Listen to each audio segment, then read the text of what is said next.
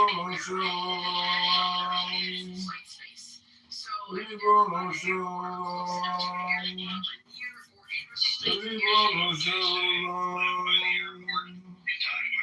seriously. We wanna show Anyway, We wanna show you know what? You should have been on Broadway. Jeff. Missed opportunity. Really, Mr. Opportunity.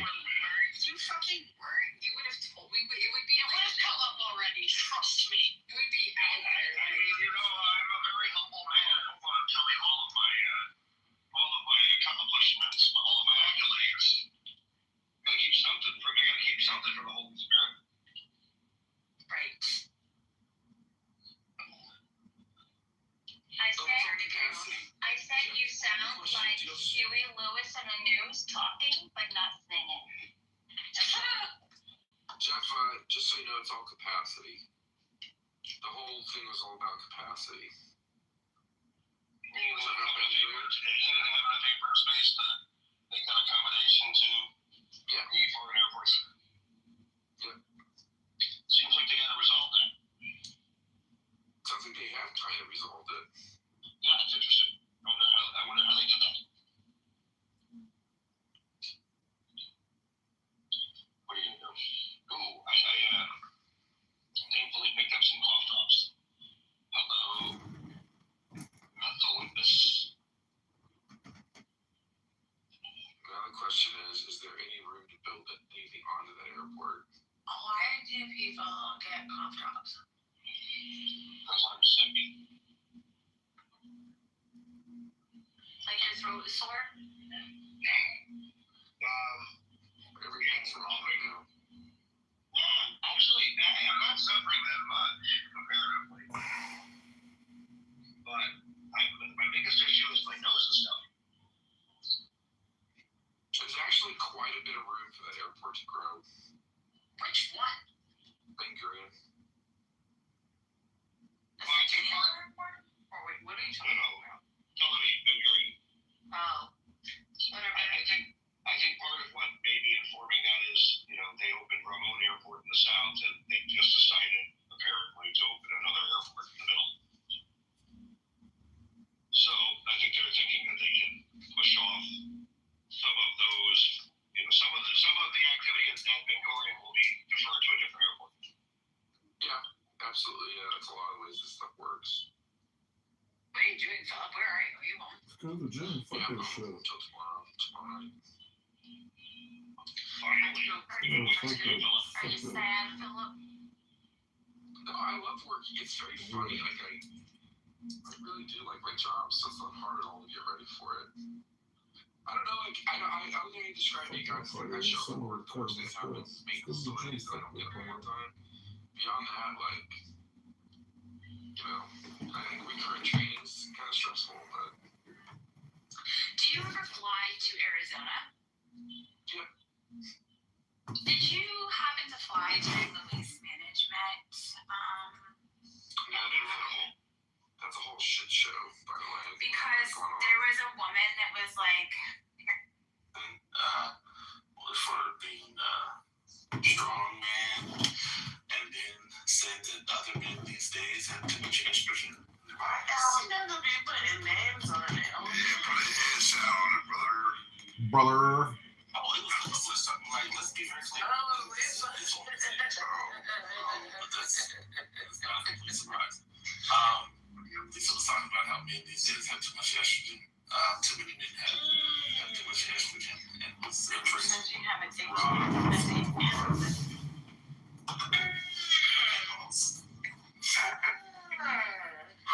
Y'all keep forgetting the balls. I'm gonna be honest with y'all. This is what happened to Melissa. Y'all said she didn't look young. So that's what you gotta get down. You gotta profit to the Jews. That's what you gotta do. That's why he did something in the analysis because he did that immediately. There was no hesitation. Jesus, he's just Jesus, false Messiah.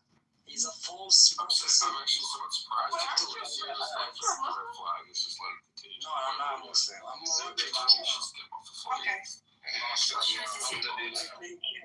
I think a lot of people think Moroccans are only Muslims. There is Jewish. Ribono Shalom, they also make great soap and great gloves for exfoliation and mud too. They're great in the beauty products coming out of Morocco. Hello, yeah, I know some people are talking about Morocco. I'm adding to the conversation. Is your green bean of power making you feel powerful? They weren't done talking, buddy. Not doing this shit. Hello?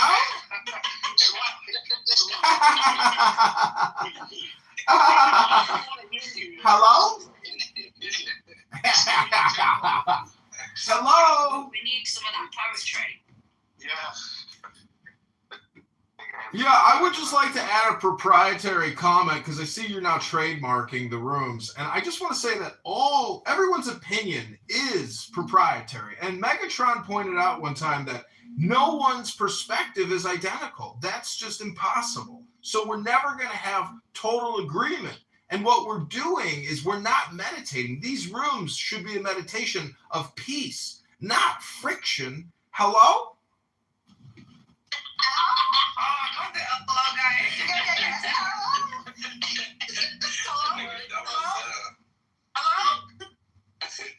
Hello? The funny thing is I've been doing that at my job for like 5 years. And this nigga started. So now I know where Megatron gets it from. Bro is wild, bro. It's Well, the philosophy of God is that the more you think, the more you speak, the further from the truth you're going to get. So if you want to know the truth of the earth and find out what's going on from the point of your birth, you got to know that the more you think, the more you speak, the further from the truth you're going to get. I tell you what the truth is. Go outside and do some grounding. I don't think you're looking for the Septuagint. I think you're looking for rabbinic sources that say he was a conqueror. No, I gotta find it. No, it's a Septuagint because this. No, the Septuagint says that Job was an Edomite, not a Benite. Yeah, Job. Yeah. Okay, I knew. Okay. See, this is what happens to you smiling without eating a bit of pork now and again. Right. I agree, Job was Edomite. Pork puts worms in your brain, and worms is part of the reason why people have seizures. So, keep eating that pork, baby. I just want to let everybody know that I'm about to go have a delicious ham sandwich. It's the biggest Jewish dilemma, a free ham sandwich.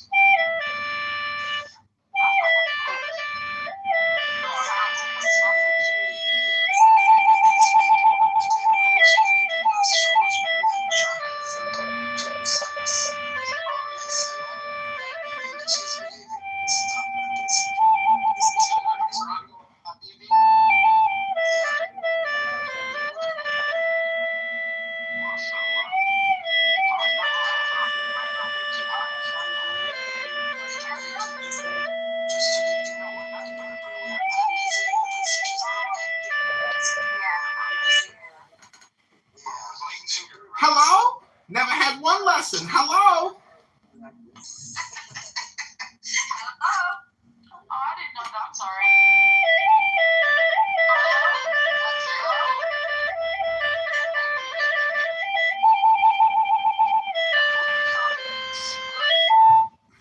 Hello? Never had one lesson. Hello?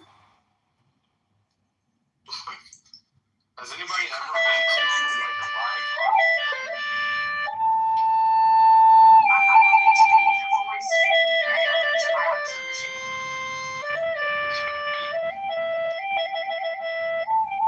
Just take his voice and record it. Listen, all communication is hypnosis. All communication is projection. All communication is politics. All communication is spam. Hello?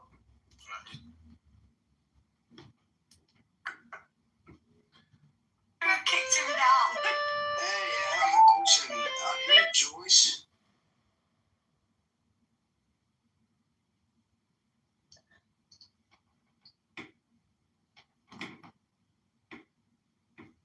Is who Jewish?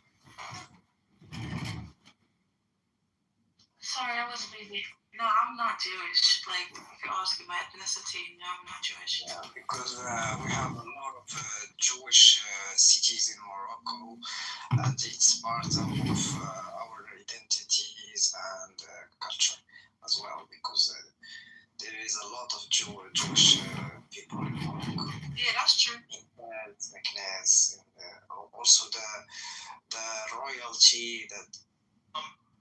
But at the end of the day, people are obsessed with saying his name when they mention anything presidential. But when Biden was sleeping at the White House and sleeping on stage and fucking losing his damn life, nobody said, yo, I have never paid that much in gas in my fucking life when this nigga was in president. Oil changes, like everything. Right? Like we went broke with Biden. Broke as shit. Like Everything doubled in cost. Hasn't gone down. And there was and y'all don't see between the lines.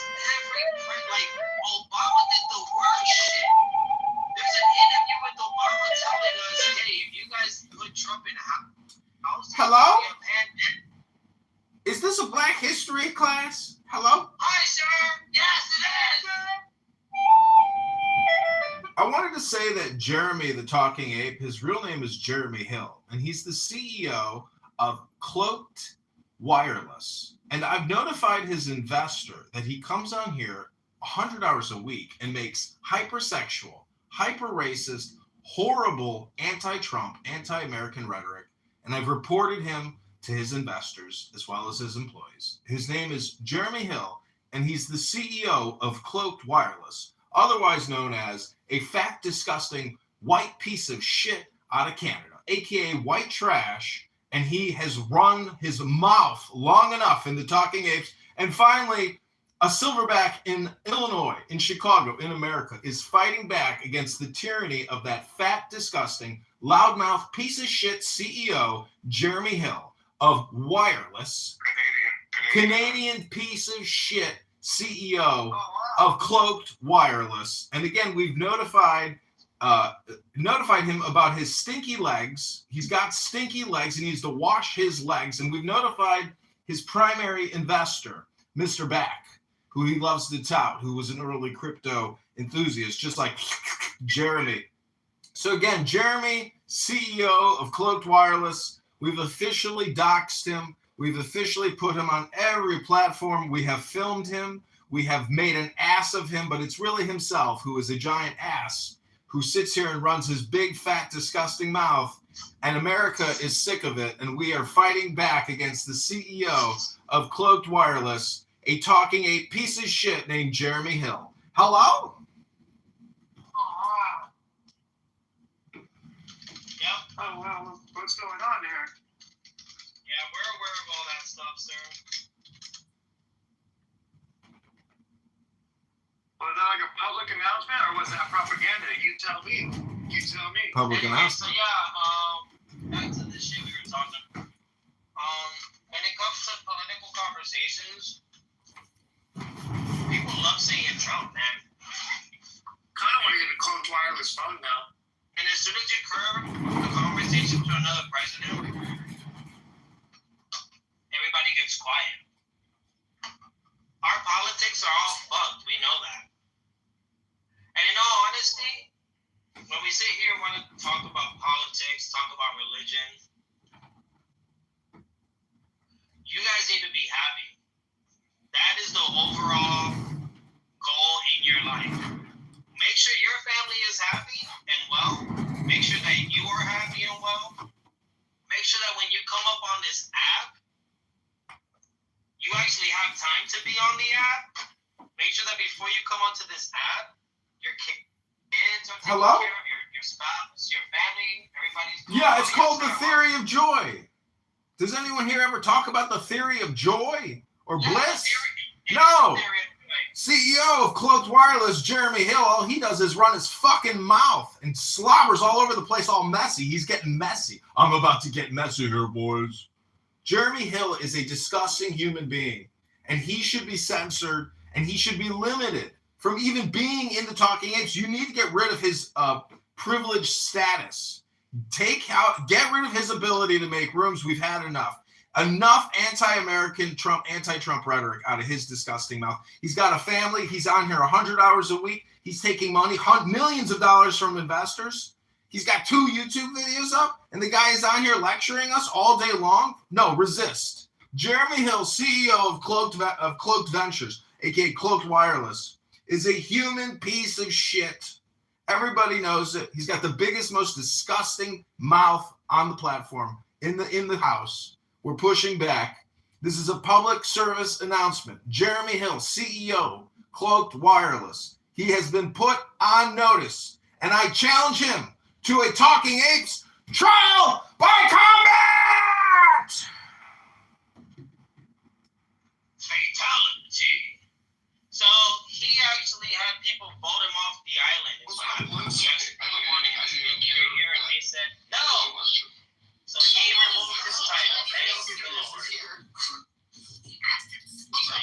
longer Yo, Mossy, what up? Shut up.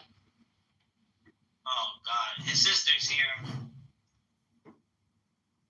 So again, this is a public service announcement. Candidate John Kitover is publicly challenging Jeremy Hill, CEO of Cloaked Wireless, to a Talking Apes trial by combat.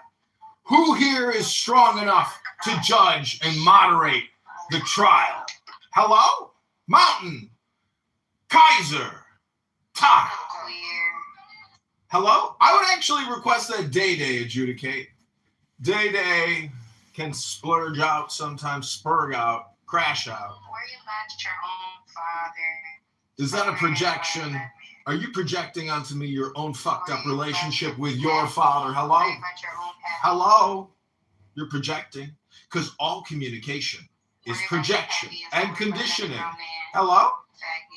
Ooh, are you bisexual? Hello? I knew it. Hello? All communication is conditioning. Everybody else wanna Hello? because I'm a Kitover. All communication is projection, conditioning, propaganda, politics, hypnosis. Hello? I got earplugs in. I can't hear you, Mossy. Hello? What the fuck is going on? Hello? Hello? Hello? Fuck, you guys got me killed. Hey, Mom, and my friend today. What character is it? What character are you today, Mossy? T.A. Mossy. Always a T.A.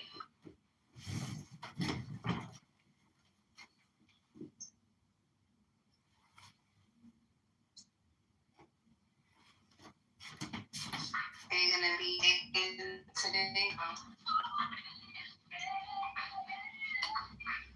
You've already gotten out, man. What? You keep cutting out.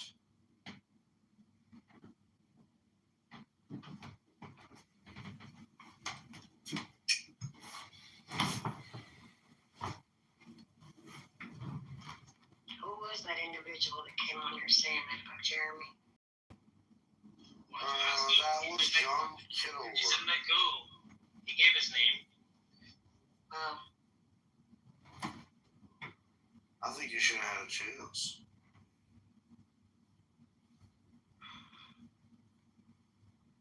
Well, you did challenge him to combat of death like that, so. Alright, here we go, guys. Wish me luck. Cowboy Jumbo! You don't like hearing the truth. Well, I don't like people being doxxed. And everyone got him because of how he is. You think that happened in this room? That's public information.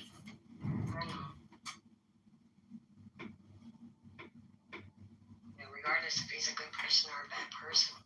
I think we're not supposed to be listening to people being doxxed, even if it's already happened, if it's gonna happen, or if it's happening.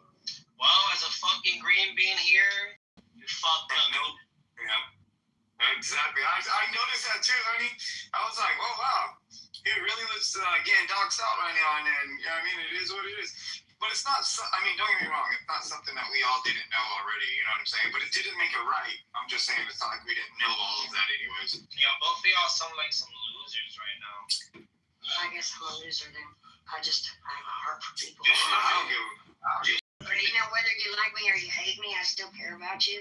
I'm just that kind of person. Y'all been part of my life now for over a year, so I tend to Don't give them all that extra, honey. Yo, Juju's over here saying that to cover his ass, but he don't got a green bean, so he's good. You got a green bean. Yeah, that's what I'm saying. You did the goose, so you did it, and it happened. So there you go.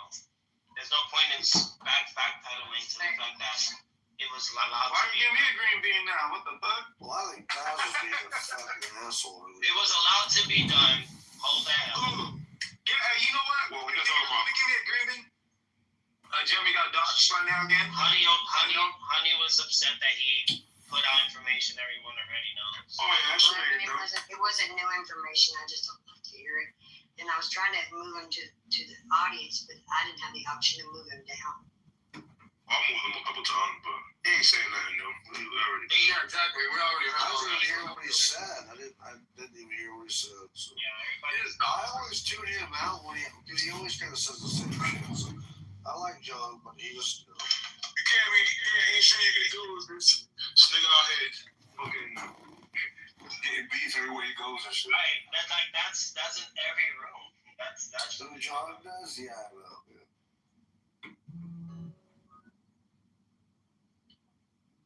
But stand on business. Ain't no need to backpedal. Yeah, there ain't no backpedaling. CEO of Cloaked Wireless, Jeremy Hill, is on notice. That big, loud, disgusting mouth of his. I'm challenging it. Oh, you dropped? No, I was gonna drop him too. Nobody else do that shit, bro. You already repeated yourself 10 times, bro. We allowed you to do it a few times now. You know what I'm saying? Like we got it. Oh, you just want to hang out with me then? You just want to hang out with me. I get it. You just want to hang out? Hello? Yep. For the what does he call that? Fuck, dude. He says the same shit as does. For the impression, gang. Fuck. Dude. You act like a straight bitch this morning, bro. Those are the two dictators of the talking age, Jeremy and Taz. Do me a favor, dog. Anybody who has a green bean, give me one when Taz is your. I'll straight kick his ass from the room. I don't care if you guys block me for whatever the fuck. I don't care. Fuck that, dude. I was going to if he was, because he kept on kicking me down. I was just waiting for somebody to give it to me, and I was gonna fucking boot that bitch. I didn't care. I was tired of it. Yo, man, what's up? Welcome. The way you let him walk, because this is shit. He was being a bitch to Sabrina, too. Now he booed the room. That's true. You see how it gets, bro? That God complex be affecting motherfuckers. Oh my God. He like, really did. He set the whole room hostage, dude, for 6 fucking hours. Money, we can hear That's you, bro. crazy. All right. So did you know that there were Black Americans boycott in the Dominican Republic? I'm sorry, can you repeat that? There's some Black Americans that I forgot the history, but they went to Dominican Republic a long time ago. We realize that Haiti is pretty much Dominican Republic, right? Of course, Espanola, but yeah, but it was Haitian first. Obviously, Poppy. We have a Dominican here if you want confirmation. His name is Kaiser. Okay, well, I don't know much about it. There's this whole thing because like Simone Biles is dating like cattiness between her and Simone Biles, my neighbor. Well, that's kind of like, I guess, like the hottest gossip that anybody would care about. It's not really anything. I really don't like Simone Biles personally. Is she like a full-grown adult now? Yeah. I was like, you want to call her Simone Vile? Let him come up. He's back. So He's back, bitch! I was gonna say, John, I just wanted to see you come back with the on. There you go. Just do yourself proper. Don't come in as you. Thank you so much. Yeah, don't feel real bad.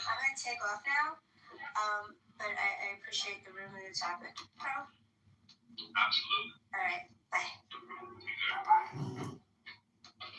He's back. Chopped out to Intellectual and theological. I think that's your microphone or something. Hello? My concern though is that religions are using all these fancy words to redecorate simple bigotry. I'd like somebody to show them wrong about that.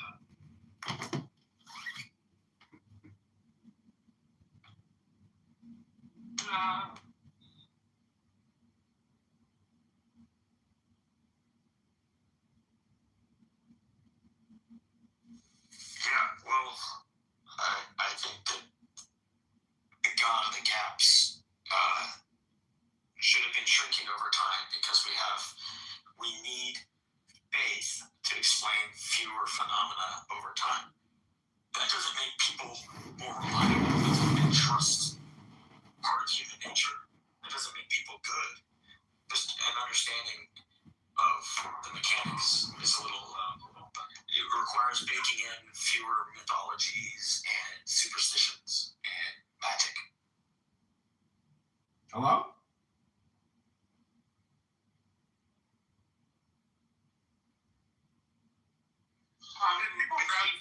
Spiritual religions to explain the unexplainable.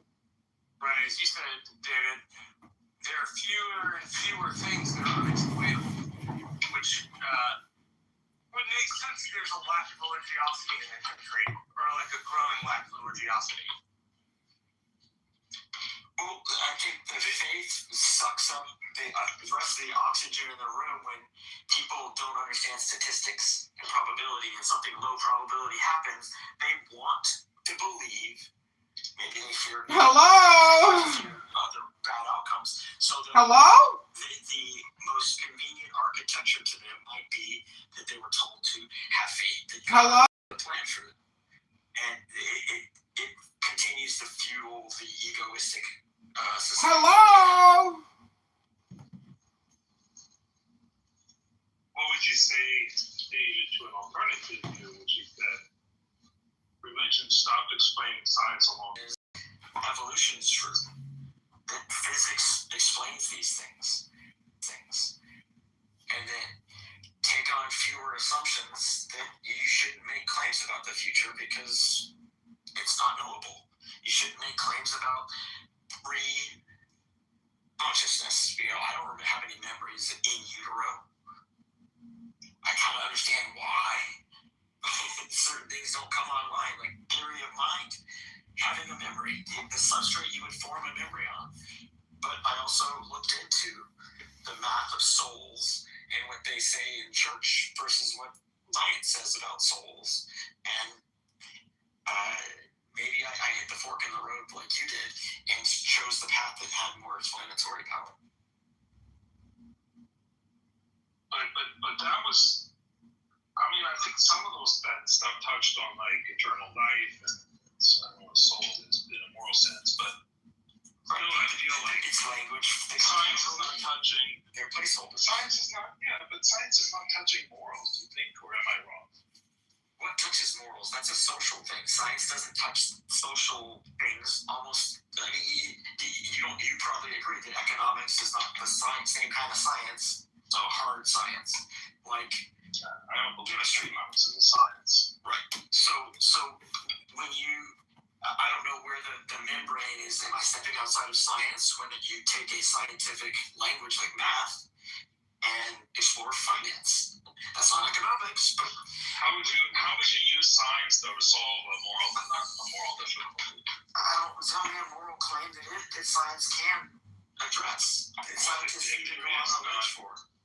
I guess I'm just asking what you would.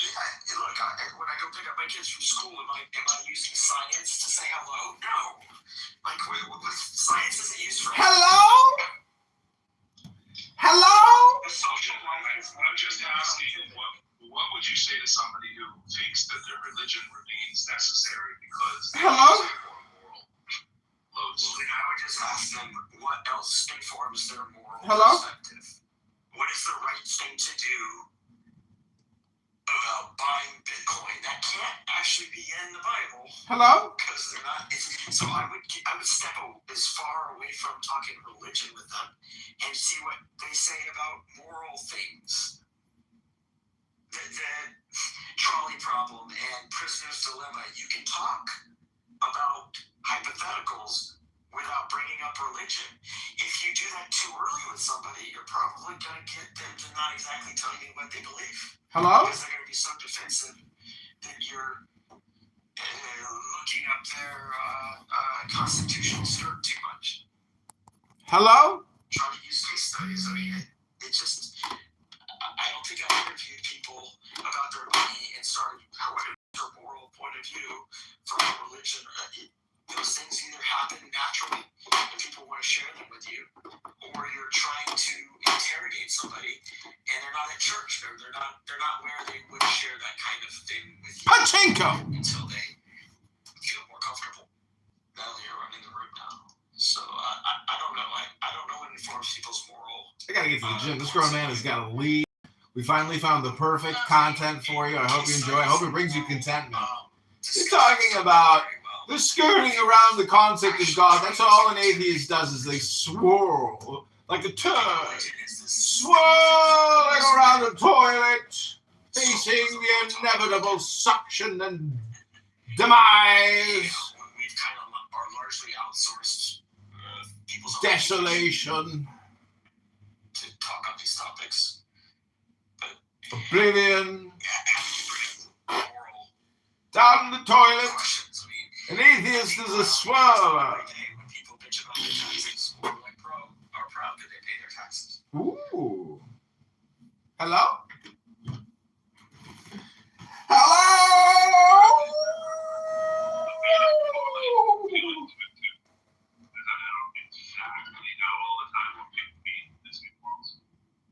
Other than I feel a way about a thing. I don't really get how people decide. I'm making a decision based on things that I got. Let's go. It's also an extra word. Safe.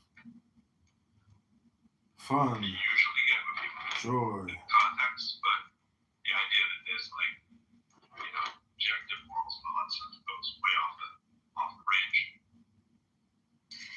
Yeah, I mean, Benjamin, when people say that their morals are informed by this really old book, I might need to follow that up. Is upon whose authority are you Catholic? Is there a pope? Is this, what intermediates that book, if anything? Because they didn't write the book and have heard it from somebody else. Hello? And usually, largely people's religious, the environment is an inherited thing from how they grew up, which is got its own problems. What's up, hero? Yo.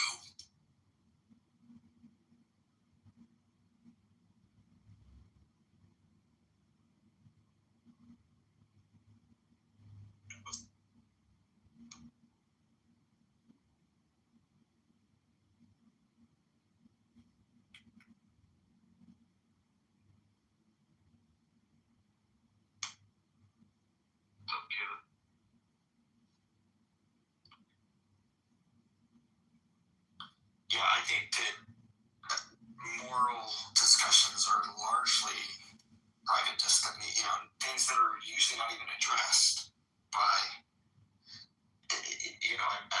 Brian breaks up with his girlfriend, decides to go on a ski trip, then he invites her. Is that a moral thing? I mean, it's not science. It's social lives.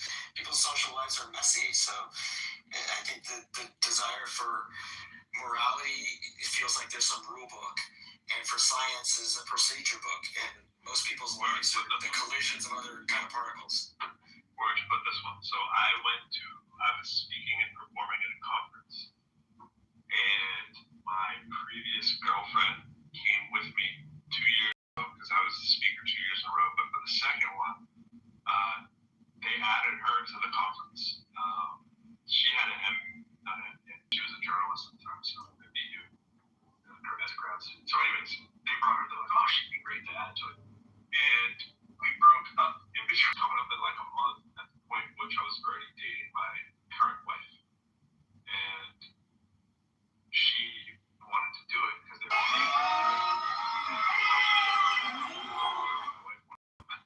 so it was one of the first events my wife came to with me. And at that was my ex-girlfriend. And it was very, very awkward. Just, and my walls were, I wanted to take that money. And I couldn't tell the other person not to go. And I wasn't really all that upset that she was going because I didn't think there'd be that much overlap. But my wife was Did you discuss with your current wife the dynamic ahead of time? I didn't know that. I did. And so you had disclosure, and she said she wasn't happy with it. She said, I don't even know what's wrong. That's what she said. She said, great, I can't wait to go. And because, yeah, it was in the mountains. And it was at, well, not the mountains. What was the moral dimension of the mountains here? And I would just say it was like it had like a little going away on vacation kind of deal. It was up in state in the beginning of the winter, and it's pretty far up there in New Hampshire. Anyways, so yeah, that was just brought me back to that wonderful business decision I made.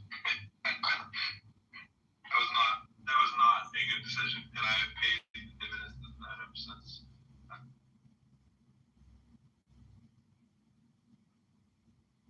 12 produce 70 that go to Egypt and leave as like 2 million, right? So that group that occupies the land of Israel, that era you'd want to put at like 1,000 or something BCE. And the amount of time they spend in Israel, 400-ish years of a monarchy and different civil wars. Then they get expelled 70 years. They come back roughly, another 400 years until you're at the year 0 with the final expulsion, right? So that's about 1,000 years. Okay? 1,000 years of history for the Jews that we're talking about that I'm saying I descend from. Then, about 2,000 years of those same people living in Europe. In Eastern Italy, Northern Italy, the Germanic region, then blossoming into the Ukrainian, Hungarian, Austrian, Lithuanian regions, right? All blooming up from Italy and France, right? We can't ignore France. France is also right there in the middle of the German Ashkenaz region.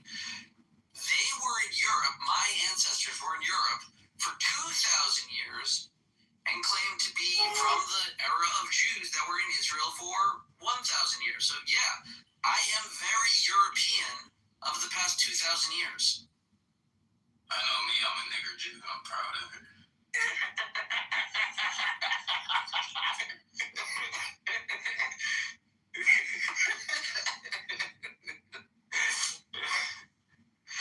Yeah, that's What did they say? My ancestors were Zoroastrian, and Benjamin yesterday read a paper on how we are all Zoroastrians, we're all Jews. So, by association, I am Jew too. Do you know what I mean? How'd you do? I'm just joking. I'm not really one. Good. You black nigger. How people think like you listen to it and the emperor, like we took the word and we made it what it is. Like how the hell is that supposed to hurt me? I'm gonna use it on you. because the word is known in black people. Yeah, nigga, boy, we know it's the best. I'm sorry. You know the entrance was a 115? Don't nobody cuss on your pants. So 1, 2, 3. There you go. Thanks so much. Have a good day.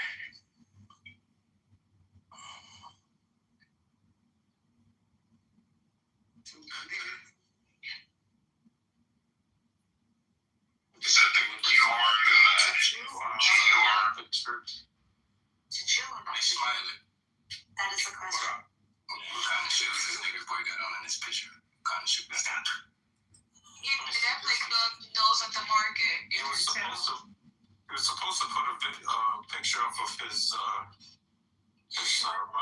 church. Sure. They already he's a little shy. What the hell is it? What kind of shoes are those, nigga? You going hiking? The fuck? Broken ass shoes. No wonder why he's mad at you. Then the motherfucker don't earn his pants. That's how they dress out there in Morocco. Y'all ain't got no style, bro. What's in this his earpods? Under his phone. This nigga still got wired earpods. Hey, it's all about what's underneath them clothes, man. I was scared of mine. What the hell did you just say, Hero? Girl, aren't you hearing? I lost it.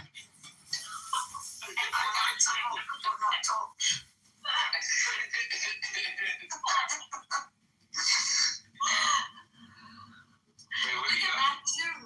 Bad Jew in the room. Y'all kicked him out. Oh, nah, I didn't kick him. We did? No, I said I didn't. Oh. How'd you kill? There's a really cool area along. If you go to Rome today, there's Kitover River. Okay. That's the oldest settlement of the Jews in Europe ever. It's around 200 BC. Yeah. That's the guy that looks like everybody. Look up Grow Your Greens on YouTube. This guy looks exactly like me. Here, I'll put this up. Who does? Say again. Sorry, I'm in the cafe. It's kind of loud here. My apologies. Yeah. I'm gonna put this page up. This guy looks just like this guy. The oldest settlement of the Jews is in Mexico. I'm excited. Are you familiar with that? The Kitover River. It's beautiful. It's really, really nice. Yeah, I've been to the Roman ghetto many times. Oh no! This is before the Roman ghetto. This is before the Roman ghetto. Like Matt. I swear. Look at the link at the top. That look just like Matt. That's your brother, Matt. It's a handsome looking guy, I must say. There you go. This is the guy, Grow Your Greens. He's all about gardening. I used to watch him. Who's this guy? Oh man, I'm doing some gardening today. But yeah, if you just make the Rome, it's so beautiful. Rome is so beautiful. What are you playing? What am I planning? Oh, okay. So I'm doing some hops. You guys know hops that you make the beer with? Wait, before you go, what kind of fans do you have? You have white picket fans, traditional kind of fans. Well, I'm in Calgary. So no black people get on my shots, smiler. No, I'm in Calgary. I'm in like quote unquote the most dangerous neighborhood in Calgary, but it's beautiful. It's no problem whatsoever, bro. It's a nice place. Alright, so what kind of fans? Yeah, actually white fans, yeah. My neighbor's Vietnamese. Okay. All the folks in town here are either Vietnamese or Ethiopian or Sudanese or Eritrean. So what kind of grass you guys? Is it fish? I don't know. Grass I plant, regular grass. Grass that will grow in Canada. Is it straight? You cut it or is it cold temperature? Oh man, sometimes minus 40 here, bro. Alright, so you got cool grass. Alright, so you Oh yeah. good fish, you Kentucky blue, maybe something like that. Alright. Oh man, I wish I had the Kentucky blue. That would be amazing. That shit's beautiful. All that noise is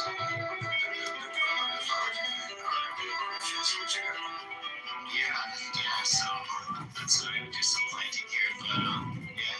What kind of you got? Okay. So I'm gonna grow some scarlet runner beans. You know what those are? Scarlet beans, no. Runner beans. No.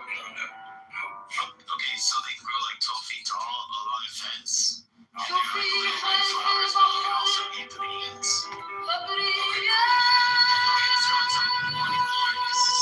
Morning glories. You know, they grow everywhere.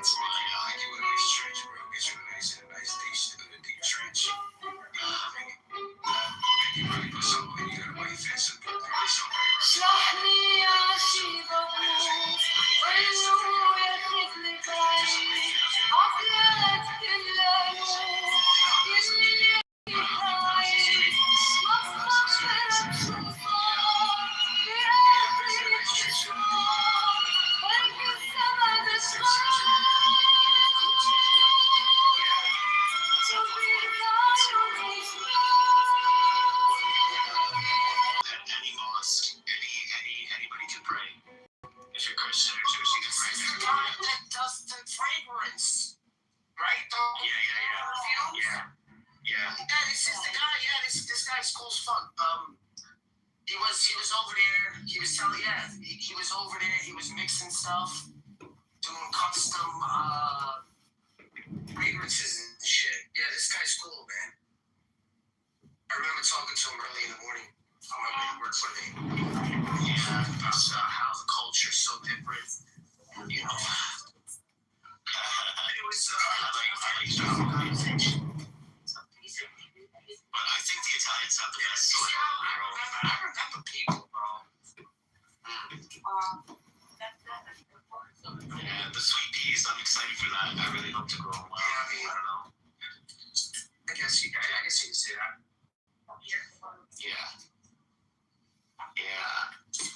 In Argus in LA, it's hard to grow stuff, right? It's really dry and hot. Listen, What can you it's grow? right here in the station now. Like, the only thing we have is an olive tree. And, like, it depends. If you go to Ramona on the suburbs of San Diego, we do grow really good grapes. There's a lot of wineries there. Okay. So grapes do really well. Avocados do excellent in fall growth. Okay. I was thinking of purchasing like one of these avocado farms where ROI is fantastic on it, but it's extremely hard to freaking maintain it. So they're very delicate sort of fruits or vegetables, whatever they are. So eaten very often. You need like a good crew to maintain your farm, etc. So it's a very tedious kind of investment, although the ROI is good on it. But other than that, I think olive trees grow well. What is it called? Angeal. What is Angeal? Figs grow well. Oh, wow. My neighbor has a whole lot of like tomatoes. Like her entire backyard is filled with tomatoes. And I know living in the heart of the city, I live very close to the heart. It's Zargus, if you have a chance, grow something called Osmanthus fragrance. Osmanthus fragrance. Get this. Try to picture this scent. So you take apricot jam, and then you take vanilla, and you take coconut milk custard, and mix them together, and that's exactly what Osmanthus fragrance. It's like an apricot and vanilla and coconut milk. It's unbelievable. I'll throw it in order. I know you can roll it down where you're at, because we grew up in Tokyo, so yeah, I'll throw it in order. Matt, I want to ask you something. I have synesthesia. So for me, I smell and I taste and visualize simultaneously. Sounds like in your head. Yeah, exactly. I can write down like pen and paper and formulate from my mind's eye, kind of. Like for example, there's many famous musicians. If they lose their hearing, they can still like write symphonies and stuff like that. It's not a strange thing, considering Always thinks in terms of analogies, right? Yeah, exactly. Yeah, everything we do is analogical, like the old expression, like the map doesn't match the territory. Like the universe and reality is super complex, and so as human beings, we're just analogy making machines, and that's when we come on the app, we're basically arguing with each other about the analogies. We're like, no, your analogy's wrong. No, I believe your analogy is too simple. You know what I mean? But none of us are actually talking about the real fucking world.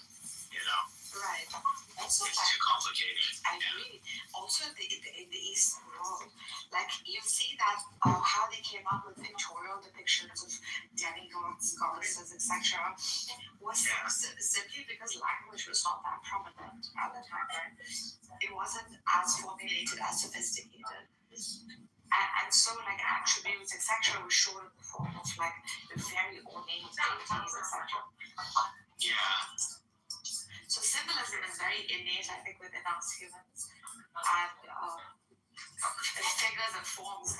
And this is why I think like the one God concept without a form is one of the hardest things to sort of, come to the conclusion of. Because we at some point needed some form, some manifestation. It's just,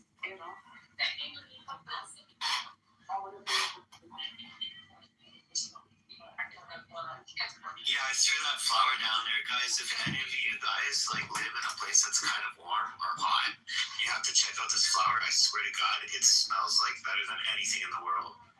It's like so creamy, like milky coconut, but then also like a beautiful, like overripe apricots. Anyways. Bro, it's amazing. It's amazing. Anyways, guys, I have to fuck off. I gotta go get some work done. I'll talk to you later. Alright, have a nice day. Later, Mom. I'll throw your greens. No, bitch, you can't grow a damn thing. I just want an interesting ass dude. Didn't hear he was talking about something. Gem. He just travels places and makes people custom fragrances. Perfumes. He says that he was in Dubai because they love that shit over there. Dude, Matt is Everybody wants their own smell. Matthew is such a kind-hearted human. Like, he's so kind-hearted. He's one of those rarities who wants the world to be a better place. Yeah, the people would be a better place. I wanted to say fucked up.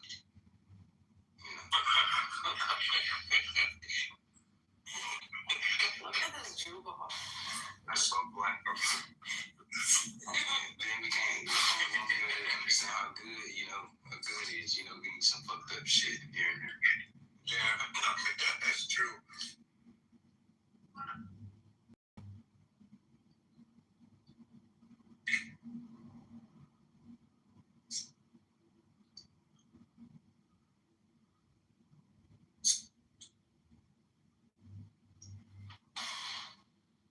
The world is how quickly we get used to stuff.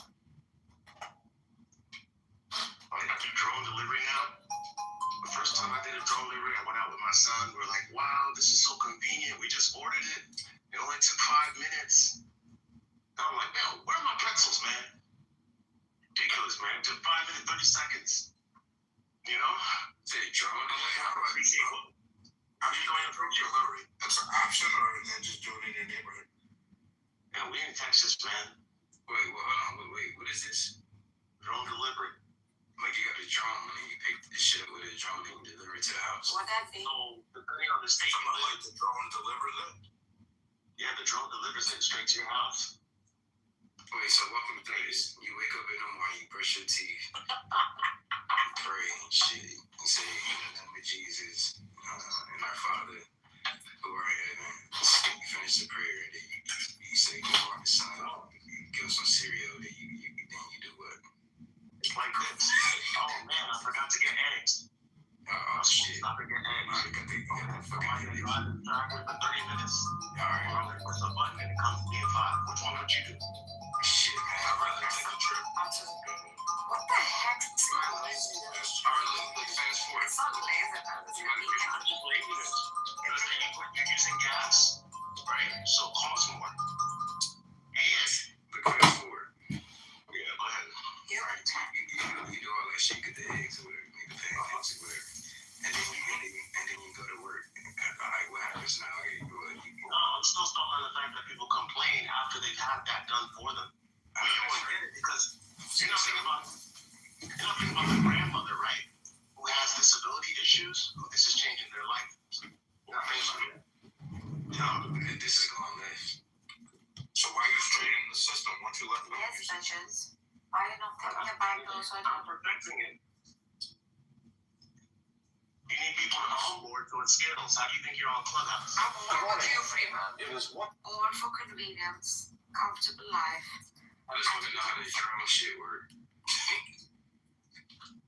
So multinational companies are building drone beehives so they can just send their product to the consumer without an intermediary. Cooling and Electric understands the meaning of great service. That's how you get the fucking ABC's warehouse. turn on that company's app. Amazon, and I enter. I want this, and then it sends me what I want. I don't keep the drone. The drone hovers above the house and drops on a through line, the product in a box, and then flies off.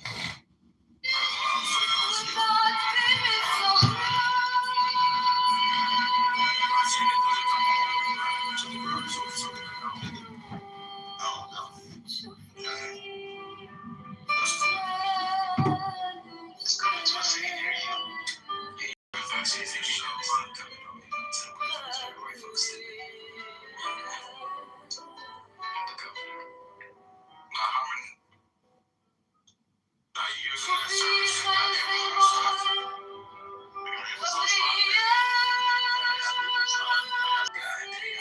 So you just brought it into store.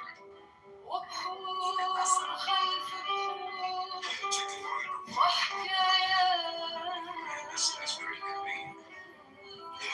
So my thing is that I need my shit. So I need my shit right now.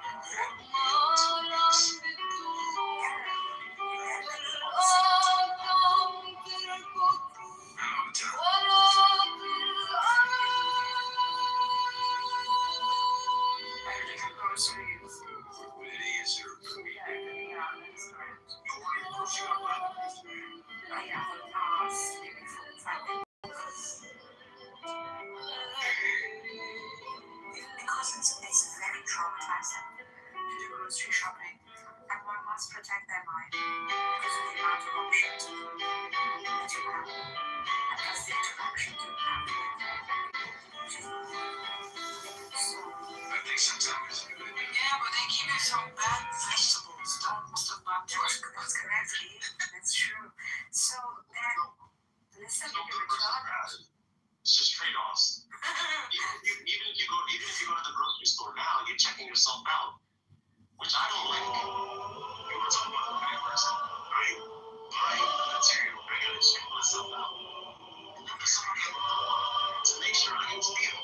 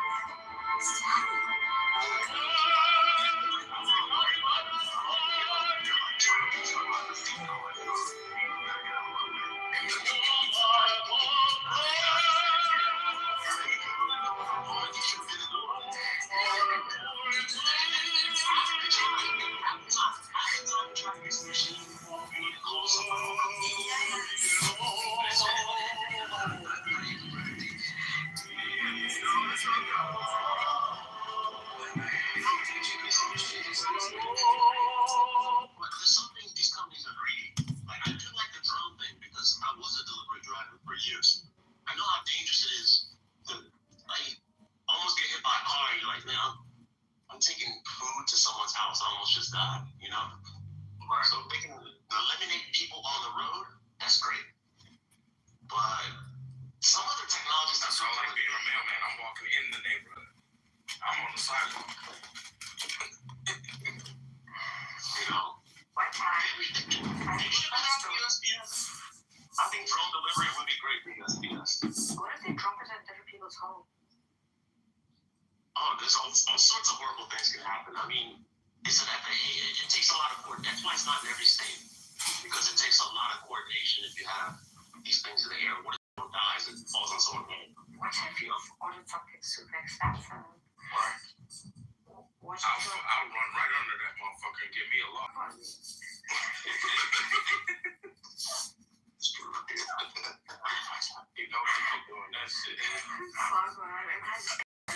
I would think, Freeman, these drones would have been activated like years ago. No, the technology exists. The problem is regulation. Yeah. Not really, because it's the Democrats. Ever since the Trump administration came through, all this regulation came about. And You know, I think with them here because we have planes that crash into each other, so they really have to figure out how they can command the same airspace without colliding. I think they should slow walk it, definitely. So right now they're doing a lot of testing where I am. We've got like 6 companies that are flying medical supplies. I mean, think about it, man. Like someone gets bit by a cobra and the venom is far away. That kind of solves that problem, you know. So it is a good thing, but they shouldn't rush it because these companies are super greedy. They just want to make money. They want it on the road, and it's like, no, it's not perfect yet. Because like you said, sometimes they deliver to the wrong house, you know. Can you imagine like someone else's Vicodins being delivered to your house? Or the actual... It's the same thing now though, right? How many times you go outside and it's like your neighbor's package? Yeah. So, or the delivery driver steals it. Listen, one time the delivery driver stole the blush I ordered with mascara. So it was bizarre. And then my building has, what do you call this, cameras, security cameras. So when I went and watched it with the management, the chick she's opened it, she's tested it on her hand, okay? Like, who would do that? And then she's freaking she's just conveniently walked away with the package. She's seen the shade, like, look nice on her skin tone. She took the freaking package and scooted in a freaking Amazon van. Can you imagine? Yeah. I mean, like I said, I did delivery for years. Delivery people, they eat your food. They do all sorts of stuff, man. So, bro, my mom and dad had just arrived. I ordered a whole lot of like meat eaters, and all kinds of Middle Eastern food, Mediterranean. This restaurant has like all 3 varieties. And they had just arrived, and I was like, okay, let's have a feast. And they're tired. They've flown for whatever, 12 hours. Freaking that thing never arrived. Again, went to the management, looked at the security camera. The ladies come all the way to my doorstep and walked away with the food. Just taken it and gone. So she's made the effort to come to the door. She's taken a picture, right? Hasn't rang the bell. And that was $300-something of food. Picks it up and goes. Just like that. And then I felt bad. I didn't complain because I think she really looked very skinny. And I thought maybe you gotta just think like, hey, some of them are on their job. Some of them, that's their job because they're begging. And I didn't call it. How's it going today? Just in that situation because they choose to be. That's the truth. For me, because it's food, Freeman, like, maybe she was hungry. Like, who does that? Maybe it was for her children. I didn't call my parents and said, don't call, it's okay. She's taking for children. She's taking, a whole story was built around how she needed the food and how I shouldn't complain and stuff. But I mean, it happens, right? Like, drones can also, like, whatever, drop wrong food and different or wrong items. I mean, she stole $300 worth of food. Yeah. That's a lot of money. You know, the average, everyone want to talk about poverty. What percent of Americans do you think live check to check? Do you guys know? That is insane. It's like a ridiculous number. It's like 70%. Oh, wow. So if you stop and think about it, everybody's walking a tightrope in so-called one of the greatest nations in the world. So $300 is nothing to laugh at. I also saw like about 80% of Americans don't even have $1,000 saving. So any emergency, do you know how many people I drive by in the suburbs with like their car windows been broken for months?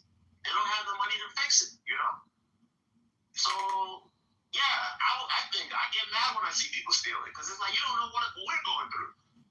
Sometimes I'm mean. Sometimes if I see someone coming up and I know their neighborhood, whatever, I'll be like, I ask them for money first. I'm hey, you got any money? I was just about to ask you. Oh, okay. You know, you can't just, I mean, I don't know, $300 they stole from you, Narcus? I can't accept that. I called That's my a child. family friends, this and that. Like, I thought they had just arrived, so maybe, like, we could have a feast. And, yeah, she rubs the food, takes the picture, and just picks up the whole package and walks away. I mean, doesn't realize that the camera's all over the place. Kind of felt bad. And that's why I thought maybe she was just ignorant about the cameras, or she's really maybe in need, or the smell of the food might have. Oh, so sad. What's sad is that you lost $300. Yeah, but I just considered it charity at that moment, and I said maybe like. I didn't know she had kids. I don't know. We made that whole story up in our head. Me and my parents and their freaking charity giving. No, yes, it's good. She had family. She had to go family. She take it home. The whole freaking story was spun around, like her rushing to her family to feed. Steal from a store. Bro, Robin Hood stole from the rich and gave to the poor. Why she steal from you? She was a junkie also a little bit. Like, her eyes were all soft. Because when Uber drivers drop off, they also like have to give you like I saw this girl, I said video, so she ordered some food, her food got delivered, she ate her food, and then she said that the DoorDash driver didn't deliver her food so she could get a refund. That's messed up, bro. And then the DoorDash driver went back to the place, which was some work. It was like, you fat ass bitch! Yeah, it was hilarious.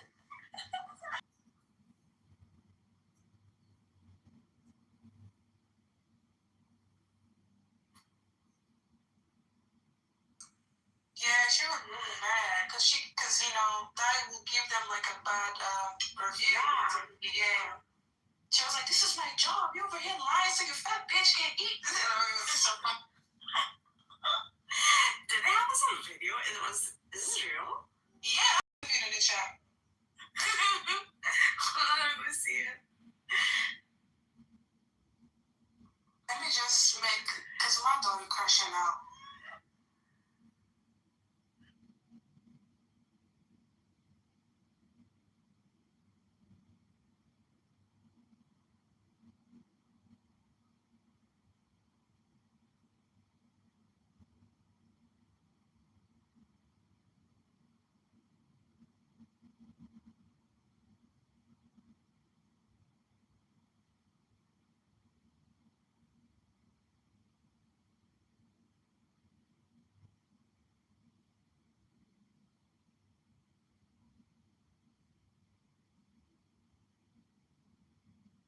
Narcus, you there?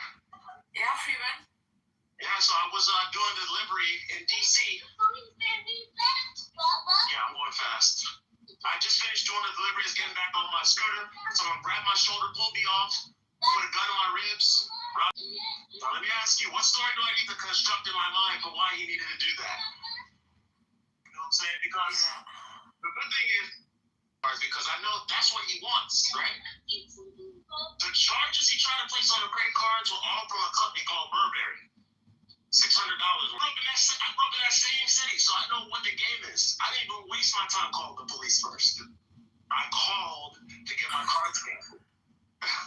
Dude, he wants to kill a father for freaking Burberry? What the fuck?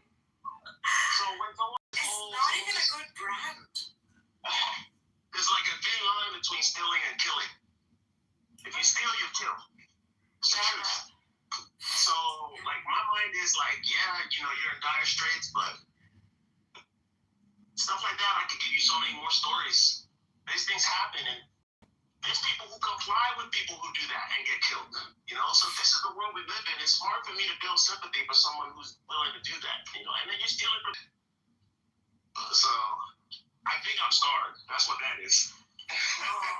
I don't like, you know, go through those experiences, you'd be like, no. And still they do it. Still they do it. Some people do it, they don't know they're wrong. That's all they were taught. Like young kids, I've seen young kids stealing. I get the food, man. Yeah.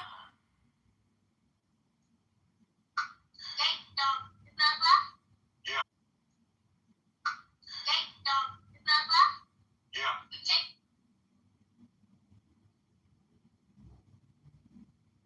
They be so mad, bro. It's like he did all that, and he's telling the police like 3 days later.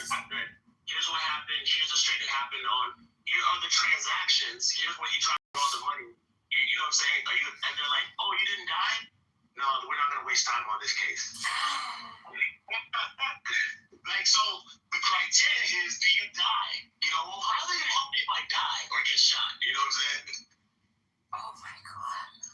So, long story short, like, he's almost now, what's the point? I only gave it to the police because I was interested to see. As I told you, I was interested to see what they would do. I didn't call them first. You know what I'm saying? You should have a lawyer and sue the fucking cops. Well, no, the thing is this. Police, they deal with crimes on a sliding scale. So, like, heartbreaking, they might not even come out.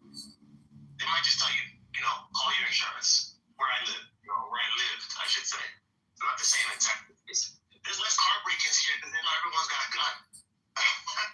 There's less robberies and, you know. Someone's supposed to protect you, right? So this is why, like, you catch up, you get the bigger part. So who's the one who's supposed to protect you under these conditions? Because the guy obviously has nothing. That's why he's stealing, the motherfucker, and he's probably doing it to a whole lot of other people. A bunch of people. He gets a thrill out of it, obviously. I mean, you also links into his mind. Why is he stealing? Is it something that he needs? You know, like, not everyone is stealing because it's just like, okay. But it's not, if you were looking and saying, okay, let me rob this Mercedes, they can afford it, that kind of, no, that's not the thinking that's going on. So you can't assume, they just saw an opportunity. It was a crime of opportunity. Yeah. Like, it's no he's here. But, they would have done it if it wasn't there. So that lets you know who they are. Sadly. You can't sue Burberry, obviously, because he's probably bought the product online. And if he had gone to the store, they probably... There's poor people everywhere. Tons of them in all countries all over the world that aren't stealing.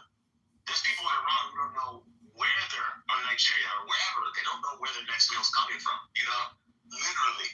So, in countries... So I always used to think that something happened to me some time ago. And I'm still like... Wait a minute, I'm not Nigerian, okay? So, I totally understand. So that you don't do it again, right? In Dubai, during the time the year that we lived there, you could basically buy an entire store, leave the product in the middle of the mall, right? Walk away. My family never locked their door. There's no need. We traveled in that year. I was there. My family decided to travel. We didn't lock our door ever when we left home. Nobody dared come in. It just doesn't happen. And that's definitely, whenever there's a punishment that's that much, you really, if someone is stealing in that condition and they know that's what's at stake, either they're insane or they truly think they'll get away with the crime. So that makes sense. But what do we do with a country like Norway or Japan? These cultures, you drop your wallet, you're going to find your wallet with all the money still in it, by and large, Same thing if you're in my neighborhood, that's true.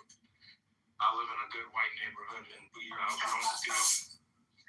No, I'm serious. I never wrong any race, I'm just saying, Japanese ain't a race? It's a people, bro. That's a nationality. That's not a race. It's a culture. Yeah. It's a race. No, it's not. Oh, God. Americans. Let me tell you what's happening in Norway. America has very safe places. I'm sick of this stereotype.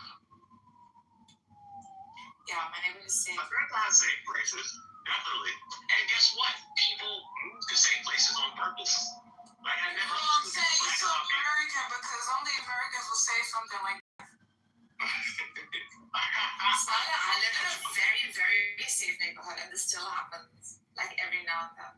Not just to me, but sometimes. Yeah, that's probably black people from a couple neighborhoods. Here we go. There's nobody. It's not the people of that. What's the law? What does the law say about stealing, Smiler? What's the punishment in the Tanakh? Means that they actually prosecuted crime. One of the reasons criminals are emboldened in the U.S. is that if it's not a felony, they're gonna be out in like what? Half a day. If that, there's literally I literally knew people growing up who made sure to know those laws. Like, oh, I'll make sure I steal under $500. How crazy is that? Oh yeah. People be tripping. But in the South, it's the same thing. I mean, they have. Listen, in countries like Morocco and Egypt. No, but in countries like Morocco and Egypt, you think it's safe, although like they still comply with the whole stealing laws and stuff like that, which I'm assuming. Fucking. There's a different kind of thievery. It's a different kind of thievery. Shoes or something or the other is freaking laws. Now, it doesn't mean that thievery doesn't exist, although there is that kind of Sharia law. The Bible just implements it. Well, because of the bigger pot that people, live in, that hold bigger amounts of money it can't afford as a country to go through that sort of fear of economic loss. Right. That's one of the reasons I don't like going to Nigeria.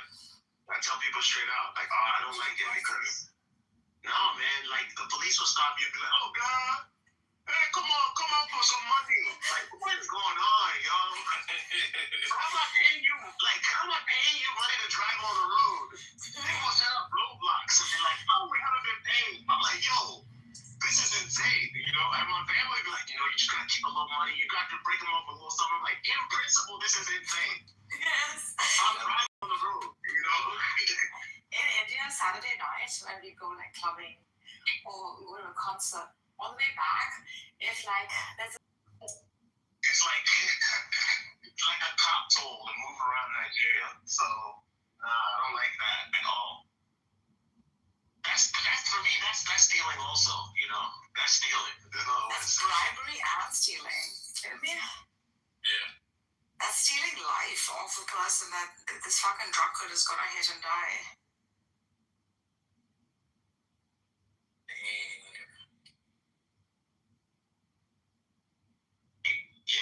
Like, where you've been that you've had, it's like that.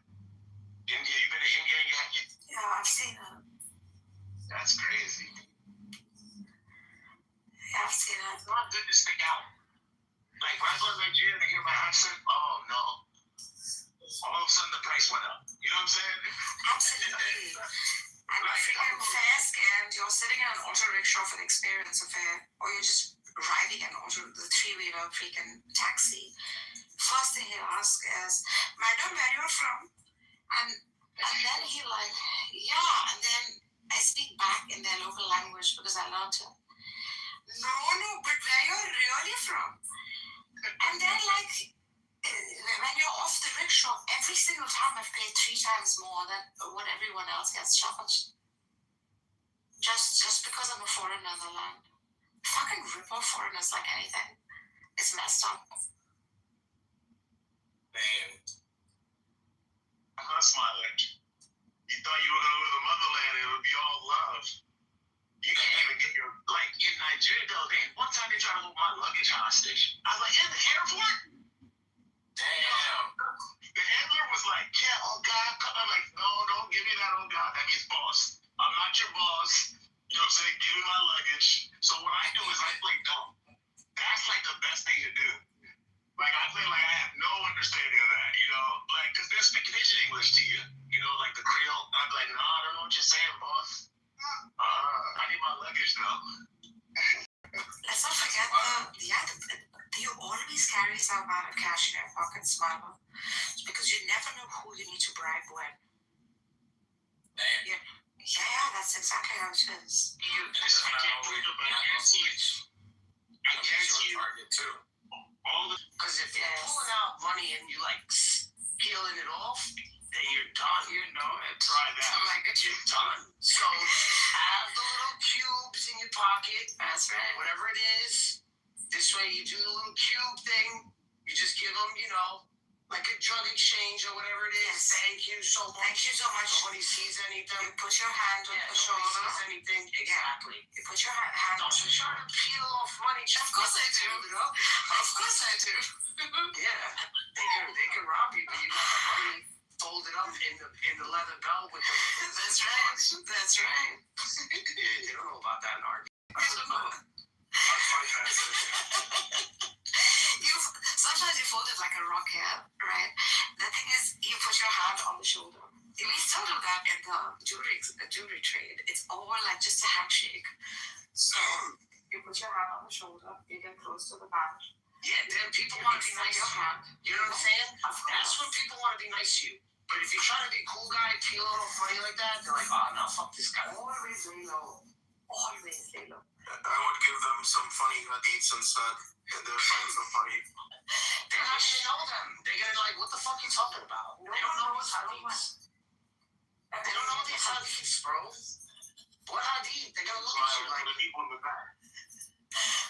They don't know the intellectual discourse. No one knows this because of the information age. And freaking the biggest downfall I think that happened to the hadith corpus was information age. It was everything being on the internet. People just type it in and it pops. They didn't know they had this shit for the longest time. Margaret, where did Matthew Amir Richardson go? Man, I want to hear his Khomainism now.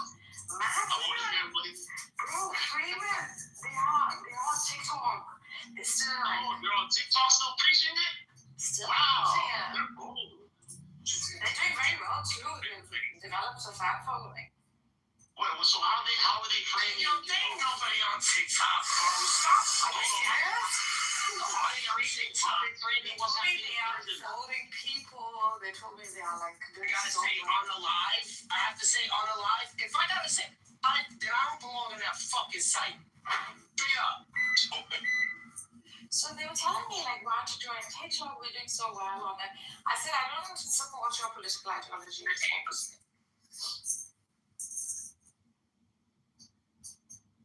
I don't know how I'm pushing it, man, Freeman. And well, after all the, summary executions of, the people, I'm not even making shit off the road. But to be honest, like I had a talk with them and I said, what is it that you're pushing? It's not the person per se. I think they're pushing like the ideology of the Republic, which played a role. Where there's like a philosopher king, he's wise about, and it flopped quite quickly because within the first year, there was the 9-year war that followed, right?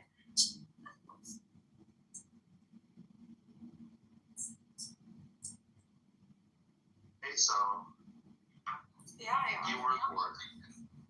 Think about it, like idealism and politics, democracy and politics.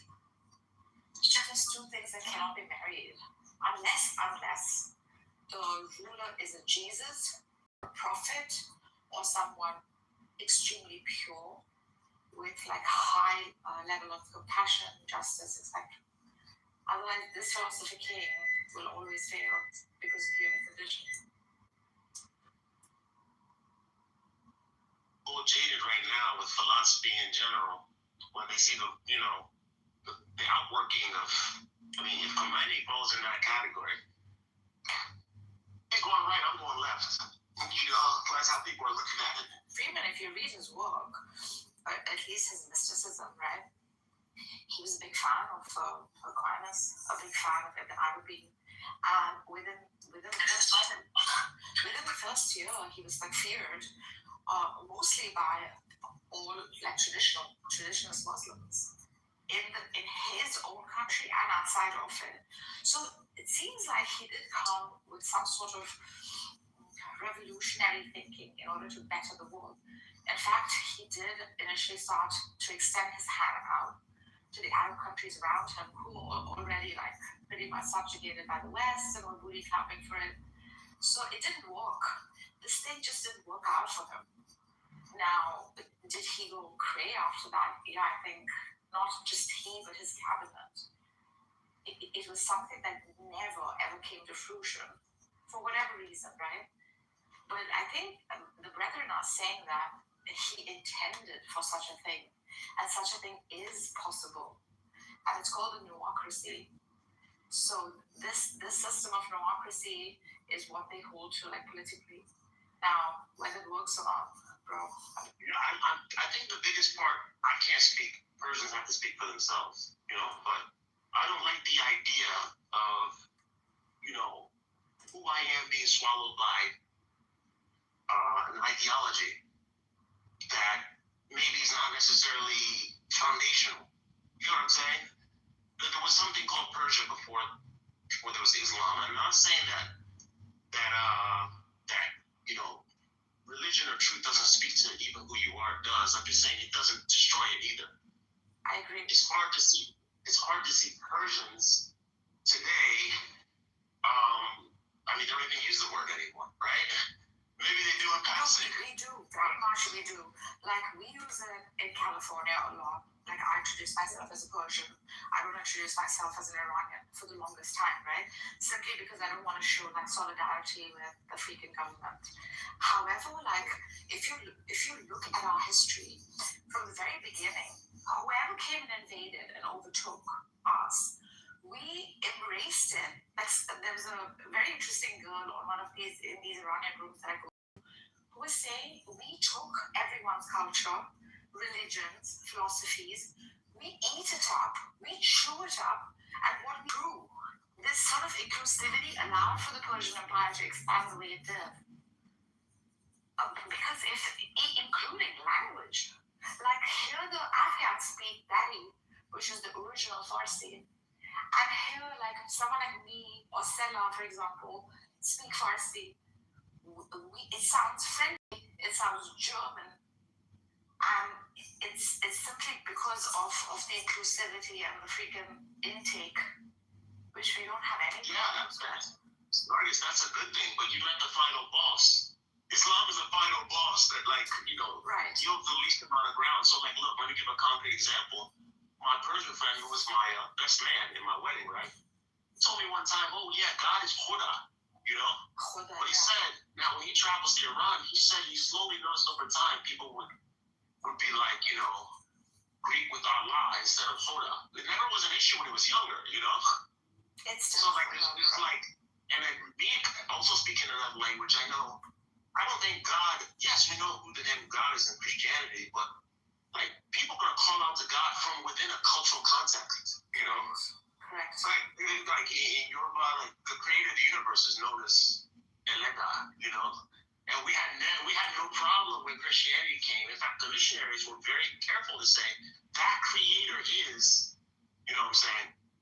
Hashem, right? So, like, it's not removing from where people are. Whereas I feel as though, like, there's an imposition being made on the Persians right now that, like, they kind of have to decide what direction they want to go, and they are deciding because you see a lot of Persian. And religion has become such a crass thing now to even adopt or talk about, simply because of the policing, But the Ottoman rule didn't do well for Persia, simply because of the black and whites. There was no art of freedom in that, which is the very, like, vein of a Persian. I was telling Daniel this a couple of days ago. So even then, Islam was taken, chewed up, and spat out as Shia Islam, right? That which allows for imagery and color, allows for music and whatnot. So, and Sufism, and all of these mystical traditions that arose from Persia, even that was transformed into something else. What the regime basically was to subjugate in terms of, like, police, which I think they should have. Do you think if Saladin met Sam Shimon and Sam Shimon went through time, do you think he would change his ways? Yo, what? Imagine Saladin, he's trying to storm the walls of Jerusalem, and Sam Shimon brings, like, a mega speaker back in time, and he starts reading these funny hadiths to him. Did he get it in English? So I think there'd be a language barrier there. Sam Shimon can speak Arabic. Can he?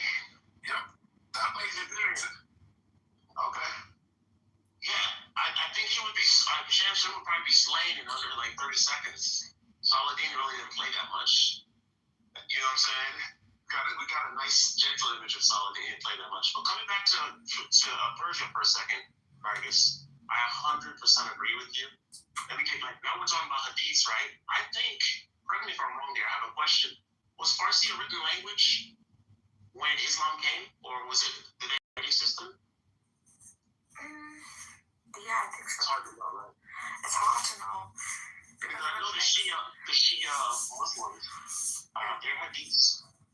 Well, first of all, the Sunnis that are Persian wrote in Arabic, but I'm thinking even the Shia sages wrote in Arabic. Yeah, the script was pretty much common in the region, Freeman. Like even Farsi is written in the Arabic script. However, we have more letters like je, pe, ge. These are words that do not exist in Arabic. Or like Pepsi is written as Pepsi. Yeah. What do you think about the fact that King Cyrus is written in the Bible and is kind of extolled? Is that like a point of pride? Is that like a passing thing? No, of course. Christians are well embraced and very loved within Iran, including the Jews. It's a system in which a coexistence has been a very strong factor because we are nationalists, we're not tribalists like the Arabs. So you will never find a Persian ever tell you, or an Iranian ever tell you. In Farsi, he might tell you, oh yeah, I'm from that region where the Kurds came and were dwelling. So in that way, we've always had an upper hand in the Middle East so far as a oneness sort of theme, an ummah of Iranians versus how the ummah system, I think, sort of failed within the Middle East, although I think it was a very great thing that they tried the pan-Arabism, but it's too tribal, man, Freeman. It's so built on who your father's was, similar to, I think, the Jewish community. It's not that different. I got a good question. Do you think there's a possibility start making AI-generated videos of Sam Shimon doing his evangelical work with the mega speaker back in time with Saladin being outside the Jerusalem walls? It's like Sam Shimon's out there with a megaphone. Do you think there will be following for that? Man, you're going to have such a group of people flock to you who are like you. It's going to be amazing. But Marcus, the tribality, man, I don't know, man. I think we're designed to be tribal. Agreed. As human beings. Yeah. We don't talk about that enough. Yeah, I agree. Yeah. In fact, tribe succeeds simply because we take care of our communities, etc. But I think, although we're designed to be that, we're also designed to kill. We're also designed to steal. It's not that we don't have it within us, the potential, right? But we choose not to. So in doing so, we're ascending from our flesh. Yes.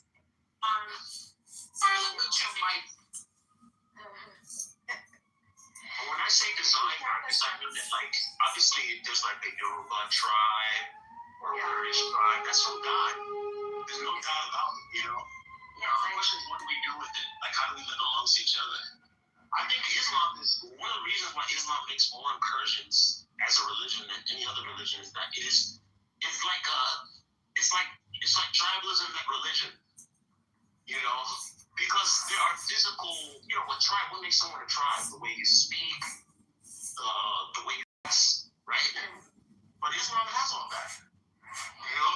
But it has to have the ones. Exactly, it's a drama in itself, right? So, but it does seem to encourage. Actually, it does encourage kind of oneness of humanity, songs, color, language, region, geography, etc. And I think that was the very intent of historical Muhammad, to come and preach this simply because tribalism was so extreme, much like Buddha came to overcome the free piety, not the color of your skin or tribe or language.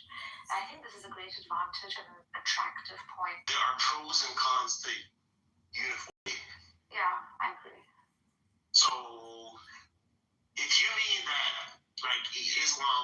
to have everyone be one in a certain respect, Yes. like in dignity, for instance, I think that's a pro. But when you mean that everyone should be one in dress, you see what I'm saying? We have an issue. Okay, you're meeting people, for instance, that wear no clothes. How do you bring Islam to them? They don't wear clothes because they're not savage. They don't wear clothes because they're in the Amazon, for instance. And this is the best way to live here, right? Right. But even with clothes, right? So even with clothes, it's not that it's saying no to the culture. In fact, it talks about how one must like encourage each other's culture and language. But it does seem to like place a standard for modesty, for example, which again you might make the argument that this might fail because in the Amazon, for example, in the forest, women who whatever show their breasts or shake their boobies and walk without ever finding that to be absurd or even immodest, that works within that culture, right? It is not like when I'm groping her or sexually abusing her because of the way she is. That is just the norm of the place. One could make the argument that, yeah. But I think it was addressing like a majority position, wherein like a family system can be held well if some sort of modesty is maintained, both from men and women. Yeah, I think if you're speaking of modesty from a morality principle, yes. Yeah. Whatever is immodest within that cultural context should be avoided. Correct. I'm just thinking about the strict letter of the law. Now, this is where I'm going to get on Not Smiler. I call him Not Smiler. Not Smiler says everyone should be circumcised. Not Smiler? Because Smiler is dying to get in some kind of dogma structure in Christianity. Which I don't know, bro. Smiler, I'd love to know what A thinks about this. A, what do you think about this? Sorry, I just came back about what? Do you think everyone who becomes a Christian is supposed to be circumcised?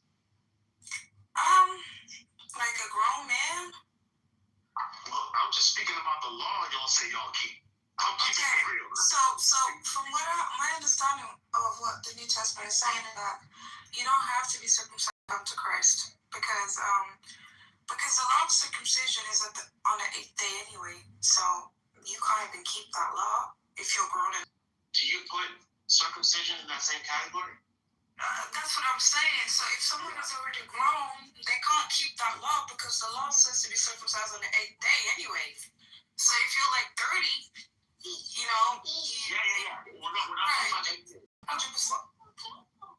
But I wouldn't say, hey, if you don't circumcise your child, you're going to hell. I wouldn't say nothing like that, you know. Yeah. But I believe children should be circumcised. Boys, of course. I just look at circumcision, like, from what I see, I could be wrong here. I'll say that readily, but what I see is, in Acts 15, the Judaizer stood up and says, unless the Gentiles get circumcised and keep the law of Moses, they can't be saved. No, they can't be saved. Yes, that's exactly what they said. Hold on, Acts 15. It says in... Where is it? Hold on.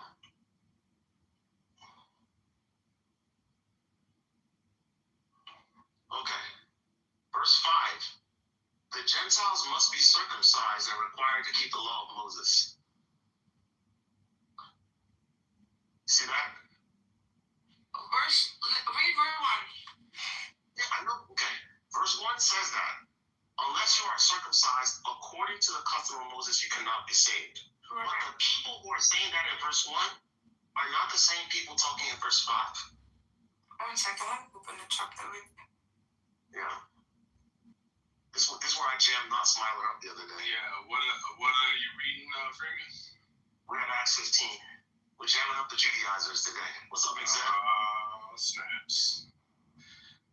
Alright. So Acts 16 is where you did it? 1-5. Acts 16, 1 through 5. Man, I said 1-5. I'm about to fight you. Acts 15. 15. Okay, what verse? Well, let's just start with the first section, right? I'm saying the first thing I just said is the people speaking in verse 1 are not necessarily the people speaking in verse 5. Okay, that's fine. But I think the idea here is if you don't keep the law of Moses, you can't be saved, which I believe is wrong. You know, I think that's the main issue. So why then later on when they send the letter out? Because they send a letter out in 21? Yeah, verse 23. It says to the Gentile believers in Antioch, Syria, and Sicilia, we have heard that some went out from us with our authorization disturbed you, troubling your minds by what they said. And that's the point. The point is they're saying the thing that is troubling the Gentiles is because these people are saying if you don't keep the law of Moses, you can't be saved. If you don't get circumcised, keep the law, you can't be saved. So this is troubling the Gentiles because now they're thinking like, oh, am I really saved in Christ if I'm not circumcised? And you know, just how that.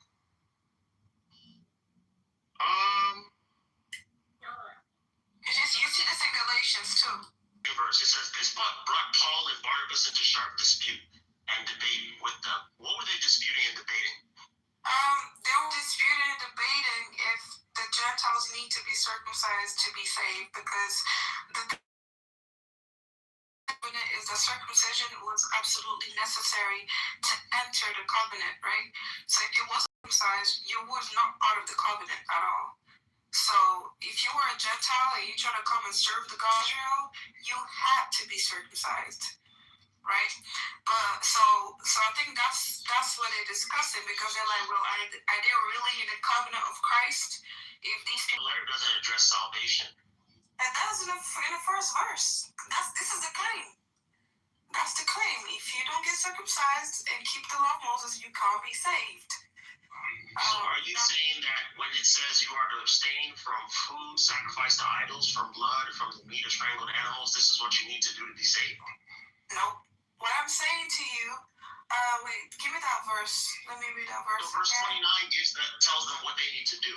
Why do they need to do? Yeah. Why do they need to do that? Okay, because those are the things that. Okay, because these people. I don't want to call them pagans, but yeah, they were pagans, right? What, the Gentile believers? Don't do that. Yes, they were. They were pagans. They were. They're not pagans. Now they're believers. They've been washed. Yes. Okay. Pagans their whole life, right? And now they come into the faith of Messiah. So what happens is, it's basically, okay, before I move on, do you agree with me that the verse CJ mentioned, it's a starter pack? I guess that's what I'm trying to find out, because I'm trying to see if it's the starter pack. It is. It has to be a starter pack. 29? Yes, you have. Because the reason why it says a starter pack is because all of you would agree with me that there's way more commandments than these ones that as a Gentile you must do. In the Old Testament, yeah. See, this is like even in the New Testament. No, even in the New Testament, because verse 20. Yes.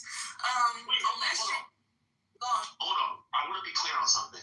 Are you saying by the term starter pack that they got to start here, but they really need to eventually keep the whole law of Moses? That's exactly what the text say. This is so crazy. Okay. So why didn't you say keep the law of Moses? But this is what I'm telling you, because these people have been pagans their whole life. They're just coming to the faith. They're babies in the faith. Like just like Paul said, if you're a baby, you cannot chew meat. You have to be on milk. So they can't just be like, hey, you gotta keep the whole law of Moses. No, you start little by little. So commandments, which is like don't sacrifice things to idols, don't eat blood, don't commit sexual immorality. And then if you read chapter 21, it says because the law of Moses is preached every Shabbat. So if they're going to the synagogue to hear the law of Moses, they're going to learn what time. Because verse 21 doesn't talk about bestiality. Does that mean Gentiles can't commit bestiality? No. And the new covenant is the same as the old covenant. No, she's saying that the new covenant creates an on-ramp for Gentiles. The starter pack was a part of. Yeah. I'm just saying the starter pack was a part of people coming, foreigners, and to maintain a standard, but it wasn't like encouraging them to join Judaism. Or you're talking about like someone that did adopt Judaism by circumcision. This is attempting to have a new means of joining into the covenant without having circumcision. That's a new concept. The Noahides are not part of the covenant. Exactly. And for you to be saved and have salvation in Jesus, you have to be part of the covenant. Sure. So, we're talking about joining the covenant, right? And so foreigners and strangers coming into the land of Israel, in order to join the covenant, that would be the starter pack, would be getting circumcised. No. Circumcision wasn't the starter pack? No, I'm saying circumcision. The circumcision would put them in the covenant, yeah, but this is not talking about circumcision. This is talking about... No, I'm not saying that. What I'm saying is there is a starter pack for Gentiles in the old covenant to come into the covenant. But that's not a starter pack, that's just the whole deal. Yeah, they just said the whole deal. No, that's straight up circumcision. Okay, yeah, but what I'm saying is that, listen to what I'm saying. The difference is a foreigner and a stranger didn't grow up under the Mosaic covenant. So as they're coming in, they're going to need to start somewhere. So circumcision was the starter pack. Keeping the Sabbaths, those are starter packs. Then that's full-on conversion. That's full-on conversion. You're doing. No, yeah, but they don't learn everything all at one time. Would you agree?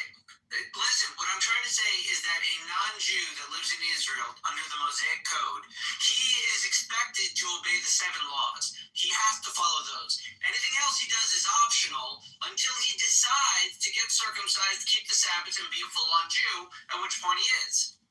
Yeah, so the reason why... What she's arguing is that Jesus is preaching not to just non-Jews that happen to be in the land of Israel. She's saying that Jesus is coming with a new on-ramp for everyone in the entire world. And the on-ramp does not require circumcision.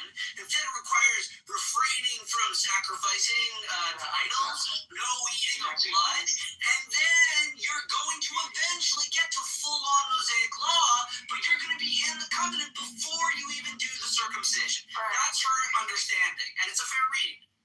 Okay, hold on, one thing. She said, I don't want to speak for you, but she said that if someone is a Christian, the child should be circumcised on the 8th day as a matter of religious obligation. Okay? So she's not, that's not, that's, I just want to bring that caveat. That's what launched this conversation. Now, I want to ask you, when you read the passage with Paul, is it Peter talking? He said the Gentiles were given the Holy Spirit. Yeah. And he said that showed that God accepted them. How do you understand that? It's not a gotcha. I just want, is it that they're accepted before they do any of the law? Yeah. And then during the law they remain accepted? Or what are you saying here? Yeah, they're accepted before they keep the commandments because they're accepted because they have faith in Christ. So having faith in Christ is what puts you inside of the covenant. Keeping the commandments. You just have your faith in Jesus Christ. Okay, so what do you mean when you say you must keep the commandments and the laws? Okay. It's just a matter of you've entered the covenant and out of love and duty to Hashem, you keep the commandments and the laws. That's what you mean, right? Yeah, I mean that too, but I mean more than that. So in the covenant of Christ, okay, so for example, Jesus, right? I believe Jesus is sinless. He never break any law, right? But Jesus kept the law not to be righteous. He kept the law because he was righteous. Because the Bible says, he who's righteous does wrong. There's no way that you're a righteous person and you don't practice righteousness. And we know the law is righteous. So once you've been made clean and righteous by the blood of Christ, you're going to keep the law of Moses because it's a righteous thing to do. You're not doing it in order to be saved. No, you're doing it because that's the right thing to do. Does that make sense? Because faith without works is dead. So if you have faith in Christ, I have to see your faith through your works. The part that makes it difficult is that line that says, notice how they say, Then some of the believers who belonged to the party of the Pharisees stood up and said, the Gentiles must be circumcised and required to keep the law of Moses. Now, you're saying that the new covenant does not require circumcision, right? To enter it, yes. Yes. But and then that means you agree with them. You actually agree with this statement that, in a sense, the Gentiles must be circumcised and required to keep the law of Moses. No, I'm saying. You don't agree with them. No, I'm saying as a grown man, if you don't get circumcised, you're still saved. You don't have to get circumcised to be saved. But once you enter the covenant through faith in Christ, you should be keeping God's law. I'm not saying circumcision because circumcision is on the 8th day anyway.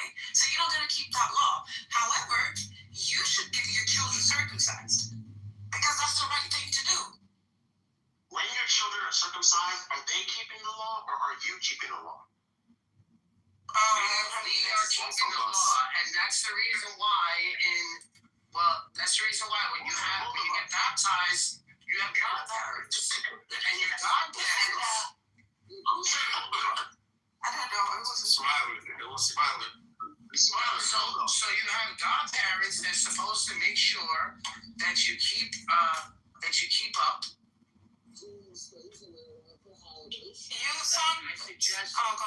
Suggest everybody to next Wednesday get their ashes. Get your ashes.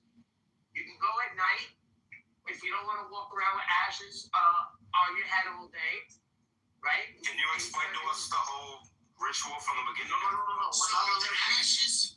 Oh gosh. Okay, all right. Sorry. We're not gonna do that. But listen. From the book that I posted about the laws, I asked it this very question, and I'm gonna post from the book. Yeah. From the book, and because this is really interesting. Do you believe in pedo baptism? I don't. No, when I say pedo baptism, I meant baptism. Sorry, baptism is one of the sacraments everyone's agreed. But the point of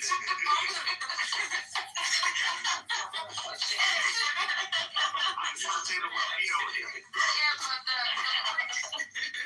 the point again. Say it again. Baptism. I would disagree, and I would say it's not the same thing because circumcision, God Himself said that. So we can't compare that to church tradition, right? Because the point of baptism is for you to be born again. So every single person who's in the Bible getting baptized are grown-up people that decide to put the old man away and be a new creature under Christ. A child doesn't understand. So only a grown-up can be born again and truly decide to follow Jesus because they have making a conscious choice. Okay, I don't want to live wickedly. I want to follow my Messiah, and so I get baptized. Circumcision is a sign of the first circumcision. Was a sign of entering to the covenant.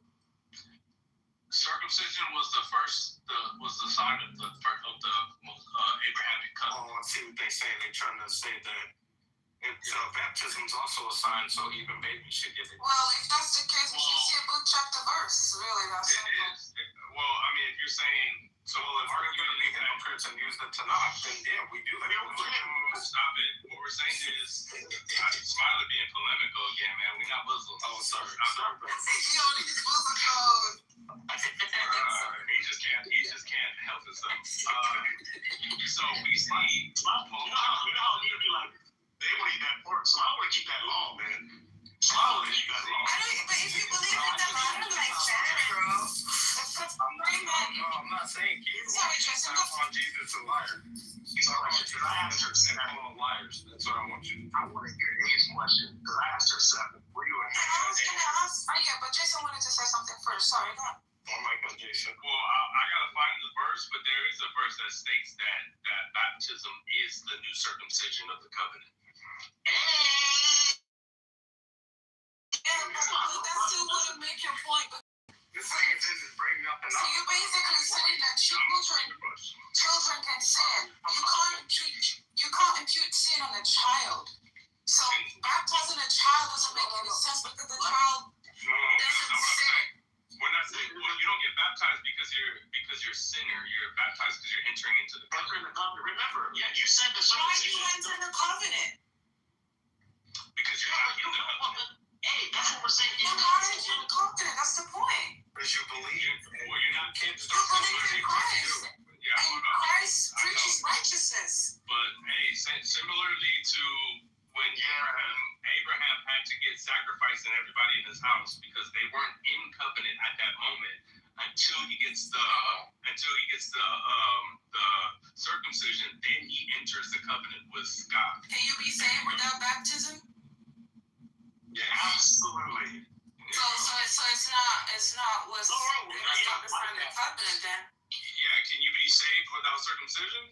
In the new covenant, yes. In the absolutely. In the old covenant. In the old covenant, you don't even enter without circumcision. Okay, that's the point. But you're shifting the goalposts. I'm saying, repeat your point, Jason. That was a good point.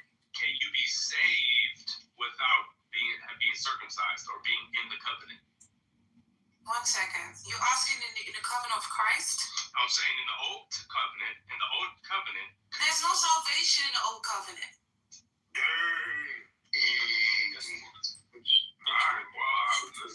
Where's the salvation in the old covenant? There's no salvation. The salvation. You just keep the laws and that's it. Yeah, I would say the old covenant points to what salvation is in the new covenant. Abraham believed God and it was credited to him as righteousness. That's the same thing you do. When you believe Jesus, it's counted to you as righteousness. But once you've been made righteous, you're going to keep righteous things. You're going to keep the law of God. Yeah, but that's not the same thing as entering into a covenant. I'm not saying that. Yeah, but what I'm saying is that in the new covenant, the baptism replaces circumcision. Wait, let's ask a really important question. Circumcision in the new covenant, is not entering into any covenant. It's just keeping the law. Yes, correct. You're not getting circumcised to enter the covenant. Because the circumcision law is on the 8th day. Like, you guys keep missing that point. It's on the 8th day. It depends which one we're talking about because the Mosaic law. We're talking about the law of Moses. That's what we're talking about. So according to the law of Moses, circumcision is on the 8th day. I don't know if that's what's on the table. Let me tell you why. The people in Acts 15 said you must be circumcised and keep the law of Moses. But if the law of Moses is part and parcel of the circumcision, why would it be redundant? Because they're saying in the sense of like, hey, if you need to do circumcision, meaning once you do circumcision, you're not in the covenant. And now you're in the covenant, now you got to keep the law of Moses. They basically treating these Gentiles as proselytes. Like, you got to fully convert into this. So it's a double covenant? It's a double covenant? No, it's not a double covenant. Yes, it is. You're telling me I need to get circumcised and I need to be baptized. Who's saying that? You need to get... I never said no grown man has to be circumcised. What you guys talking about? No, we're talking about as a child. Yes, your parents circumcised you. Okay, so that's one covenant. And then later on, you're just not still fully in the covenant yet because you haven't been baptized. So it's a double covenant. As a woman, you really don't have skin in the game on this. You kind of I don't really care about it. Yeah, there's no pun intended. No skin in the game, no pun intended. You're not skin in the game on this, man. I gotta get this right too, because you don't even know where I stand, Hank. You know what I'm saying? My baby could be 7 days old. I might have 24 hours, Hank. You know that? Your wife better pull out that shank real quick. I wasn't playing, but that was the first covenant. And see, this is what's so beautiful about this. We can have this conversation. Nobody's at each other's throat because it's not salvation. We all agree. This is not a salvation issue. You know what I'm saying? Y'all been doing the faith alone too much. Y'all been doing the faith alone way too much, man. That faith alone. Faith alone doesn't save you. We know that. That shit you get you caught up. That shit be getting you caught up. That's the problem. Right, but it doesn't save you. Hey, come across Protestants, man. We're ready. We got our sola fide on deck. You ain't got no sola fide. That's crazy. Faith alone can save you. Show me where Jesus says sola fide. So you guys are mixing things up, man. You can be saved and not be in the covenant. Yes, you can. This is Old Testament and New Testament. No, I'm saying you can be in the covenant and not be saved. Let me ask you a question. You vice versa. I'm saying, because there's people that believe in Jesus, they're in the covenant, but they're still gonna go to hell. Yeah. So you have the Holy Spirit. You're not in the covenant then. What you got? They are though, because they have faith in Christ. They're casting demons in the name of Jesus. They're doing things. You're in the covenant. You're part of the agreement, and the agreement was that if you believe in Christ, then you go to heaven. That's the covenant. Okay, no. That's not the only agreement. But you can't just believe in your head. I believe in Jesus, and you're going to heaven. That's not faith alone. I'm telling you so. I don't do that. So I believe in Jesus, but I'm gonna go fornicate. I'm gonna go kill him. I believe in Jesus. That's the Muslim shit right there. Here's the verse, Colossians 2. It says, in him also you were circumcised with a circumcision made without hands, putting off the body of the flesh by the circumcision of Christ, having been buried with him in baptism, in which you were raised with him through faith in the powerful working of God, who raised him from the dead. And you, who were dead in your trespasses and the uncircumcision of your flesh, God made alive together with him, having forgiven us of our trespasses by canceling the record of debt that stood against us with its legal demands. He set aside, nailing it to the cross. He disarmed the rulers and authorities and put them to open shame by trampling them over them. So we see that the baptism is replacing circumcision, physical circumcision. I don't see that. Well, it says, okay, so he's saying here, baptism circumcises your heart. But that's the point, though. That's true. But this is what I'm saying. He's saying that once the baptism, you're born again, right? No, he didn't say born again. But that's the circumcision of the heart. Once you're circumcised, you were born again because Megatron, you're the only heretic here, bro. Don't start. Like, go pray to Mary or something. What it's saying is we're being baptized into his death, burial, and resurrection, which is the covenant. Which is to be born again. I mean, that's a different argument, but sure. Right. Like, I don't want to get into the born again details, but can you follow Jesus without being born again? Can you follow Jesus? Yeah, you can follow Jesus and not be born again, yeah. No. I'm saying based on what he's saying in Colossians, that can you be buried and risen with Christ without being born again? Can you be buried and risen with Christ without being born? No. But right, so that's what I'm saying. So when your heart is circumcised, that means you have the love of God in your heart. I agree. Right. So once you have the love of God in your heart, you're just going to walk in righteousness. Yep. That is the circumcision of the heart. I agree. Okay, that's my understanding of the text. I don't see this as saying, hey, you don't need to get circumcised in the flesh at all. Like, I don't see that. I just wonder, with the Pauline verses, right? I'm thinking off the top of my head. Again, I really want to know what you think. It's not me catching anyone. Which one? When he says something along the lines of, wherever God found you, that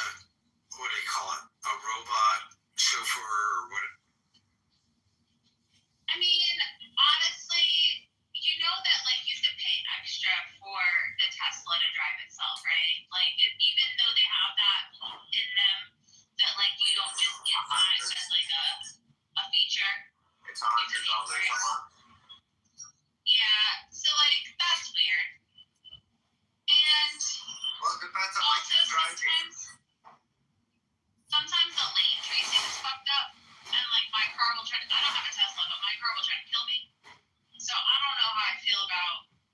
Okay, like what are you doing? What if you kind of like Siri? You warned me last time. Let's see how you handle this. So in this case, the Tesla will tell you if it sees some fucked up changes in lanes. It'll say, grab the fucking steering wheel because I. Yeah, but it's not true. And an alarm goes off. It tells you like lane tracing unavailable ahead. Grab the wheel, and I'm like, well, that's fucking unhelpful.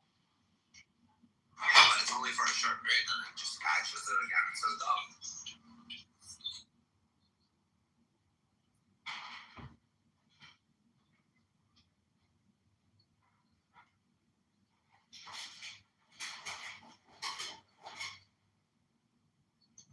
Oh, there are a lot of people who say, hey, I prefer a digital chauffeur that can drive my car instead of me driving because people lose their shit too much on the road. Like in my case, the way I drive. No, but like the case where I. Yeah, go ahead, Raph. You were going to make the point. Bro, we go. I'll go after. Just depending on how far your commute is, it can be well worth $100 to be able to work while you're supposed to be driving. Well, especially me, I drive like a fucking maniac. Once I use my phone, I'm smoking cigarettes, I'm drinking coffees, I'm eating, like I'm literally steering with my leg. For other drivers and myself around, it would be better if I had full FSD, full self-driving mode on, compared even like trusting me to do everything simultaneously. We don't trust you to do anything. Because a lot of people on the road do a lot of stupid things, and this can help kind of the safety for others. Is that an admission of guilt or just talking from experience? Which is it? And then some people do all the stupid things, and we call them rapping. Exactly. Like I do all the above. I could just see Rafi now telling his bot, hey, do this, stop paying attention to the rules. He needs to get a bot, you're right. After you do what I say fuck my life so I don't have to. He does need a bot.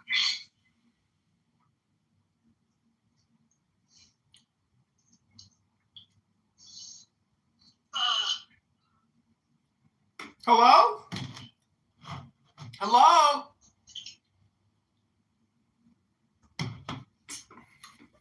Are starting nuts. Oh. Guys, you know it's long weekend, it's family day this weekend. What? It's also President's Day coming up. I just found out today, yeah. Yeah, I know. I'm off all of next week. You're lucky, man. Yeah. Is it like winter break or something?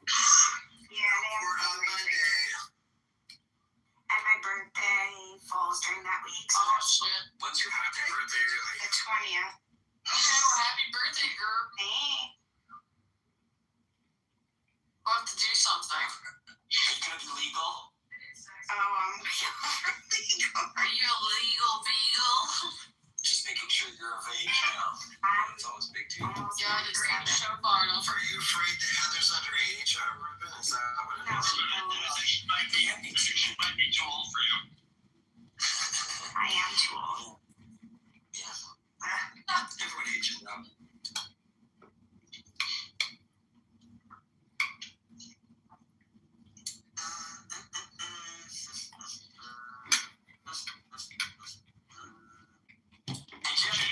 Fun stuff.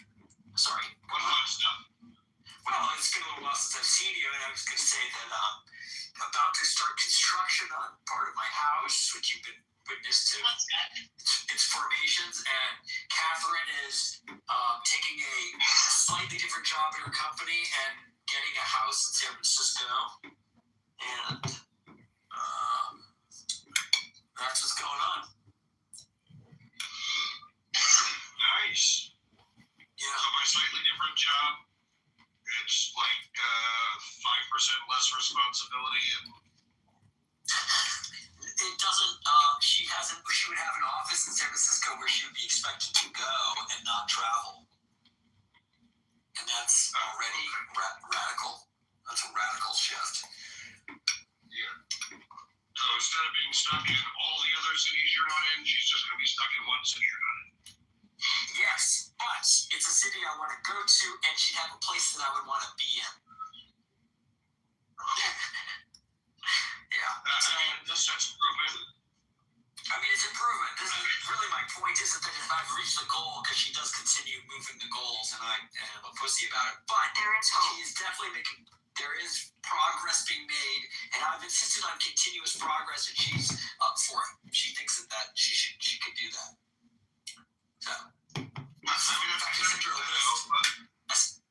sent her a list of what I need for her to be doing, or I'll break up with her. And she was like, "Great, I love lists." Way to hold your ground, man.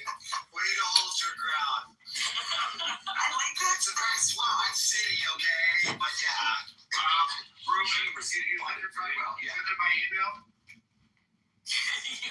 No, I texted it to her.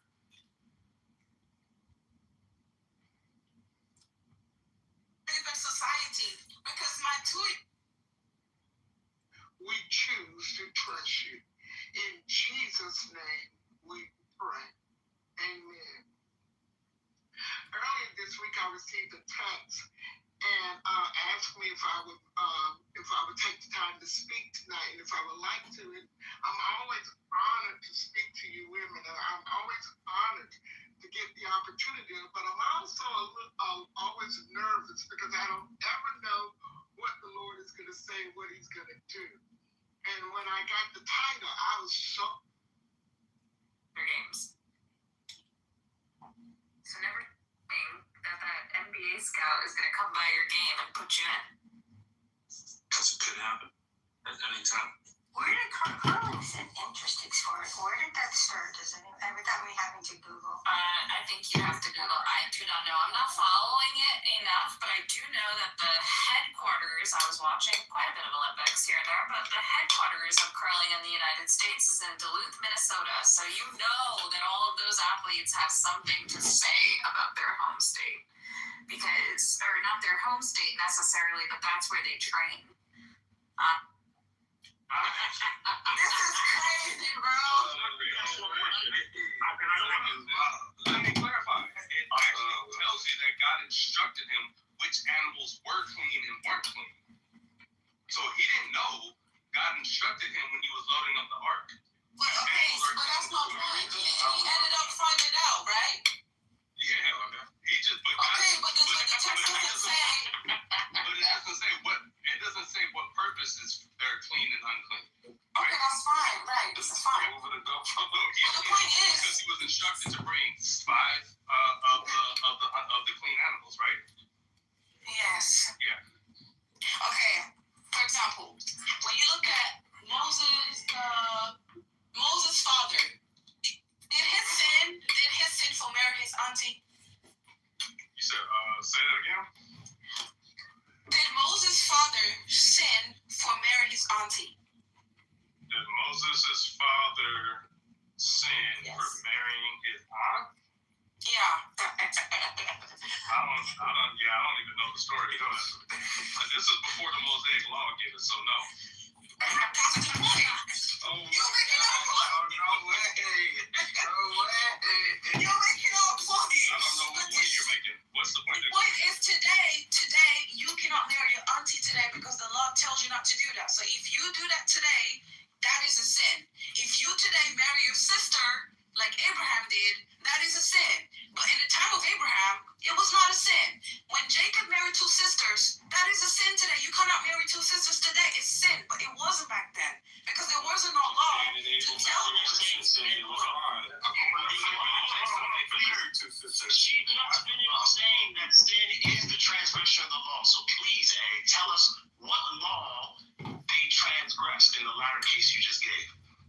That's what I'm saying. I'm saying they did not transgress the law because there wasn't a law telling them you cannot marry your sister. Yes. So they didn't sin. No. Oh, they did it. Get it? They did it not. Got it. Okay, I got it now. But if you do it today, you sin because there's a law today that tells you not to marry your half sister. Okay. Is it? Toss that law too, or what? You ain't gonna.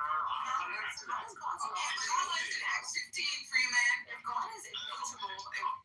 Okay. So it's not just, oh, they thought these people were bad and therefore these people were savages and they were close to monkeys and all that. That's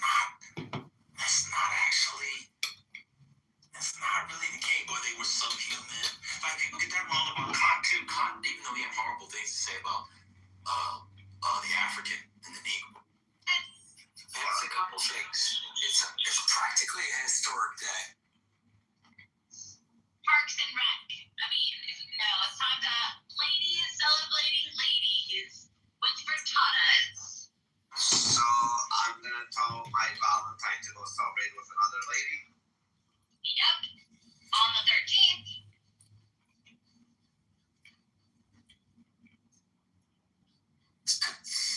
I'm confused by that one. Yeah, whatever. Google it. Did you just try to pull a quick one on me? No, I didn't. I'm being serious. Google it. Ain't nobody got time for this. Yeah, that's hard to explain, Bless. I agree. If you don't get it, you don't get it. Thank you. Oh, we get it. Oh, no, you don't get it. Because I'm not fucking... Nobody's making a mosaic out of the favorite bottles of your crush sodas. Of your fucking face. That's not happening.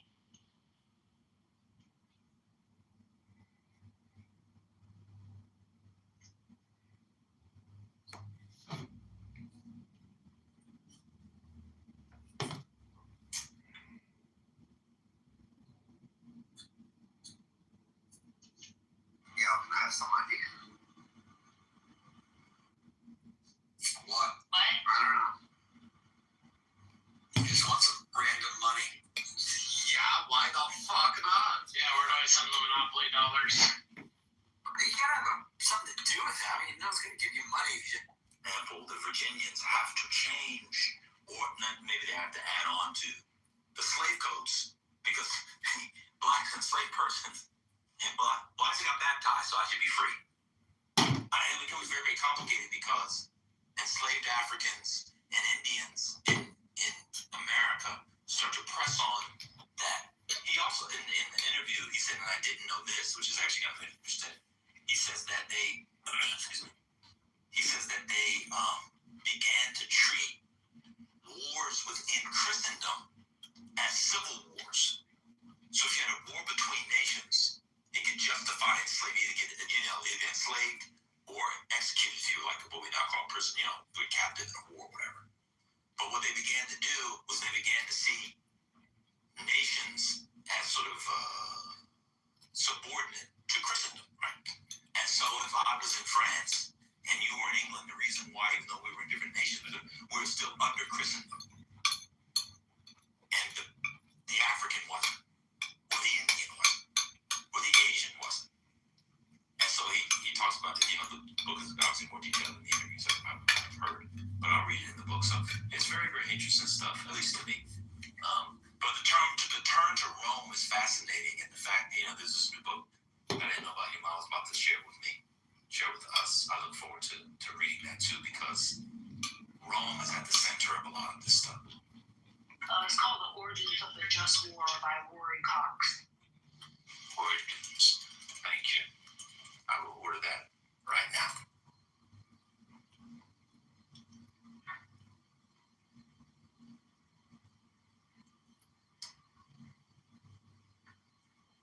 Yeah, the war stuff is at the center, and this is completely gone out of how regular people talk about slavery.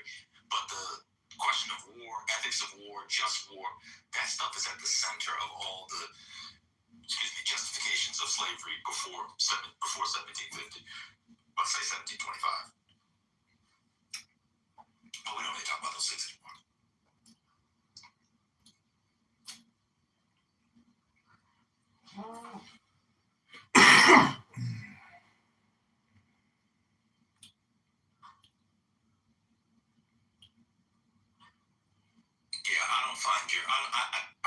I'm gonna be honest with y'all. I don't find Gerald Warren's Marxist, overdetermined readings of this stuff to be compelling at all. I don't. Or is this because the Crown didn't have the resources to enslave the Irish and Africans? I find that to be just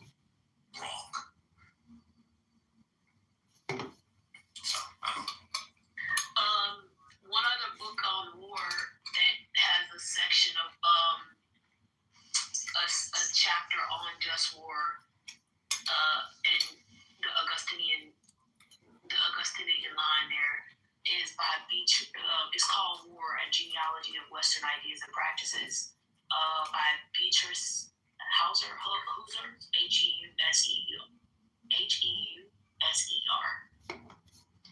I read that Hauser. a while ago. I read it a while ago. I only read part of the book to be clear, and I read the chapter that I'm telling you about, or the chapter I mentioned.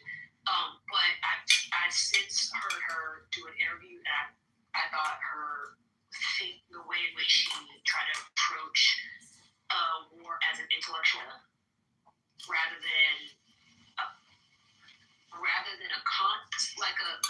physical concept, I thought was interesting. I got it. Thank you. Hey, Bert, what's up? So, y'all, this is not really politically correct. So, if people are here for politically correct, everybody kind of left. So, we can either close this and do another room, or we can stay here. But this is not really politically correct.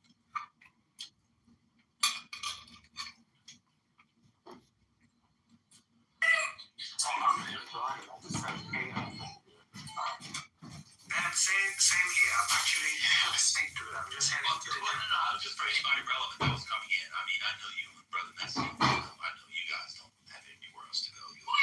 Listen, motherfucker, I'm about to go to the gym. You know? Oh, yes, I am. And I'm over here listening. I'm in practice context. The CNR. Did you say a French? Yes. How's your practice going, DT? DT, say C-A-R-T. That's compensated water.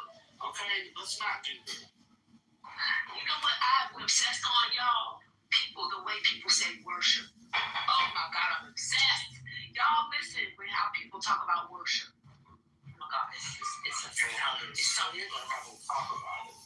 How they say it. How they talk about it. It's a good sport. Did I crash?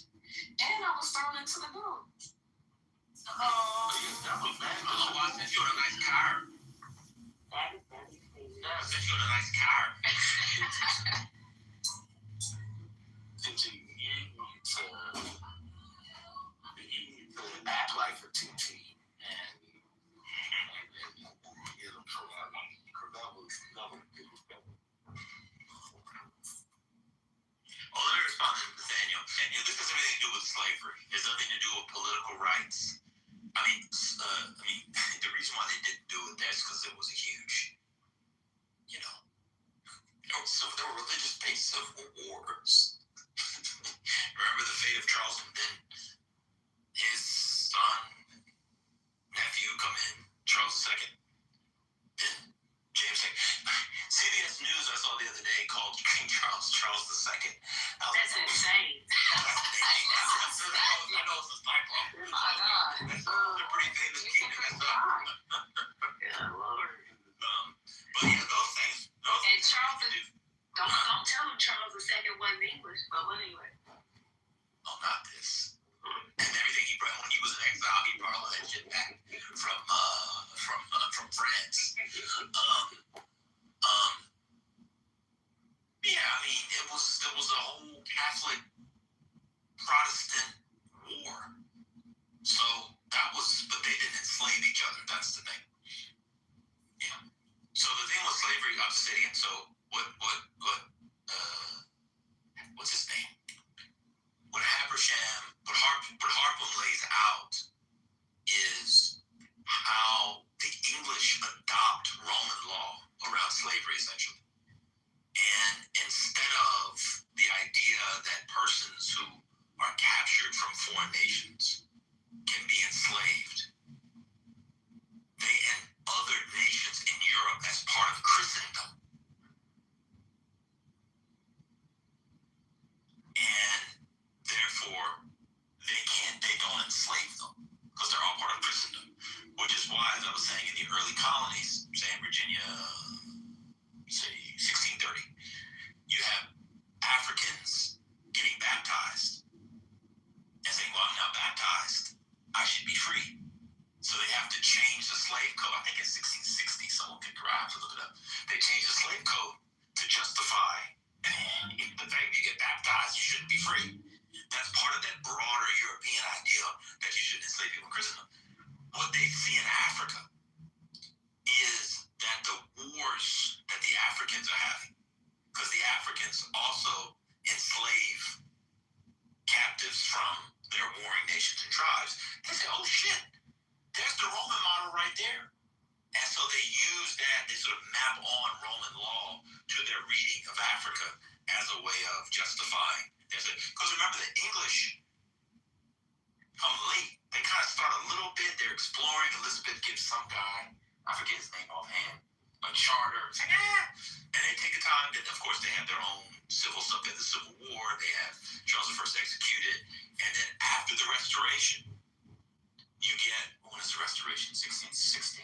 Was the Restoration 1660? That sounds right. I think after the Restoration 1660, Charles II comes back from exile, mostly in France. He then, his brother, the Duke of York, gets the charter, him and his boys, for the Royal Africa Company.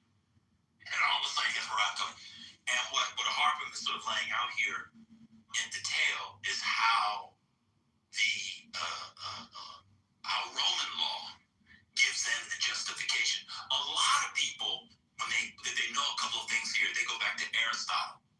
So part of the intervention in the book is he shows, put that Aristotle shit aside, because they're actually not using natural slavery as a justification. Because what people do is they then do Aristotle, natural slavery, and because they're black, they can be enslaved. You don't really get versions of that until the United States, really. So I can go on and on. You guys can talk about Donald Trump and Dan Bondi. What do you think? No, we're gonna take up an offering for you.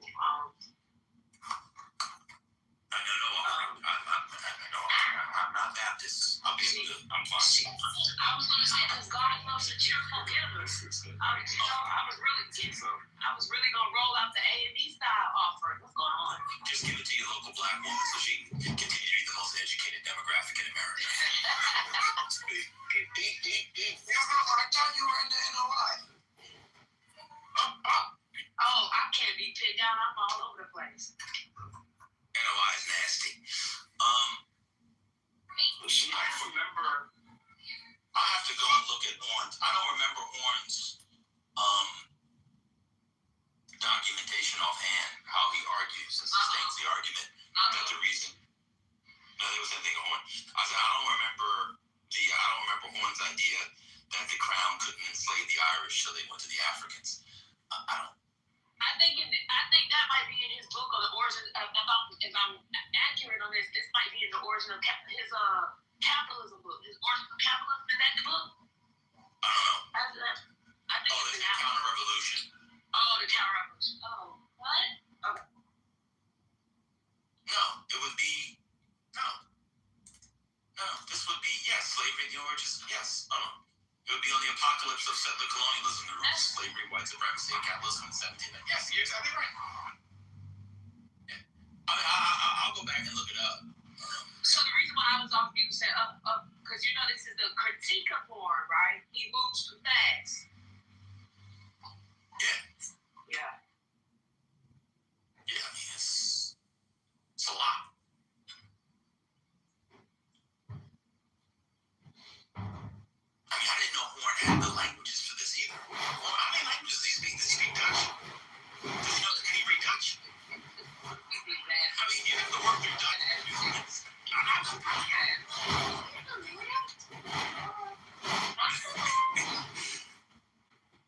Anyway,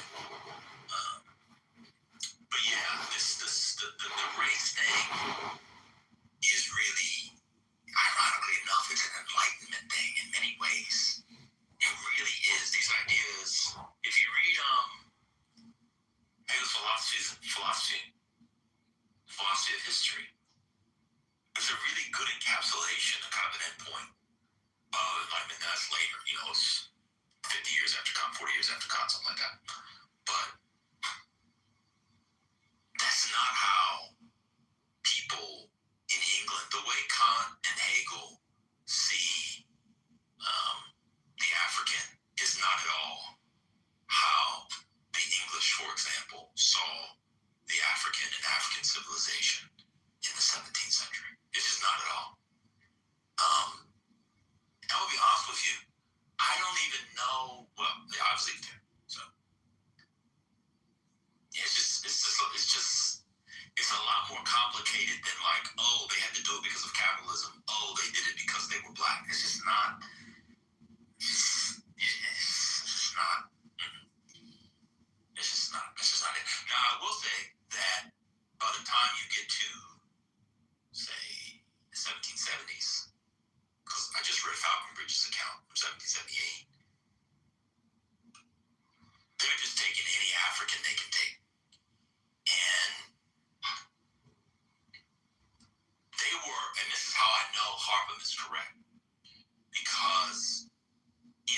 Bridges' account, which anybody can read, is only 60 pages actually, on maybe 70, on Google Books.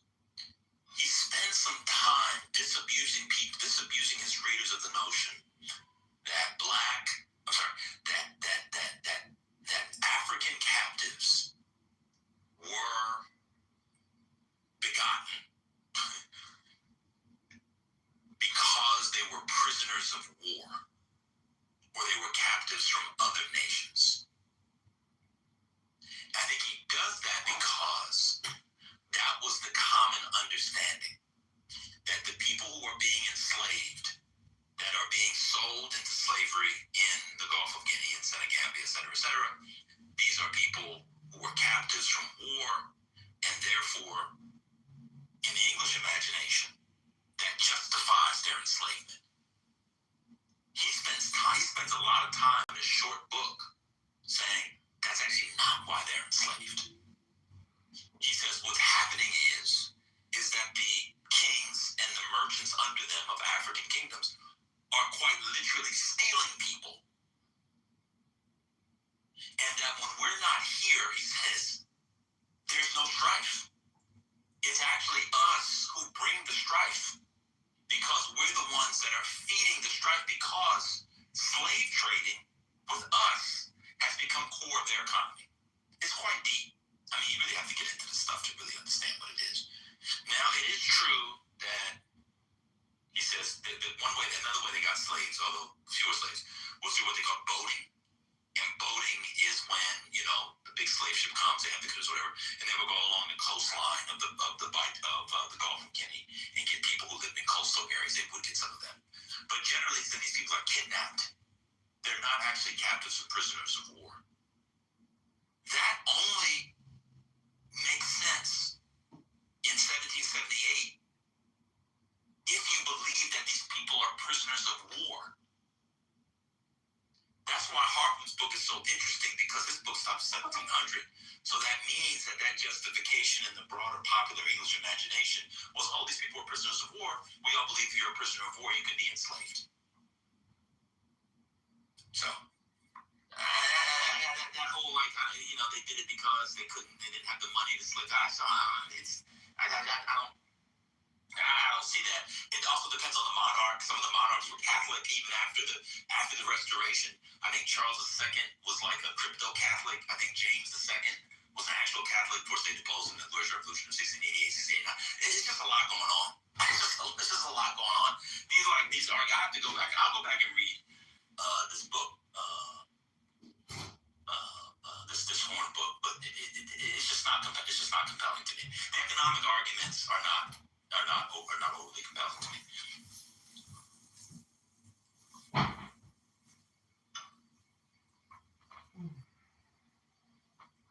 Now, this is a new book. We were in a lull, so we were talking about stuff. It's called The Intellectual Origins of American Slavery, English Ideas in the Early Modern Atlantic World. And I listened to a few interviews with the guy, and I ordered the book this morning, and he essentially argues that the English justified slavery via Roman law. Hold on. Car service. Total.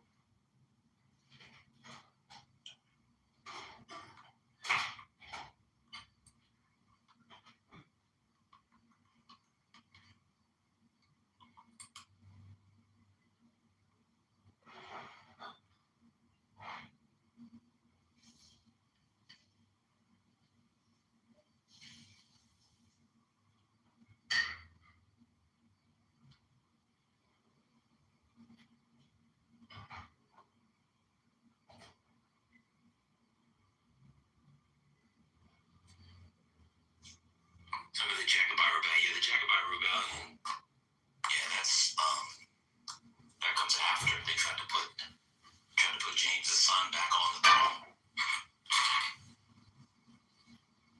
I just think that the Marxists and the Marxist sympathizers just do not take intellectual history, religion, and law nearly seriously enough.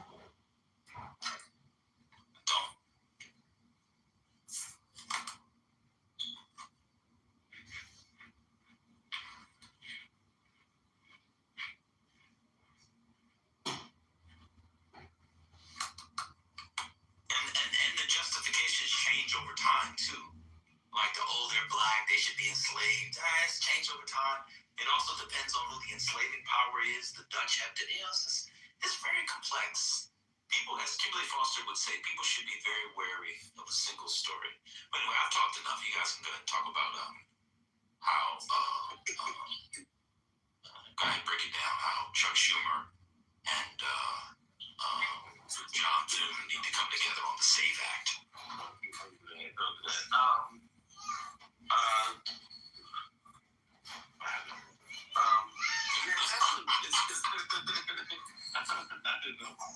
I mean, it is a very complicated story about, ideology, attitudes, prejudice, belief system. It's not biased. Remember Brian thought the other night. Not biased.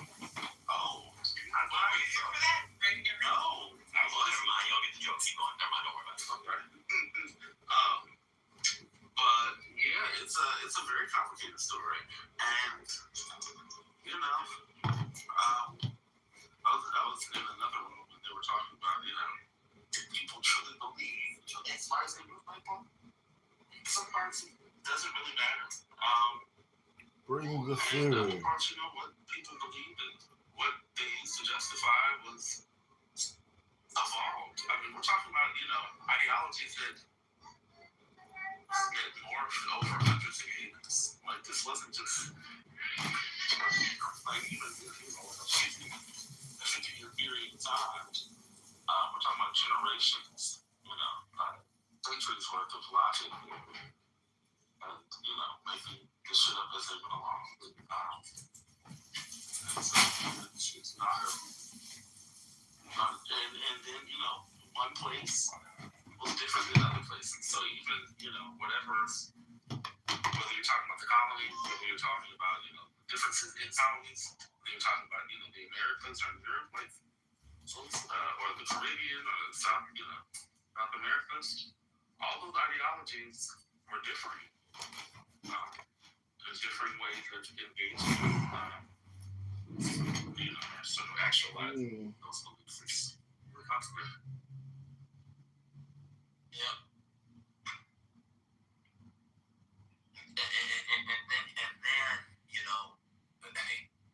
Then it's also like you have to begin to really theorize, when does an English intellectual history begin to recede, and when does an American one begin to rise and become dominant?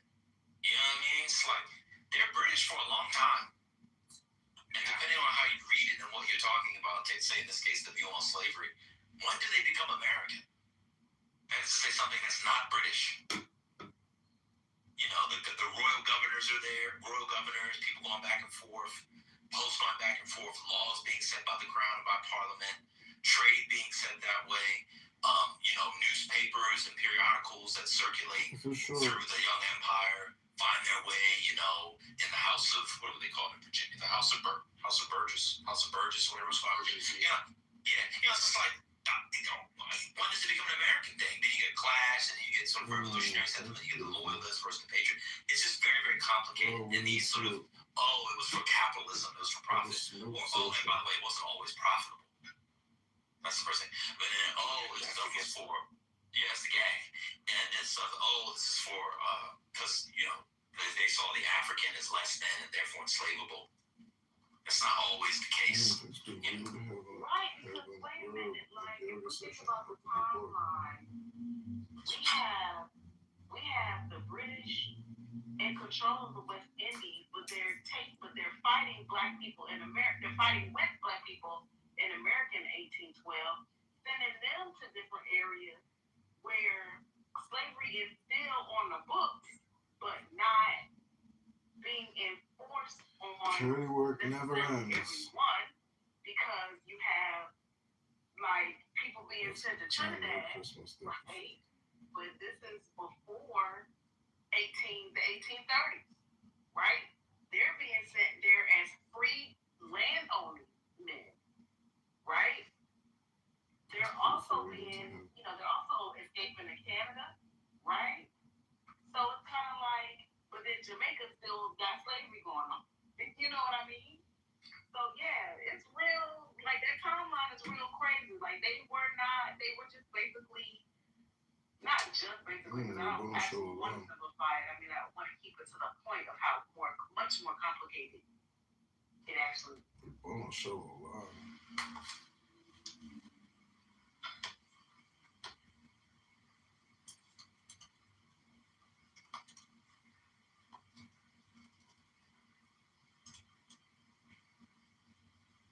It's a miracle.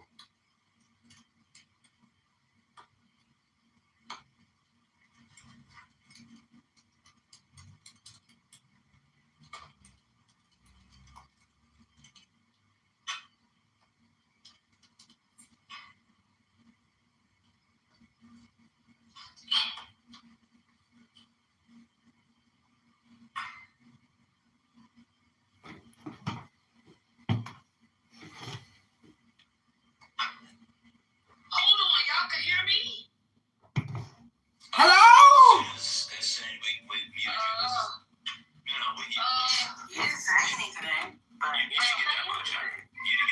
Hello? A fart. Racist, right? It's not. He's actually imputing graciousness into the law. Yeah, but there is also grace is in the law. Yeah, no, but not in this instance. So, right? Life for life, tooth for tooth, eye for eye, whatever the case is, right? That's justice. So, but you don't have to do those things, Jason. If someone does something, no, you don't. It's up to you. You don't have to like if someone kills somebody, you don't have to go and be like, I want you to be killed. The law gives you the opportunity to do that, but you don't have to do that. Of course, but what I'm saying is, Jesus is saying, Jesus is saying, don't do it. Yeah, but what he's saying is, if someone's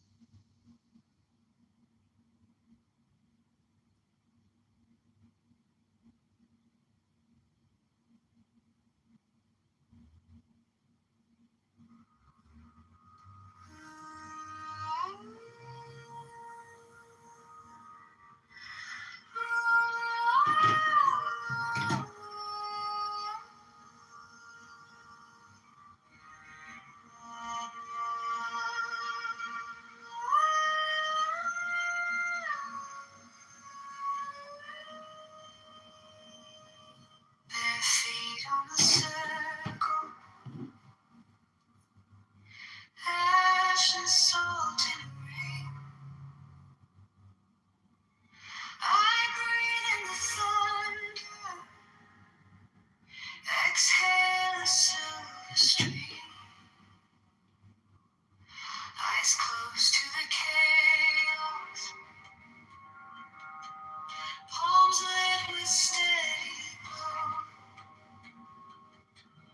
I call down the stillness from stars you used to know.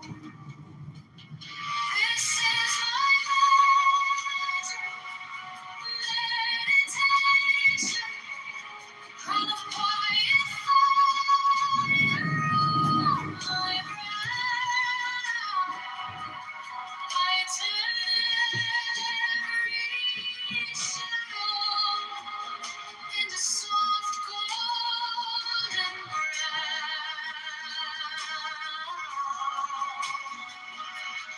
In this house, meditation, hear your voice slowing down. I hold a storm inside my hands until it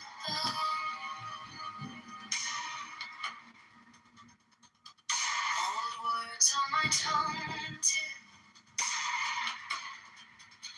soft as falling snow. Your fears in the lantern, I watch them lose their hold. I trace you a doorway made of breath and light.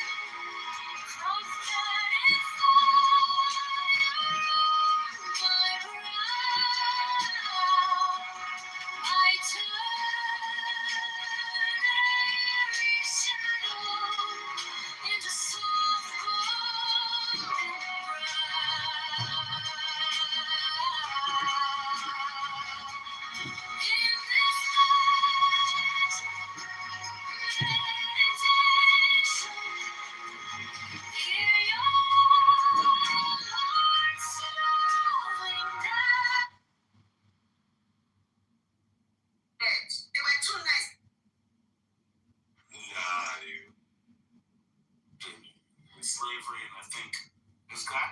Not until you just said it a second.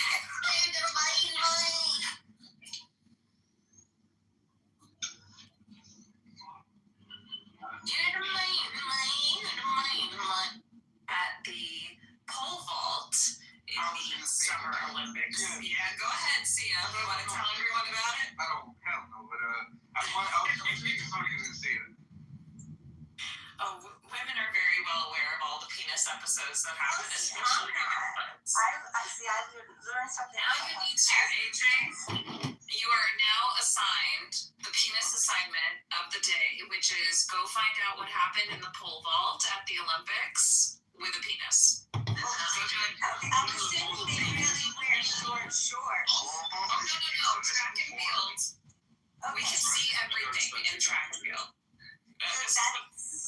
We see everything in track and field, number one. Number two, if you want to really see a lot of penises in sport, you can watch any cross-country race or track race where men are wearing split shorts.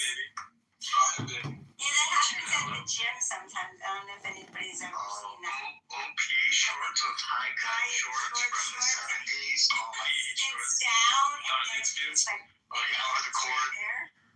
Yeah.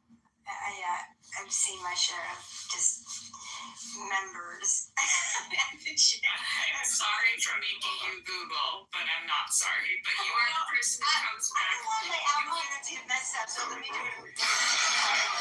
Yes, do it on your Google browser. But you will come back and report to us and give us, the book report about what happened in the Summer Olympics. When you have a penis that is not, secure. There you go. Just a quick quote. Plans or just accidents. Last time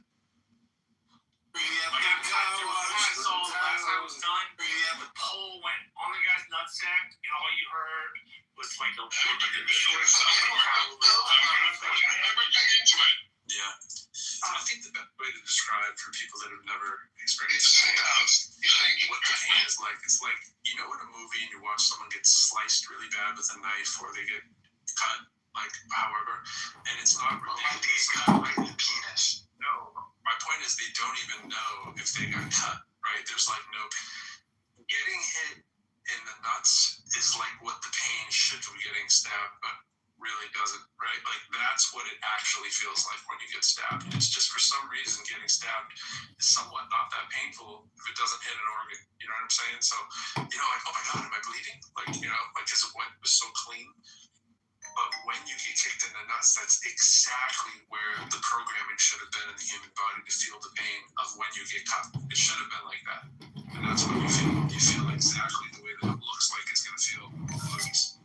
And it just goes into your upper cavity and just your spinal column, sensation ripping through your whole body. It's just all concentrated as if, oh my God, this is what death feels like.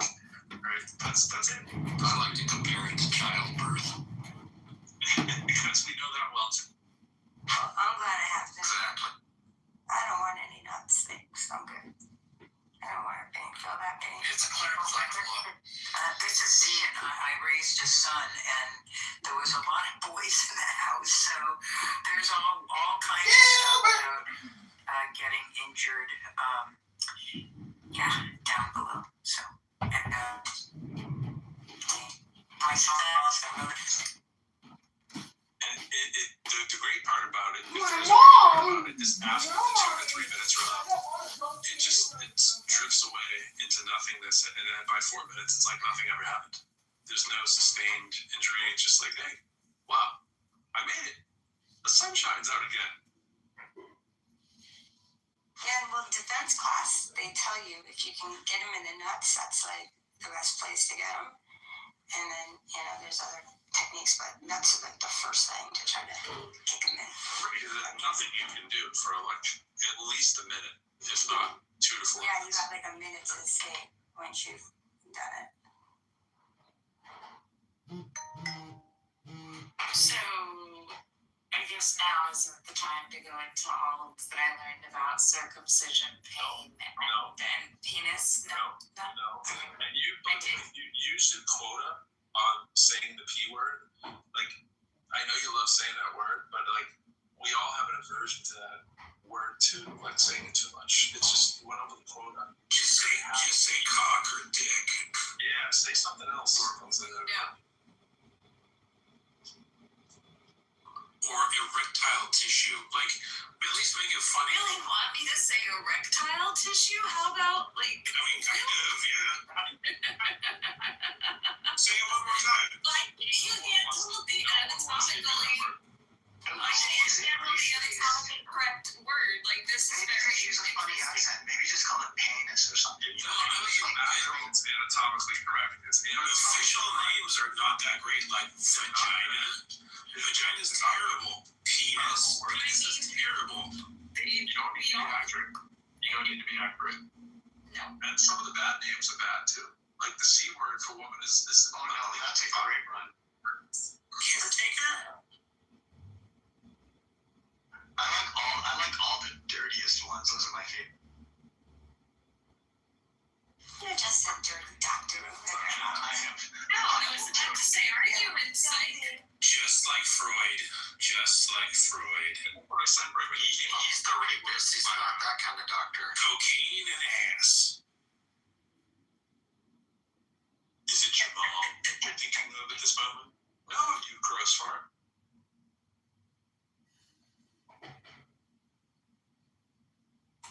So how does the skiers thing work? And basically, it seems like really counterintuitive. If you make yourself bigger or heavier, then you're just gonna make your outfit bigger and larger. You're just like increasing drag. No, think of a little flying squirrel. Sorry, I'm filing my nails. Are you saying that the nuts flare out like a flying squirrel? That's what they're saying. Well, that's an interesting visual. There's actually an article on that. The guys doing the injections because they inject their penises with something to make it silicone. Yeah, silicone. I thought it was. No, it's not silicone. Is it the? I mean, are socks not allowed? Which one is it? Sure, that's the right practical. Can't they just get fitted for the suits with socks on? No, because you end up like everything is done. Okay, so at least in track and field, I can verify that every implement, everything you use, your uniforms, your spikes, everything has to be inspected specifically by the officials of the sport. You have Cheers, no place better than track and field. Well, yes, I know. Are cups not allowed? I mean, safety first. Nope. Oh, this is all speculation. You're scaring me. Yo, everyone, Heather has a gun. Leave her alone. Heather's got a gun. And now you know the rest. Heather's got a gun. The more you know. No, the rest of the story. Hello? Is this for Paul Harvey or what was this for? Oh, what was yours? Heather's got a gun. I mean, yours was Paul Harvey. Heather's got a gun. The rest of the story. Or is it just no, nothing to do with Paul Harvey. Oh. Most memorable moments. Sit in the tractor and wait to hear Paul Harvey say, and that's the rest of the story. Good day. Just iconic. And that's the rest of the story. Good day. Hello? Hello? Hello? So this is a pretty fucked up one. Canada's discussing euthanizing newborn babies. Ooh, that's called abortion. Fine. Did you remember the right color? Wait, what is that about? So, the Quebec College of Physicians, College of Medicine de Quebec told the Daily Mail that in a rare cases, medical assistance in Canadian end-of-life policy, MAID.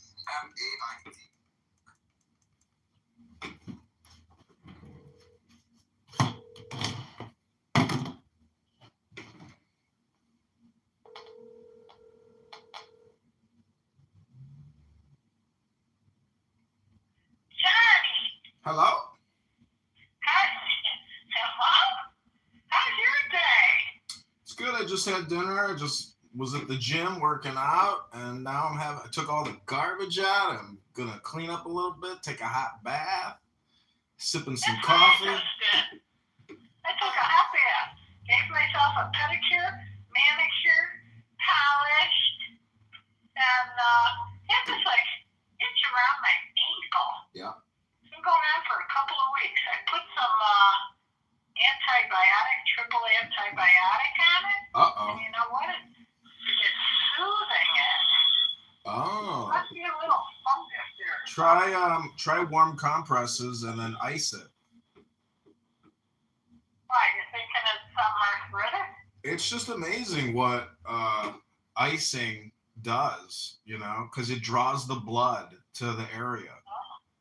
That's a thought. Because the body wants to circulate the blood to prevent hypothermia, so it'll bring in new cells to the area. Could be working out in the dirt. I got some, Yeah, you got a rash. Huh? You've got a rash. Yeah, a rash. It's probably from working with mulches and moss. Mm-hmm. And, yeah. It's inflammation. Because I usually wear a low tennis sock. Yeah. We have such pretty mild winters. And it's like right where the tennis back top edge is.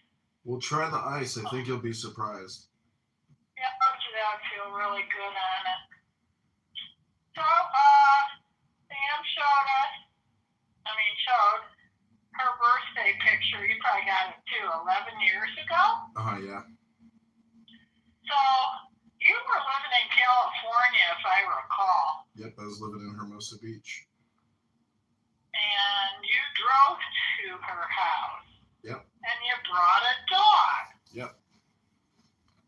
And you laid in the lounge. She had a recliner. And that dog just loved laying on your body. David. It was a really good dog, you know that? Yeah, that was a good rescue dog. Mm-hmm. What was his name? David Bowie. That's a good one. I think I brought the dog back to the shelter where I got it from. I can't remember. But yeah, I brought it back to the same shelter.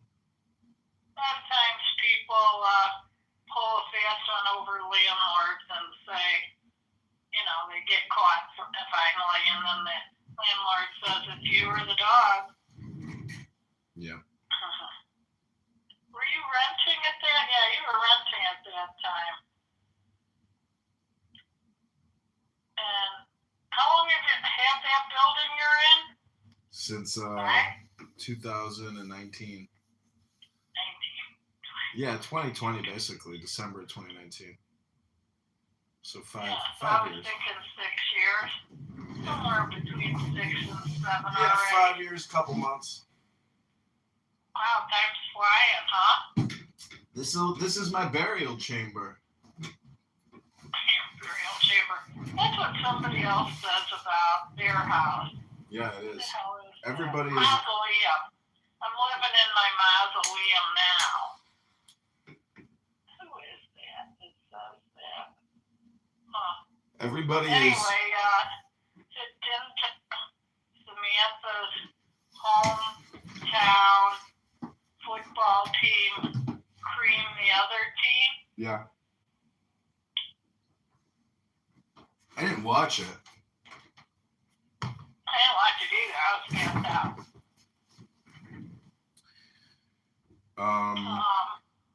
Yeah. So, I read this, that the Bears looks like they're building a stadium in Arlington Heights. It's all so tentative. They're just looking for the best deal, And Chicago. You think that's a good location? Yeah, it's fantastic. It will be like a huge development. It'll be awesome. They'll have it'll be a casino. They got that much land out there, huh? Oh, it's huge. Really? Huge piece of property. Huge. And what highway would take you there? I think that's 294, if I'm not mistaken. I'm not exactly sure. It's been a while since I've been out in Arlington Heights. That might just be 90, actually. I don't know. Well, that would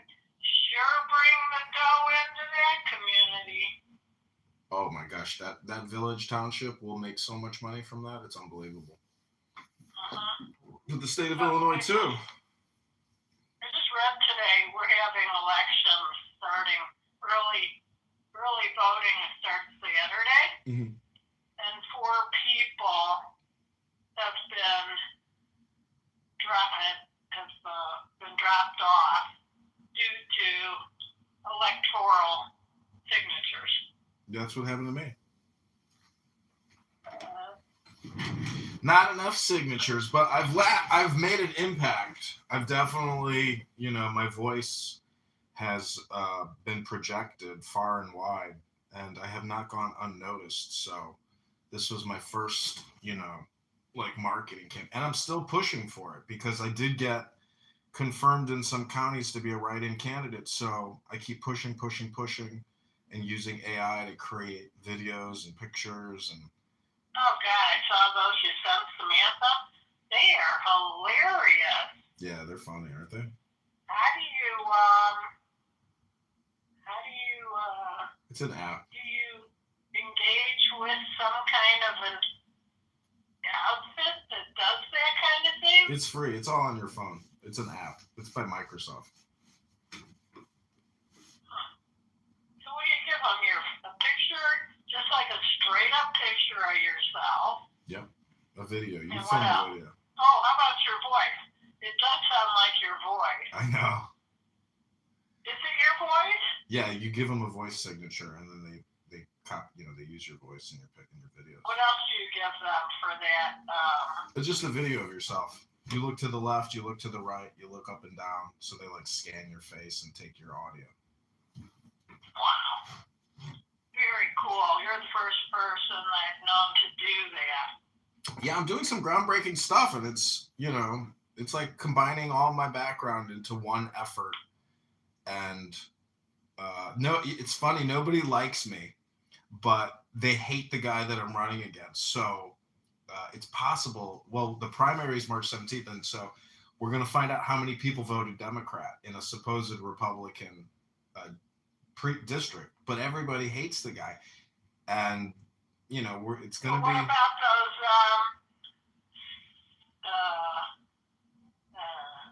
What do they call those guys that sign? Circulators. Sign in. Circulator. Huh? Circulator. What? Circulator. Circulator. Circulator. No. A write-in bill. That's what I'm trying to say. Oh, I see. Yeah. Is that what you're doing? Yeah, I'm a write-in candidate. Uh-huh. But a lot of the clerks in a lot of the districts refuse to put me even as a write-in candidate. They hate me that much. Huh? So there's this kid here who's 23 who's really been advertising himself using Nextdoor to push his agenda and allow people to give him feedback. Mm-hmm. So I was thinking about him, and I said, well, it's just like John, getting his feet wet, seeing how the cycle works. It is the cycle. It's like, it's cyclical. It's very, very difficult. Two people said this to me. It's not so much the candidate running with an agenda as much as it is the city manager and the budget person. They are the ones that really run the city, not the mayor. The mayor is the informational highway. Mm-hmm. And he may have conversation with the council, the 7-member council or 6-member council. Mm-hmm. But I do sort of feel, truthfully, that we're the highest water-paying state in the United States. Mm-hmm. And they had Xfinity blow through here, and we have original main water lines in our roads. And the Xfinity hit a shitload of them. People in their sewers got broken, water backed up into their houses. One of the people on the block had it happen. And so what did the city do? They decided to raise the water rates for the next 5 years. Yeah. Now, why wouldn't Xfinity be held accountable? Now we got this other company. I got a notice on the door. They're coming this next week. Easy. Internet's coming. And they're going through the same rigmarole as Xfinity. Yeah. I got lucky I didn't get hit. I might get hit this time. It'll be fine. You don't have to worry about it. Oh, and so this woman wrote in on next door that it happened to them. They had moved in the day before Xfinity came through their neighborhood, and they hit the main sewer, and the house flooded. And so Easy says, submit all your bills. We'll take care of all the bills. Well, let me tell you, when they say shit like that and you got to get a contractor on the job, it's never the amount that the contractor says. It's frightening. It's frightening. So Samantha tell you that Mom and Linda and Sherry and Sam was here, came for cocktails out on the patio. How do you like that? Nice. Any fist fights, or did you have to bury anybody in the backyard? No, Mom didn't say a peep. Nice. It was Linda, Sherry, and Samantha mainly talking. I was attending to, the kitchen and serving. Samantha sent wings and 2 pizzas for football day. I'm telling you, I felt like I couldn't sit down. I had to attend to the food.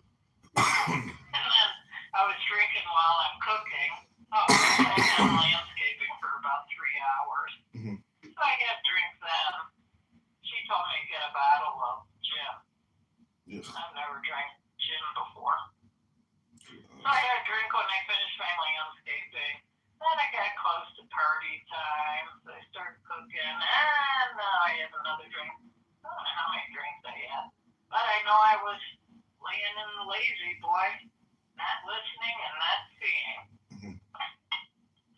I didn't even hear those guys. If they were rooting and hollering, I don't know. Anyway, anything else new? You're having a mild winter. I know. I was thinking today when they say that Punxsutawney Phil, the groundhog, says that we're going to have like a longer winter. That really means we're going to have a shorter winter. How's that? Because it's like the opposite is generally true. So they, and who knows? Like the whole thing is so stupid. Does the fucking groundhog see its shadow? What the fuck does that mean? So they just make it up every year. I know. We're at 70 already, and the Farmer's Almanac is saying we're going to have a hot summer. Well, what the hell is new? We have hot summers every year. But I did plant some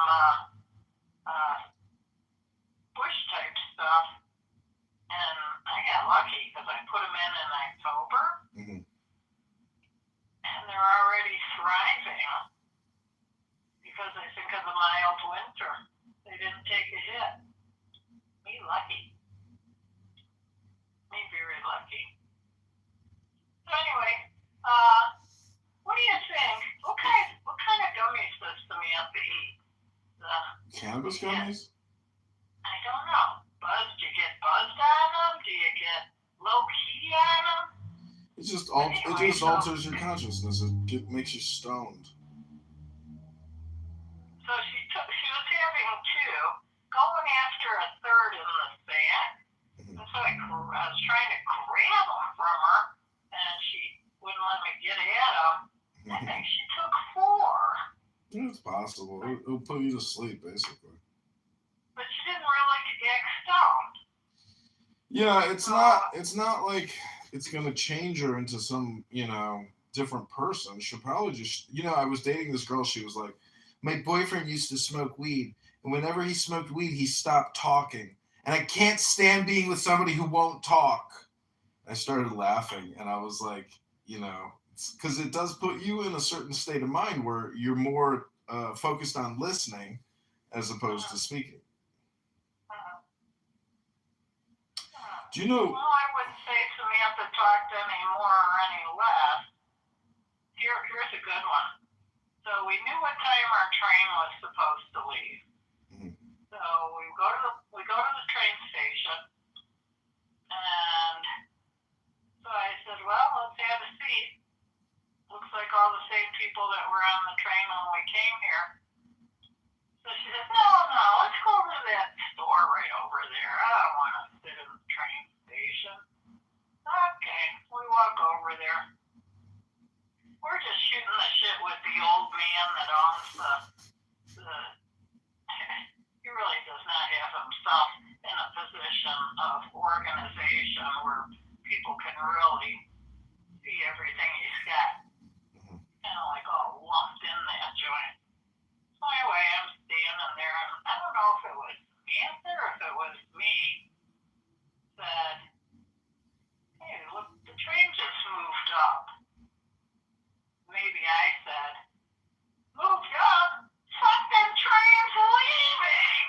Oh, fuck. And the next one wasn't for 2 hours and 50 minutes. Yeah.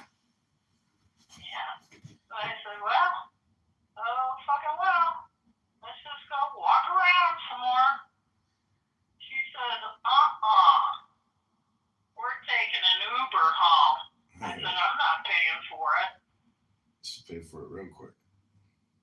She paid for it. She did. I couldn't believe it. I don't know how much she paid because it's kind of a silent thing when you plug in where you want to go. You didn't even ask her? No. It's probably $100. Because I'm not paying. But we got home. Yep, we got home. That's my first experience taking a long Uber drive.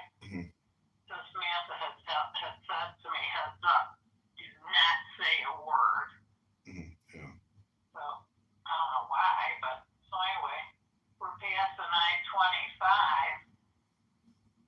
south, to go south, and I'm going like this, I'm wagging my finger at Samantha down near the seat, and I'm going, no, he was supposed to get up on that. So, I don't know what he's following. Is he following Uber's directions, or what was he doing? So he missed another get on. So what was happening?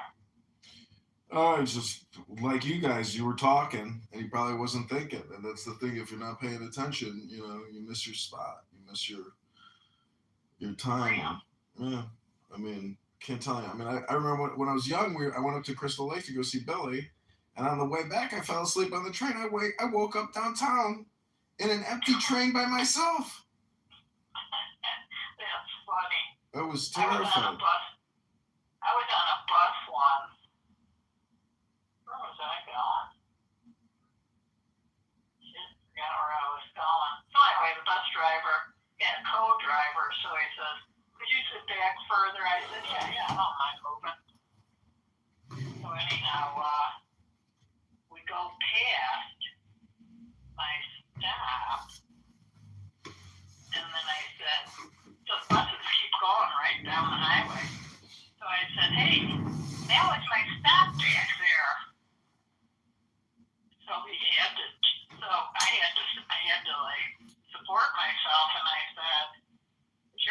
obligation and your responsibility for my safety. You have to go back and drop me off at my stop. He did not like that. He did not like that. But he knew where I was supposed to get off. And he said, could you sit back there? I need my co-driver to sit up front with me. That's probably somebody just to shoot the shit with. But anyway, he took me back. Nice. Did not make me feel good having to be bossy, but I had to look out for myself. Oh, I know what it was. He was supposed to stop in Albuquerque at the Albuquerque bus station. That's what it was. But no, he kept going out by Isleta. And so he stopped at a gas station. Everybody gets off the bus and go get snack. And then they all pile back on the bus. Then he had to flip himself around and go back to Albuquerque, making them late on the other end. This guy I worked with in Manhattan Beach, he was like, squeaky wheel gets the grease. I was like, what? What does that mean? He's like, closed mouths don't get fed, John. I was like, oh, shit. I was like, squeaky wheel gets the grease. So ever since then, I've been... Closed mouths don't get the meal? Yeah, closed mouths don't get fed. Meaning speak up. Tell people what you want. Communicate. Oh, yeah. Yeah. I don't do that so good in a relationship as much as I do in the business world. This guy I know, he's like, I gave my girlfriend a list of everything I expect. And he said, oh, she was so happy. She loves lists, she said. People delude themselves. They think they're in a relationship, but they're really not, you know? Yeah, those are tough. You gotta feel the real deal. If you don't feel it growing in the real deal way, with consistency, right? And maybe you need to twerk it here or there. If you're both on the same page. They're tough. They're hard to find. They're hard to maintain. For me, at my age, I walk with a 76-year-old guy who did a lot of work over here with me. He's just a married man, and he says, men my age, Gene, they do not want relationships. Isn't that interesting how honest he was? Well, see, there's energy involved in a relationship. Like, I couldn't even imagine being with a woman who's carrying my child. Now, next thing I know, I'm running around. Basically, my whole existence becomes like a bird scavenging to bring back the meal and feed both of them. But meanwhile, I'm with somebody who is completely argumentative all the time, never happy, complains about everything. And you know, I'm just like, why am I doing all this work and energy transfers for someone who doesn't appreciate it, is mean and nasty, is obnoxious, is, you know, so the whole thing deals with intelligence. If you're with somebody who doesn't know how to conserve their energy, and basically they lack intelligence. Because there's priorities. Who I see you with? Another mindful person that knows how to control the energy, because you have a knee-jerk energy. So somebody that's going to be with you needs to know how to engage you in a comment that the two of you have learned how to earn. Well, what I'm saying about your friend who says, you know, at this age, like, we don't want relationships, meaning that whoever I'm with, like, you know, anyways, I'm just saying it'd be nice to find somebody, but I got 2026 to figure it out. So Sam said to me, Mom, if you want to invite a third person to the party, go ahead. So I said, well, there's this girl that walks the trail. She dog sits in people's houses. She's 6 doors away, taking care of the gentleman's 2 dogs while he works out of state for a whole month. Oh, she says invite her. So I did. She brings 2 cans of clam something. It's a seltzer and something. And then she brought a ukulele in a ukulele stack. I said, oh, what is it, a ukulele? She says, yeah, it's my support ukulele. And I said, oh, let's see your ukulele. And I pulled mine out. They were the same ukulele. Oh, wow. Yeah. So, what's a ukulele? What's a support ukulele mean? Meaning that, like, she uses it for her emotional, stability. But she didn't play it. Well, so what? I mean, I'm just saying people play music to basically, take their troubles off their worries or whatever, People use it as a meditation because you focus and you're no longer thinking, or you process your thoughts as you're playing, and then you can slip into, like, have you ever been playing where it's like you're not thinking about your movements, but you're making all the right movements? Yeah. But she didn't play it. So what? What's your point? So I sort of didn't add up. Maybe she sucked and she was embarrassed to play in front of you, and she just likes it as like a something to hang on to. I don't know. I've been playing a lot of music. I do know that music is a lot of people's meditative go-to. Mm-hmm. And that's probably, well, you do it too. Now that I think about it. I've been playing the flute. I've been playing the flute for like 2 days now, and I finally got it where I'm like, wow, I've never been able to play like this. It's amazing. Well, that's good. That means your ear is tuned. I also find that I can actually sing a little bit, but it's only because I've been like creating this AI music, and I'm like mimicking what I'm listening to, so kind of quickly and subconsciously, where I'm not thinking. Like, I sang an impromptu song the other day, and people were like really impressed. They were like, that was amazing. That's one of the hardest things to do is sing while you're playing music. Mm-hmm. It's like another level that you have to achieve. It's breathing, though. So the flute, the more instruments you play, the more you can transfer over to other instruments. And so I have, this Persian percussion instrument called the santur. And as I'm exploring it, I'm creating patterns that I know, but then I'm also exploring patterns that, are random.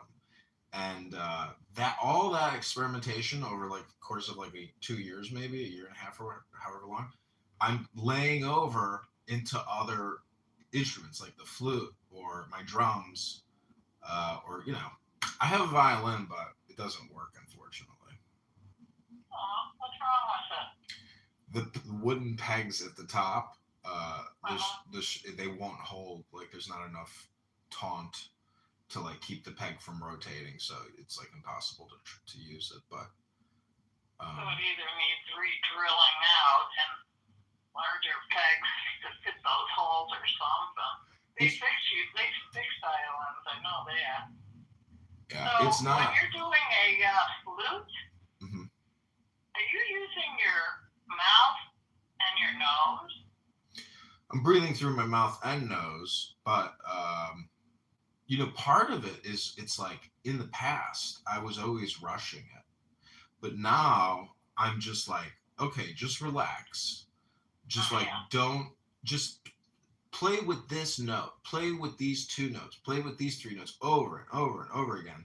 And then, like, so I'm trying to, basically it puts you into a state of hypnosis or like flow state. And when you're there, then you can, like, I'm not in a rush to try to play a piece, so it's like nice to just sit here and then be surprised at because there's some instruments I have not been able to play, but today I played what's called an ocarina. Do you know what an ocarina is? No, never heard of that. It's like a conch shell kind of a thing. I think it's made out of porcelain, but it's from a video game called The Legend of Zelda, and it's just a flute. But today I played it today for the first time ever. I actually played it where I was like, this is really good. And it was all just because I just stopped thinking. There was no stress, and I was just like, let's see if. But it was a transfer from the flute because I was like, anyways. I'm just saying I had a pleasant musical surprise today because I played this ocarina and I had never been able to play anything really substantially nice out of it. But today I was like, wow, I finally figured this thing out. You want to hear it? How interesting. I wonder other people achieve that level and then they become, eventually, they're the people on the stage you're watching. Yeah, I've never met somebody who was like, let me show you how to do this. Like, because I can actually show people how to do what I do by doing it. Very cool. I think the time you and I and Sam were in Wrightwood, I came home with that squeeze box. Yeah. Did I? I remember you had something. Okay, so I paid them like $20 for it, I think. And I'm sorry I got rid of it. The only reason I sold it was there wasn't anybody to teach you how to play it here. But somebody bought it. Somebody was mini. Probably on a different instrument. I bought mini bagpipes, but I haven't spent the time yet to figure out if I can actually play them. They're sitting in a backpack. Well, that's when you have to go to like Renaissance fairs near your area. I got a guy who teaches bagpipes because he used to come to the Citadel events and play bagpipes all the time. But I'm not going to call him. You won't believe this, but at my senior center, they have a ukulele class, and it's labeled full. So the people that are in the class, they're all jiving together, and they go to the senior homes, and they play for them. How do you like that? So everybody keeps a practice going, which is probably a very nice group to belong to. Well, I've been creating these AI videos called the John Kitover Band. It's very funny to cast yourself as the leader of a band. But I've been playing so much music and I have so many instruments now. I would love to have enough actual friends where I could host, a dinner party or something, and then we could all play a mixture of the musical instruments. But most people would suck. I have a good idea. A men's group. A men's musical group? You don't have to really no knowledge. Get anything going other than these men come to your house and everybody chooses one or two, and they have to clean it by the end of the evening. And you sit and you actually have men discussion. I do that a lot. A physical thing.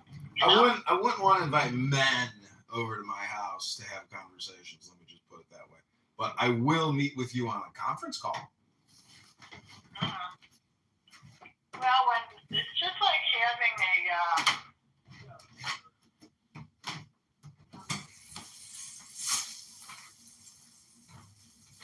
library. Maybe they didn't have this in the library, but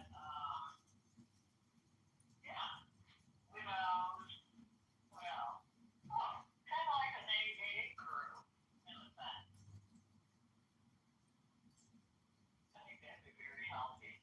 Maybe you could use the coach house for that. They got it rented. What are you talking about? And he's paying the rent. You're not exactly social, physically social, as much as you're internet social. Well, that guy is paying his rent. He's at work right now, which is, amazing. They're paying me $1,600 a month. He hasn't missed the past rent yet. Check yet. You're freaking lucky. Yeah. Real lucky. You got that little place that I was in rented? No. No. You got the bunk bed set up? Not yet. I was just looking at it. You would need to take it apart. You know? If they didn't want a bunk bed. Well, March, like mid-March, is when people start moving here and making reservations. So I got February to deal with that flooring down there, fix the toilet, and then get them back up online so we can capitalize. Stay working. March is my work month. That's where everything happens for me. See how the boat. Might not be the toilet, might be the shower. It could be a couple problems. Somewhere. Yeah. I'll get it fixed. It's on my to-do list in the next 2 weeks. Don't pressure yourself. It's a shit show. I gotta change my toilet. I got mine off a week here. Looks good. It's not that good. Then I have a shower bill that's not right. Not letting the hot water through. 100%. So I just hate the thought of a fucking pouring down or plumbing bill. So I say to myself, hey, neither one of us leaking, the toilet does work. When you hit the lottery, heaven's big. Yeah, you fix it one thing at a time, but you got the money. Who gives a shit? Just fucking do it. Be done with it. I think I'll treat myself when my mother gives me my money. Wonder how much she's gonna have left when she passes away and all that nursing home care gobbled up her money. Probably This is really great. I knew what she started with, and hopefully I get to find out what she ended with. Well, you can Then I calculate it. gauge what I'm doing with my life. You can calculate it, You can do the math, but I wouldn't worry about it. You're fine. You got a house, you got savings, you got monthly income, you got a pension. Like you're set. All you got to figure out is your brain chemistry, and figure out how do I, because the whole thing deals with the theory of joy. How do you keep your bliss and your joy and your security? Because don't forget, there's danger everywhere. You could be on the highway, you could be taking a left turn. Next thing you know, you get carjacked, and then you're pissed, and then you get there's just so many things that can happen that you have to try to be aware. I could be on a trip bus, taking a tour, and the bus slipped. Do you know thousands of people, Mom, every single year just disappear? And how do I know I'm not just gonna get a call and say, hey, Mom's disappeared? Yeah, it fucking happens. Yeah, people in New Mexico, husbands, wives, singles, they have some kind of agenda how to end life, and it's either through dementia, they don't have the money to go into a home, so they just abandon their car and they just keep walking, and they dehydrate, the animals get them, the hunter goes out, and he sees these bodies, he reports them, and the family members hadn't cured from their parents. And that's how the parents had to take themselves out. Listen to this. I get to the gym today. I'm walking into the gym, and there's a little old lady with a blind person cane touching the wall, like going very slow. And I come up to her and I say, are you okay? Can I help you? And she goes, oh, I called Uber. This woman had no eyeballs. No eyeballs. Totally blind. And she's old, like 70. What was she doing in the club? She was outside the club. She was lost. She had no idea where she was. And so I said, well, let me walk you inside the club, into the gym, and the front desk will help you. And so she grabs my arm, and I walk her in, and she couldn't get the Uber to come up into the parking lot on the roof. He couldn't figure that out. So anyways, she obviously can't like type on the phone. So the front desk, I think, helped her out. But I was just thinking to myself, like, holy shit. You don't see that every day. Like a blind person completely totally had no idea, like couldn't figure out where the hell she was. Her phone should probably be that Braille kind of phone, I'll bet you it is. I could have helped her more, but I just brought her to the front desk, and she said, "Thank you for your help." I was like, "Thank you. God bless. Take care." And then I couldn't believe it, and I got on the treadmill, and like my head was racing, like I can't believe it. This poor woman. And then I was like, just breathe and stop thinking, And then I did my workout. I saw online the fatality that I encountered on my way to the gym last week. And all routes to the health club were, backed up. So I said, well, fuck it, I'll just park my car in the back and walk over there with my backpack. Sure enough, some truck, a woman driver, she didn't see the kid, 19-year-old boy, on his motor scooter, and turns out that kid was up on the sidewalk on his motor scooter the day before, because it happened in front of a Big O where I get my tires taken care of. Mm-hmm. So he told me, I saw that kid on the sidewalk yesterday. The truck didn't see him, or the kid was rushing through the light or something. Well, that truck, somehow, the windshield completely caved in. The kid was dead, and the helicopter took the lady in the truck to the hospital. I can't imagine. The truck must have hit that bike where it flew into her windshield or something.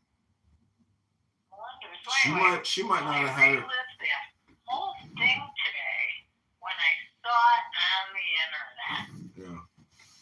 And it made my legs weak all over again. At 19 years old, that boy just graduated high school last year. It's crazy. Or 2 years ago, I don't know. But god darn, his parents, he probably said, hey, I'm going over to, or maybe he was on his way to his little job. And those parents never got to say another word to their son. Yep. Just makes me weak. And that lady that collided with them, oh my God. Think about what she's still going through. It's traumatic. When I was going to Tracy's wedding in Utah, I got pulled over for speeding, and that cop was screaming at me. Do you have any fucking idea? Just 1 week ago, somebody was flying through here at 110, and I had to pick up their body. He was like reliving the moment of somebody that got into a car accident from speeding and screaming at me. Well, think about the trauma that he goes through when he reports to an accident. Yeah. He calmed down, and he was like, I'm going to give you a pass today. He's like, and he wrote me for, less than what I was going. And, but then I never paid it. And then Utah sent a letter to the state of Illinois. And then the state of Illinois said, if you don't pay Utah, we're suspending your license. I was like, holy shit. So I had to pay the ticket. Huh. I went on, I used to belong to a vegan potluck in Grand Junction. Did you ever go to one of those with me? We did, but we were in, what was that town? The mining town? Oh. No, I think we stayed in Grand Junction. No, we went out into a little mining town, and they had like a wine festival or something. They were crushing the wine with their feet. Oh, yeah. We met up with the potluck people up there, too. Yeah, food was great.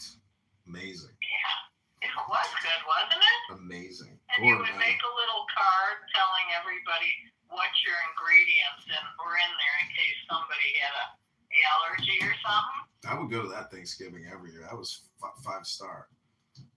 Yeah. So I went out with one of the guys who was a retired park ranger, and he had PTSD from all the service years he put in, because he retired, so he probably put 30 in. Oh my God, this guy. And we're on a hike, and he's reliving it. He's talking about body parts having floating in the by boats, propellers being chopped up. He's talking about people that threw themselves into the canyon. Oh my God. He must have done that whole shit scenario third time on me. And I said, I can't handle it anymore. Every time you relive it, you're replaying it, and it's not good for you. You're a very nice person, but you've got to go where you need to go to get this, in order in your life. Don't do it to people. Yeah, well, some people want to talk that shit to see if they get a rise out of you, Yeah, well, he got a rise out of me. I stopped seeing him. Yeah, that's the way it is. If you don't have pleasant things to say or talk about, it turns out you're actually not very pleasant. Do you think? Well, it's Valentine's Day coming up. You got anybody? I could be your Valentine. You'll always be my Valentine, but I'm looking in the mirror. I'm looking in the mirror this Valentine's Day. I'm going to say, I love you, John. Can I take you to a nice steak dinner? Yeah. Table for one, please. The first date I went on with Robert, we went to an Indian restaurant. And he tells me it's his birthday. And I didn't know what to do, Is he saying that so I offer to pay for his dinner? I didn't, because my sister Sherry said to me one time, she said, never, ever, if you're on a date, pay halfsies. But I feel so like, I don't pay for my own way. The guy's asking for something. He's always thinking he might get something. Well, it's quid pro quo, meaning, reciprocation. But the thing is, just give from your heart, and then you don't have to worry about these types of implications. That is how I do it. I pay from the heart. It's not to serve you. It's to serve me. Right. So I feel the most comfortable. Yeah. That's the way I view it. When I pay for somebody, I am paying for them, but I'm also paying, for me, meaning I value the time and the company, and therefore I'm not afraid to dig in my pocket for the experience. But there's no implication, if they don't want to give me a peck on the cheek and they just want to go right away, well then great. So nice meeting you. Bye. If that's what it is, well, I'm glad to know either way quickly, I was thinking about something the other day, and then I said, I should share that with John. Oh, yeah, I know what it was. Farming. Mm-hmm. So I seem to like farming. Mm-hmm.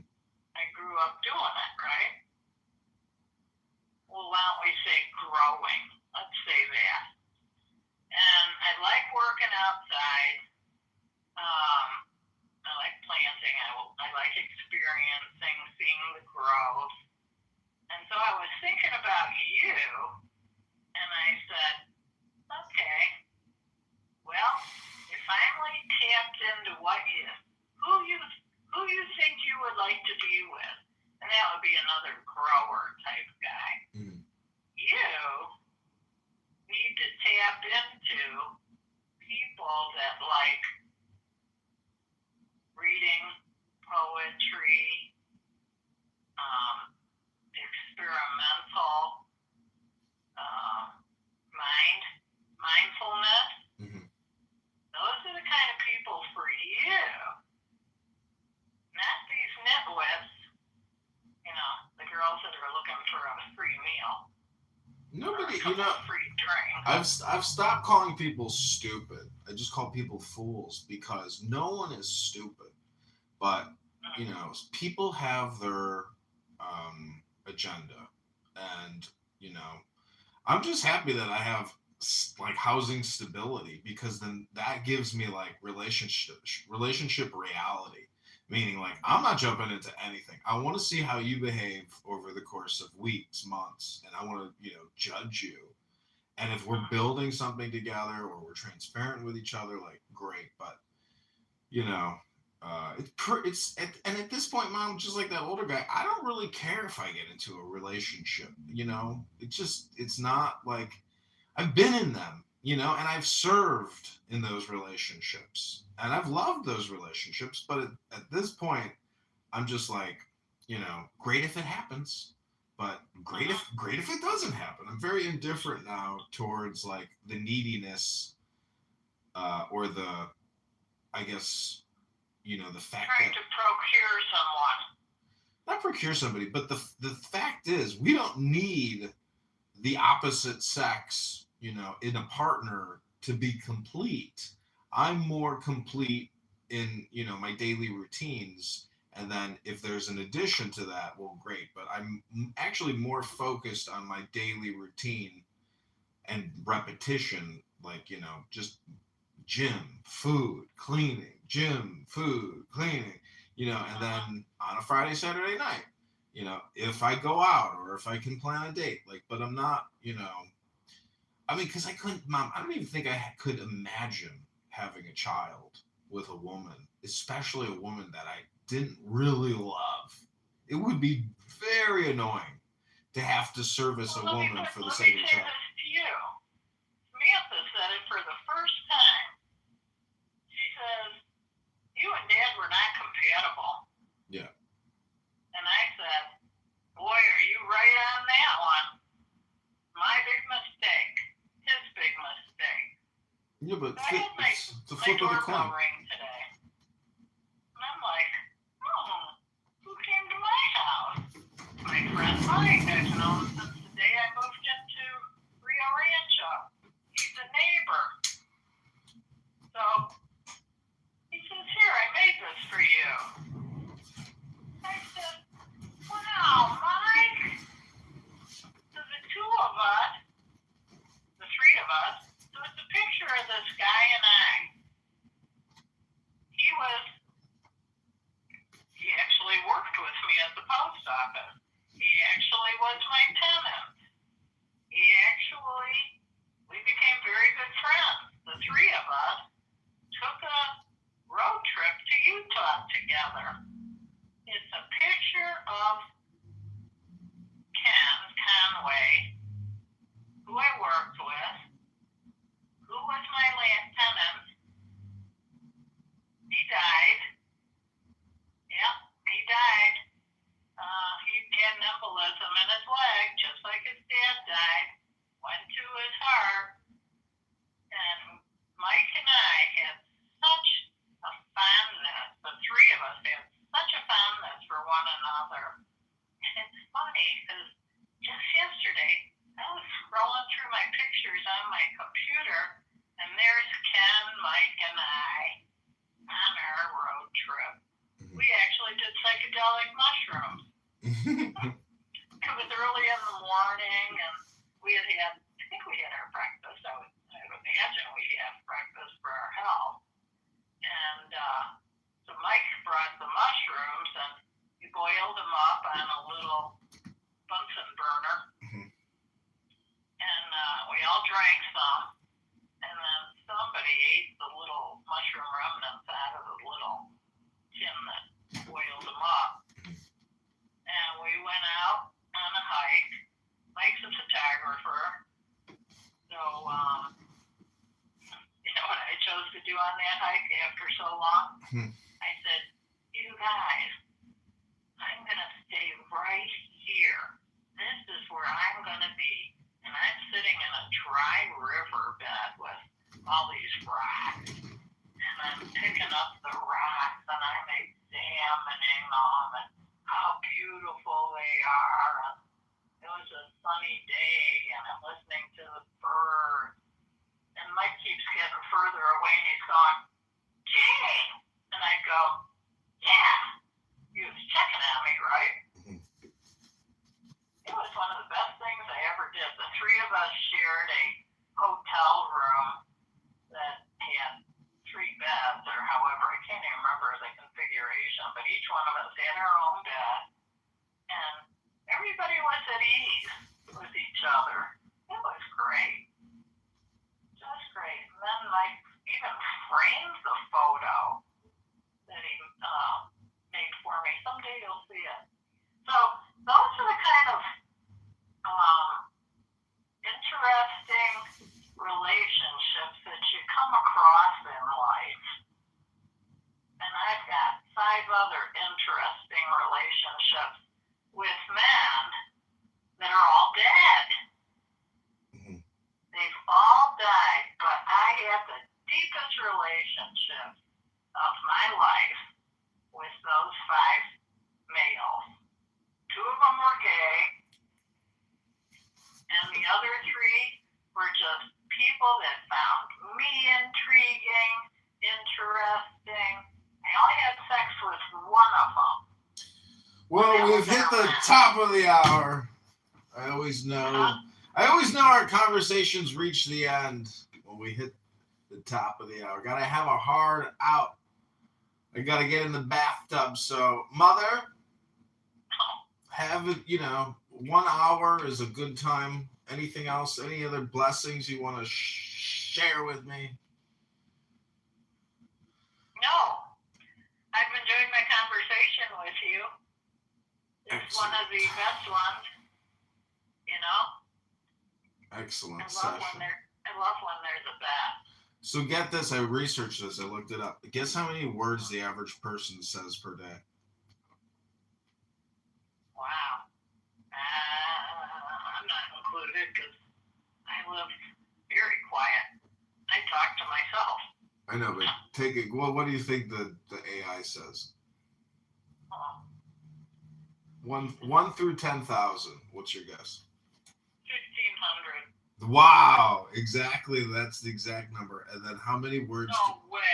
Yeah, I'm serious. And then how many words do you think people listen to daily?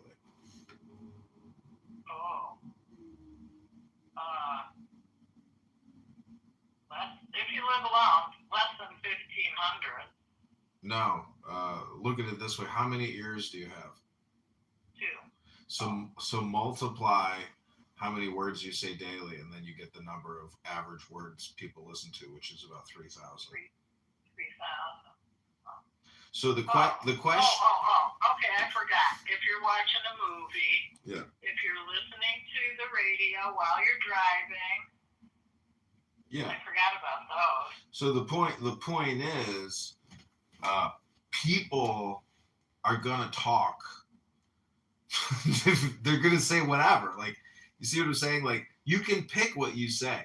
It's up to you. You can listen to what you want to listen to, and what comes in and what goes out. They're generally connected. What people talk about is what they're listening to, and so the point is, associate with the best, listen to the best, and therefore you'll say the best, you'll speak the best. I've read a lot of really fantastic books, and I've read them out loud, and I've retained a lot of that, information and wisdom. I sent Samantha 3 books for her birthday. Oh yeah, she said so. Oh, she reads them. I told her to read it out loud and record it and then listen to the playback, because a lot of physical mind-body pain, lower back pain. A lot of that is neurological, and so if you read those books out loud, you're basically healing yourself, because a lot of it is like therapeutic healing wisdom. So a lot of it is stress too. But the thing is, even if you're stress free, you still have to fill yourself up with good words. So, anyways. I think I'm hearing the coyote out the back. I'm going out there to see if I can get you to hear it. Yeah, you know what? I do a lot of writing.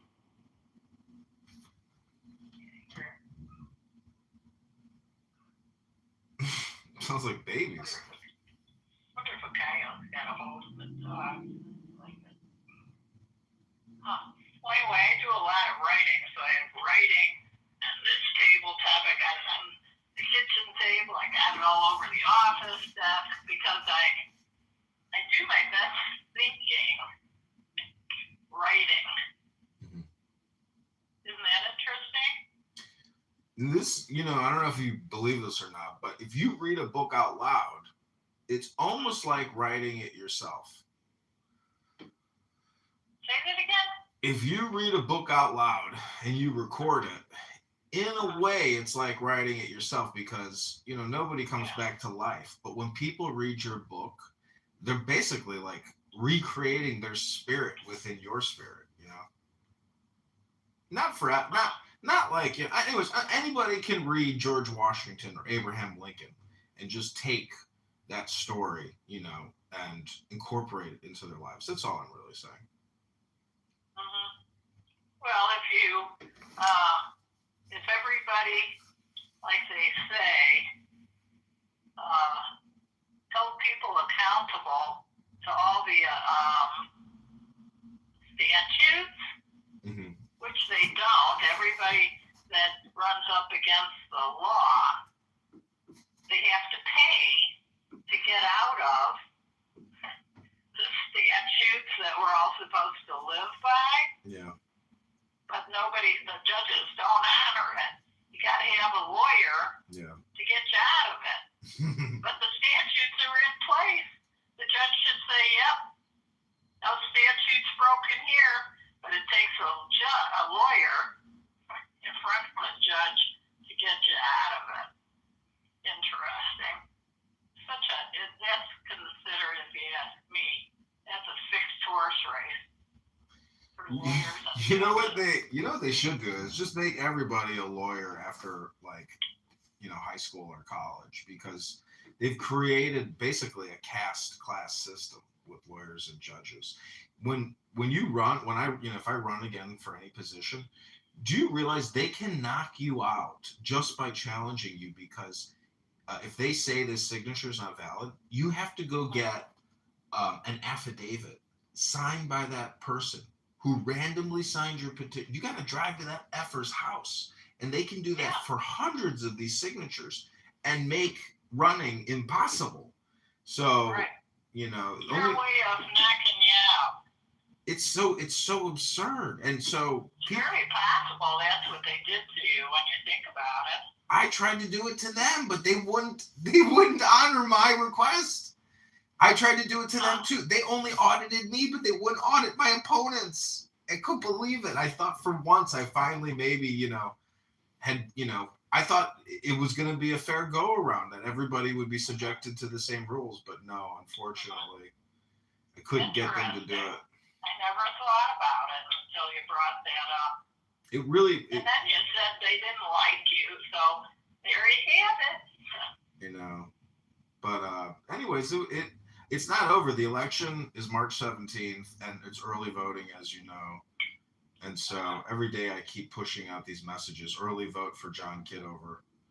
And it's so funny because the guy I'm running against, he must see my stuff, and he's probably just like, I can't believe it. Like, somebody is challenging me, calling me a fraud, because he called me a fraud. And I said, you're a fraud 1,000 times over. You created $25 trillion in debt. You lied about the vaccines. You said they were safe and effective. It'll protect you, your family, the community. Just do it. He's just a mouthpiece for Pfizer. And he created trillions of dollars in debt to give money to Pfizer, et cetera. And, it was a totally unnecessary medical intervention. And Bill Gates is a psychopath. And he's in those Epstein files. He's a pedophile. He's an actual pedophile, so, and I wonder, it won't ever come to fruition because he's such a huge donor. And his wife. I know. He'll always be buried. No, he's fine. He's fine. I'm just saying the photos come out are so damaging to his credibility because Kennedy took us out of the World Health Organization. And now that we're out of WHO, we have more oversight into what we're injecting into our bodies and what we're eating. And before that, it was totally, under Chinese instructions. Fucking crazy. The WHO. I don't really still, and I don't think we'll ever know how come the COVID deliberately came here to boost the pharmaceutical numbers. Yeah. That's what I believe they did deliberately. Now there's another layer of COVID in India right now. We get Indians coming over here all the time, and now they got to pay $100,000 to come in here and work. Yeah. Shit. Young people bring stuff in here. Young people are dying in the same way that Barton died in his, late 70s. And explain that to me. How the fuck is that happening? Because that's why I think Kennedy. I don't even understand why Kennedy's the guy that chose him. I really don't. The guy has no documentation. He ran for president. He joined forces with Trump. I know. Well, that's why he's a leader in health. Because he's been suing. He works out. No, because he's a lawyer. He's been suing Big Pharma for fucking 30 years for giving us fucking poison. These fuckers lie. And they cause a problem to cause another problem to get more money. These fucking big pharma companies, especially with what is it called when you get cancer? You got to do the drip. Chemotherapy. Chemotherapy is like a $50-60 billion a year business just in America, and when you look at like the results of it, fuck it. Don't do it. It's not worth it. It's like it kills you. Cancer. I hope I can keep my mouth shut. Wow. Just let it have its way with me. It's one way to get out of here. You just got to be careful because I don't feel like being subjected to appointments. Yeah. Who cares? Well, when I get some way out of this world. When I was in Charleston, I had a candy vending machine business. My number one machine was on the top floor of a hospital in the chemotherapy ward. And there's like 60 people, 30 people in there doing chemo drops. And all my candy gets taken because they're sitting there depressed eating my chocolates. And I'm looking around, it looked like a ghost. It looked like a room full of ghosts. And in hindsight, I'm just like, I can't believe that that's the industrial medicine where somebody was like, ma'am, you've got cancer. Come with us. We're going to put you upstairs and put you on a drop right away. I mean, that's fucking bullshit. That woman, this is the thing about those PSA levels and Barton going crazy. Oh, my PSA level. They give you a diagnostic. It stresses you the fuck out. They're not calming the patients down. They're causing them mental stress. If it was real medicine that you say, come with us, we're going to take you to a yoga room. We're going to make you a lemonade, and we're going to do some breathing exercises for a couple hours. And we just want you to calm down for like 3 hours before we talk about anything. They don't do. But you can't get them to. You can't prescribe them any anxiety medicine. They need to start putting you on the pill train. See, Medicare, Medicaid. Especially if you got insurance, you know that. If you don't have insurance and you're a non-paying problem person, you're not going to get the kind of care. They're going to start fucking with you. They're going to start spacing out your appointments. appointments, so you get sicker and sicker quicker. Yeah, if it was a real healthcare, if they really wanted to heal you, they would say, you know what, we're gonna put you on a flight to Cancun at a 5-star resort right now. Come on, you're going to Cancun for a vacation. Most people, obviously, like if it was totally free, they'd be like, fuck yeah, let's go. So I don't care about being on chemo. Take me to Cancun. Absolutely. It's a racket. It's a racket. Yeah. The insurance, it starts with the insurer and the government. They're in bed together. Oh, I gotta tell you one more thing. I got guess who contacts me? The post office. I get an email from an inside sales representative at the United States Post Office that deals specifically with candidates running for Congress, any office. And she's trying to sell me on, mail delivery for the campaign. A salesman. I didn't know they had that. I didn't know this. I never thought about it, but I didn't, they do have inside sales reps. So that's a great job. Yeah. That's a nice government job. I told Samantha that she should apply to the post office, see if she can get an office position.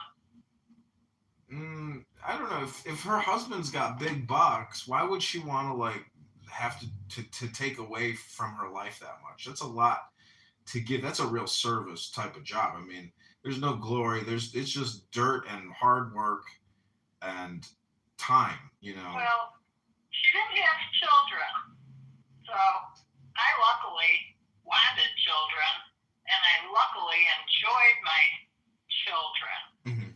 She doesn't have that. She has his stress. Mm-hmm. That ain't a baby, That's killer shit.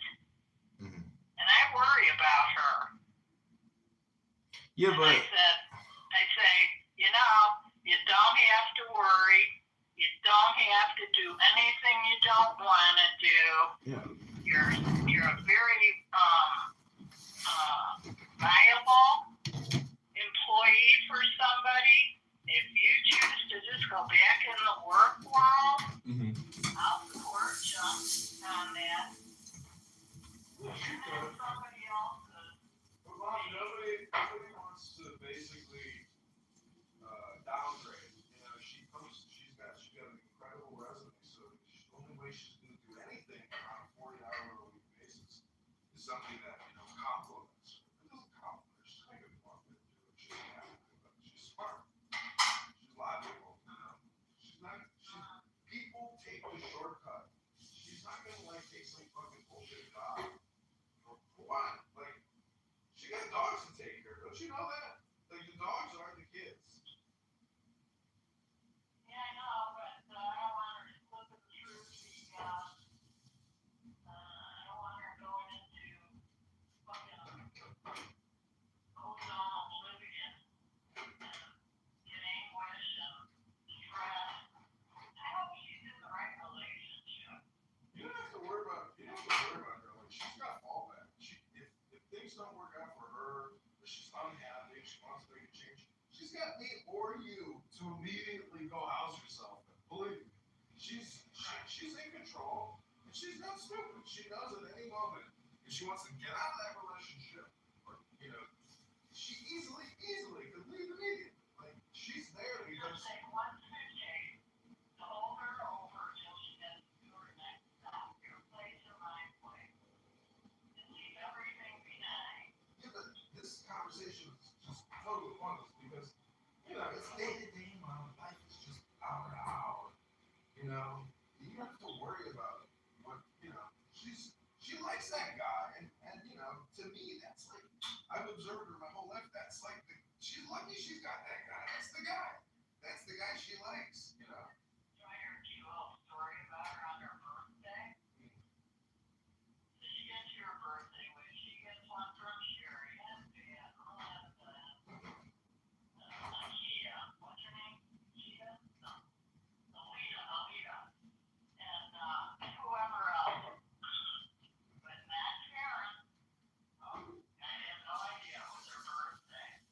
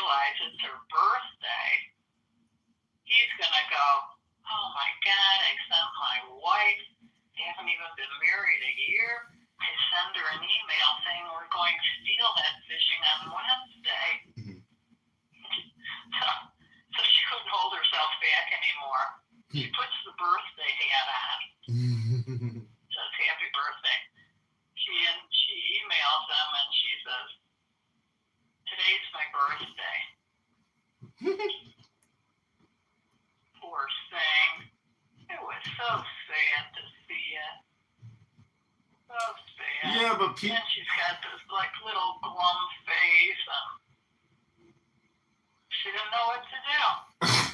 Listen, I hate to break the bad news to you, but I spent plenty of birthdays, plenty of New Year's, plenty of Christmases alone.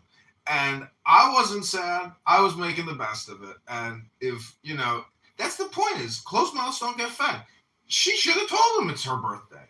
She's got the communication failure. She thinks somebody's going to kiss her ass.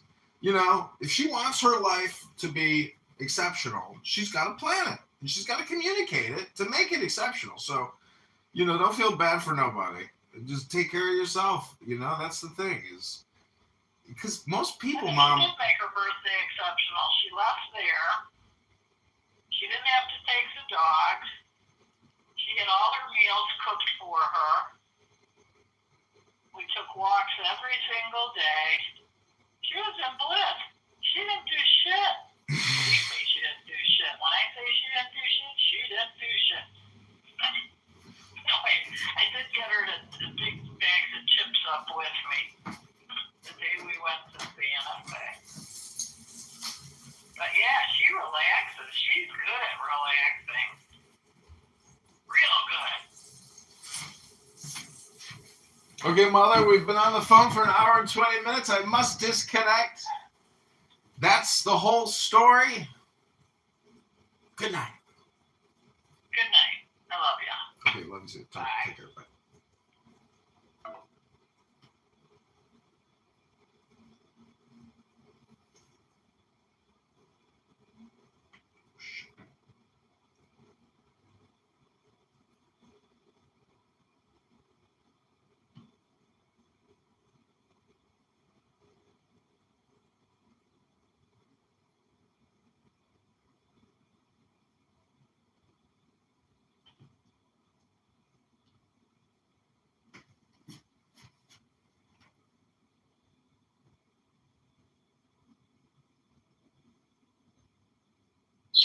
The law is a prescription.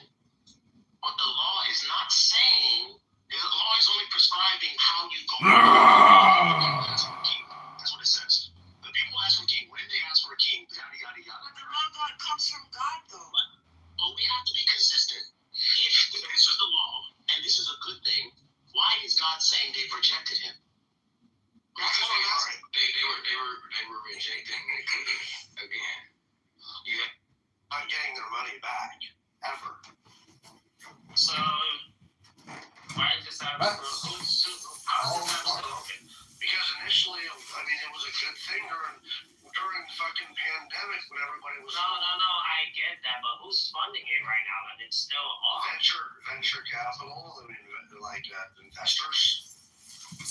So clearly there's something going on that they're still holding on to this app. So even though on your search it's not showing that it's doing well, these investors definitely have faith that it's going to boost profit to make money because they're still investing.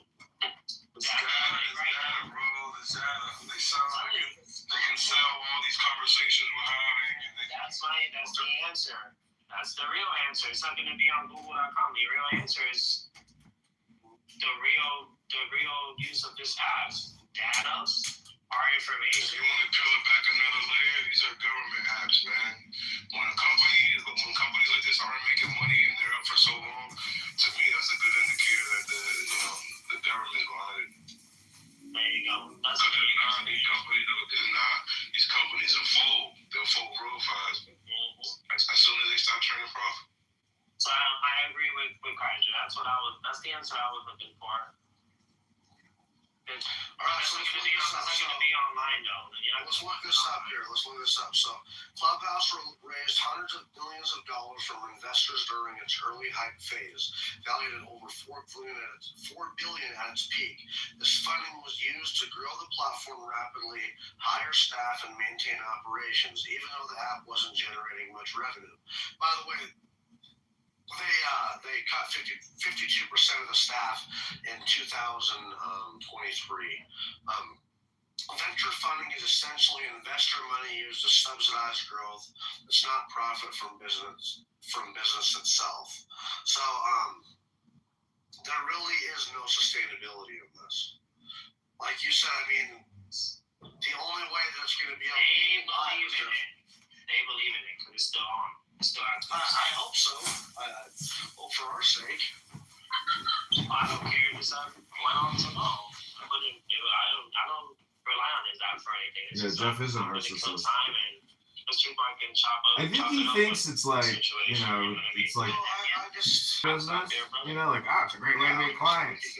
But it has turned out to like the room to feed Jeff's ego, and he spends no time working on himself. And you hear him, he's sick with his cough.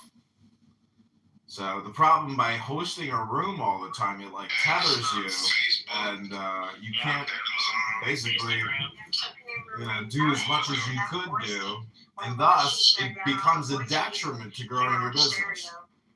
And he's, you know, I've heard him have some technical conversations about, you know, financial definitions. And weird, but I can see the vision since you mentioned it. You know what I'm saying? Let's do some butt clap. Jeff is a schmuck, is what I'm talking about. Hello? In an automated fashion to evaluate all the agents and all the methods and techniques possible to take a look at this, extract this information, yada, yada, yada. Sounds good. All right, I got that written down. I appreciate it, man. Yeah, no problem. Let me know how it goes, and if you have any hiccups, just you can message me. I'll give you my email as well.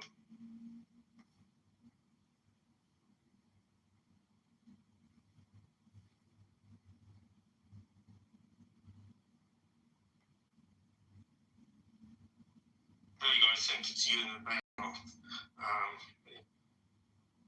Appreciate it.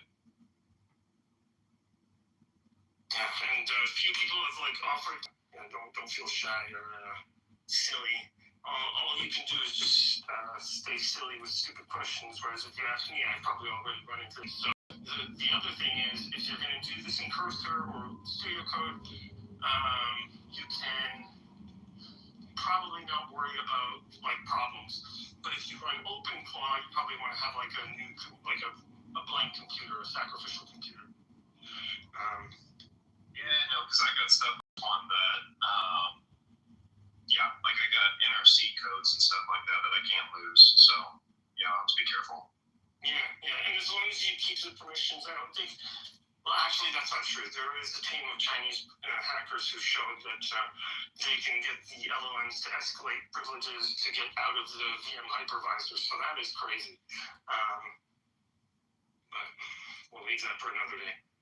Like, oh, by the way, the genie can get out the bottle on his own.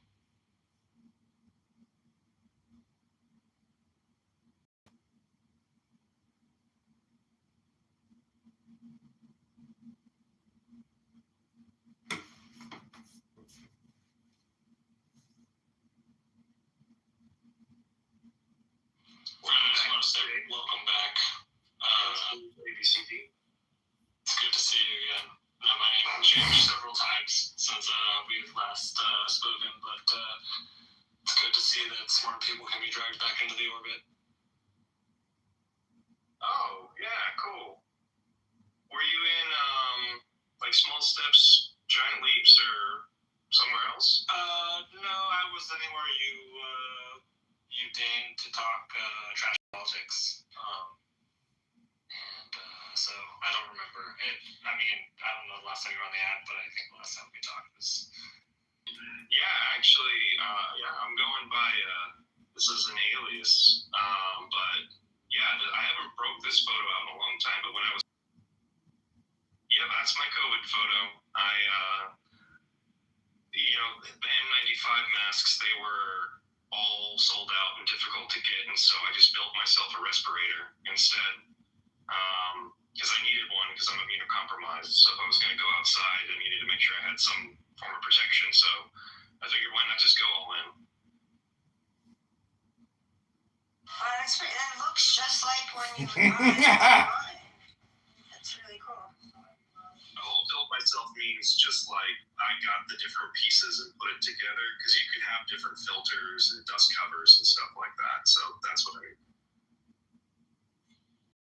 Yeah, I happened to just have one because I was doing some painting, and I didn't want to indoor paint, I didn't want to inhale the stuff, so I just happened to have it, and then all of a sudden, kind of like, oh, well, I got this thing here. I mean, I didn't, did you go out in that? Just curious. Not that it would be a big deal, but I just, I'm curious people's responses to it, because some people didn't even believe the masks. That's going to the San Juan Islands, going to Orcas Island. And so when I was on like Orcas Island and walking around, I had it around my neck, but we were away from people, it's fine. But when you're on the deck, when we were walking upstairs on the ferry, all that type of stuff, like you're around people in a closed setting. So I was just kind of had it, and I was wearing it down there on the deck. And then like I had it for school to be safe and walk around on campus. And I'll tell you what, every time I used it in the airport, never had any problems. And so now I don't use it because it's a little cumbersome. But now that I can get N95s, I always just wear N95s when I'm going to the airport, and it's really helped on cutting down on me getting sick. Yeah, I first time at the beginning of the pandemic with an N95 for specifically coronavirus task force. We were doing like a research paper on how to detect it and so on, and I ended up getting it in the airport. For the one moment that I took it off to eat something, I looked in the direction of some Chinese woman, and she just like pumped right in my face. And this was like February of the beginning of the pandemic, and my wife was like, "God fucking damn it, you're gonna get it now." And I was like, "I'm sorry." It's like that scene in World War Z. The guy's like, "Listen, I'm an virologist," and shoots himself in the. Pretty much. No, I had to do some travel after I think I had like 2 vaccinations and the booster and stuff. And so I was like, okay, so I got the vaccinations and the booster. And I think that was when Omicron just was getting really big, and I did the travel without it. And oh my God, I got so horribly sick. I have not been that sick in such a long time. And I was just like, man, this is with the vaccinations, because I'm immunocompromised. And so I was like, man, I can't imagine what this would have been like if I didn't have the vaccinations. And so I've just gone back to wearing masks every time I'm in the airport now, and it's really helped. Yeah, I asked only because, some people just didn't go anywhere. And, it sounds like you had, places where you had to go for business and stuff. So, I was that's why I'm more curious. How being in it for a long period of time, because in the summer I can imagine it was a little hot. I don't know. Yeah, I mean, you get used to it.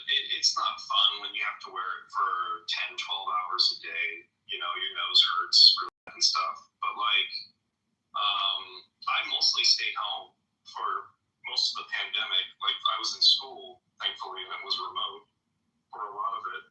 So I was just kind of stuck in a bedroom for, 8-10 hours a day doing an electrical engineering degree. So, for what it's worth, I didn't go out very often. But then once I graduated, that was towards the end of the pandemic.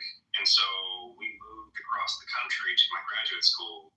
So we had a big move, and then, we were in classes, and that was back to return to campus, but we still weren't fully certain about, coronavirus. So that whole first semester, I definitely wore a mask in the classroom and on campus and stuff. It did get a lot of use, and it does get tiresome, but I mean, it was worth it just from how little I got sick while I was working. Still woke up from work confident. That too, but honestly, compared to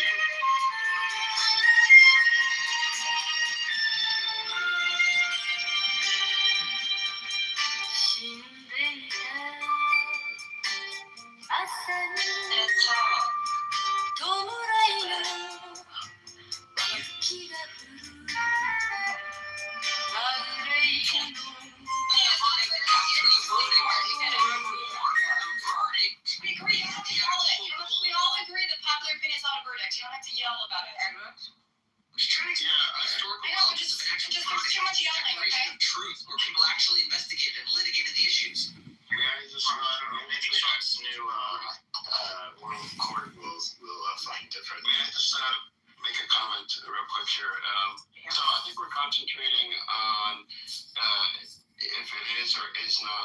genocide based on the Genocide Convention itself. But we're not talking about the implementation of the convention, and that's where it becomes vitally important.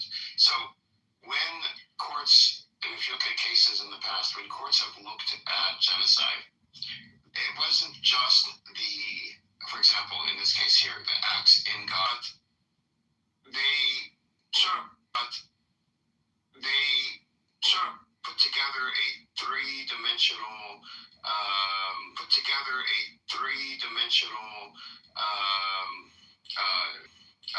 graph or chart or whatever you want to call it, multi-dimensional, to see how everything it links together.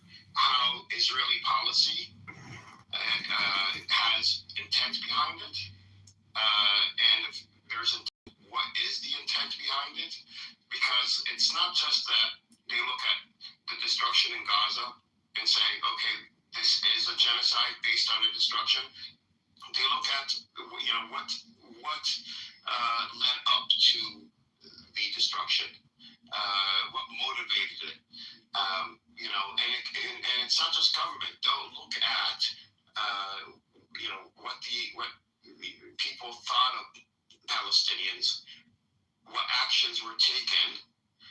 They'll look at the occupation, because that would be a contributing factor. Like, genocide doesn't happen overnight, where one day you get up, a government says, we have a policy of destroying a people, getting rid of the people. It doesn't work that way.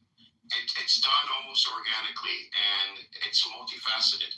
So, this is why it takes years, because we have to understand exactly all the contributing factors that have gone into what has happened in Gaza, and then put them together to figure out, okay, this is genocide or it's not genocide. And now a lot of experts have done that. It's not that they have given their opinion, and again, what they have to say, unless they're called as a witness, doesn't really matter for the ICJ. But just for this room, what they have said. Israel doesn't even acknowledge the existence of the ICJ, right? So they don't even want to answer that. No, they have to acknowledge it. No, the ICC, you're thinking of. Yeah, the ICJ. That should tell you alone. Well, so the thing is, like, these genocide scholars, they're taking a more holistic view of what are Palestinians and what does that mean to the Israeli people, Israeli government. For example, and I don't know how much of a role this plays, but I'm just giving this as an example. In Israel, Palestinians are called Arab Israelis, not Palestinian Israelis. That would be something that I would think a court, the ICJ, would look at as a contributing factor in the intent to commit genocide. Now, was that done to commit genocide? No, I don't believe that. That's not reasonable. However, first, dehumanizing or diminishing or taking away the credibility of a specific people, that comes from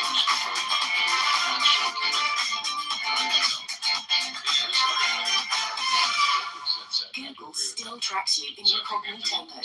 Use DuckDuckGo, a real private browser. The court's job is to put all these.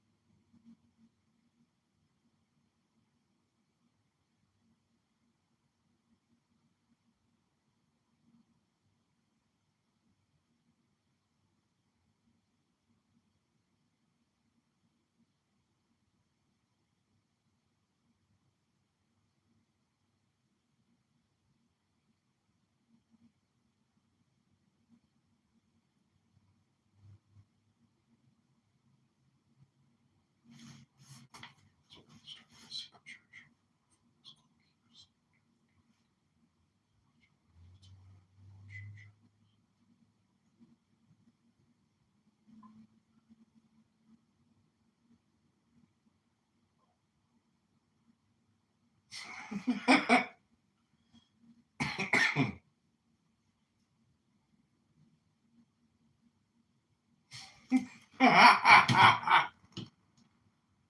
we can go back, and they would go back decades to see the policies and how Israel's military and its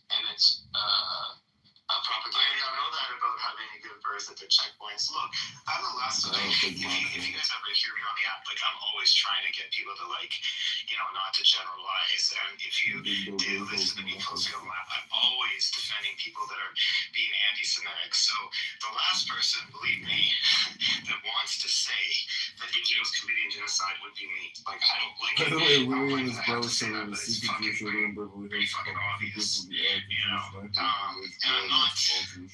I'm not saying all Jews or something like that. And I know there's like millions. We know you're a good guy, don't worry. Yeah. So it's like I hate even having to say it. Just the same thing. My family is from former Yugoslavia, Serbia, and I'm telling you, I genuinely think some of those Serbs or even the Serbian state or whatever has to take responsibility. I think they did commit genocide. Well, if it was up to a lot of people there, if it were up to a lot of people there, they would have erased every single Albanian and Muslim and Turk from all of former Yugoslavia. That's just the way they felt, and they did not manage to carry it off. They got in trouble for trying, and they didn't own up to it. So I don't know, man. I just think it's fucking have some pride. If you try to kill a bunch of people, just say it. Just say I'm gonna fucking do it, and hedge your bets, right? Yeah, because the way that I look at it is like, look, a person, like a little kid that was born, let's say, Jewish in Jerusalem, right? He didn't choose to be that way. He swept up in fate, right? And then a little kid that was born in Palestine, he didn't choose to live there. He swept up in fate, right? And the whole world and their parents and everybody else pit these two kids against one another. And if they're sworn to be enemies and they go to war, they should have some pride and just. Matthew, just can I just say real quick, when it comes to Yugoslavia, the court didn't find that Yugoslavia had committed genocide, but it did find, I believe, the army itself had committed genocide. Yeah, I agree with 1,000%. It is. Okay, so basically they proved that genocide is done in Srebrenica, not in whole Bosnia, just in the part, and it was concluded that Bosnians did the genocide, and that included the relationship.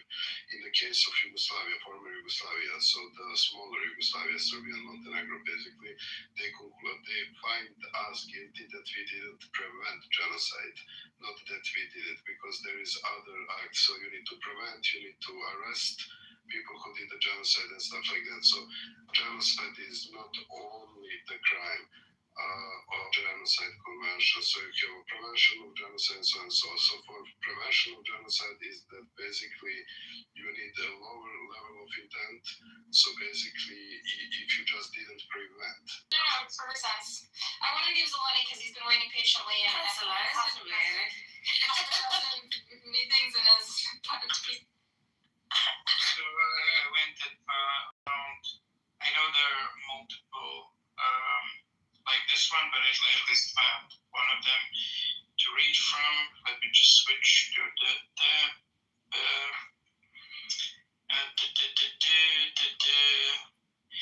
judgment of the court. International Tribunal for the Prosecution of Persons Responsible for Serious Violation of International Humanitarian Law, Territory of Former Yugoslavia. And this is a specific, so it goes into, there's a specific chapter of the judgment that's just called the definition of the part of the group.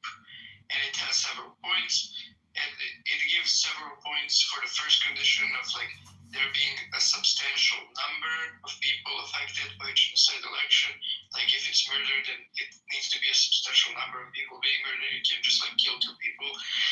And it, like for instance, substantial mean? How is that kind of such a vague? They don't really lay it out. I think it's affected the group. Up to the point that the group. My point is like that this other criteria that I was referring to is also mentioned here, and this is I'm gonna be now quoting from this like judgment text.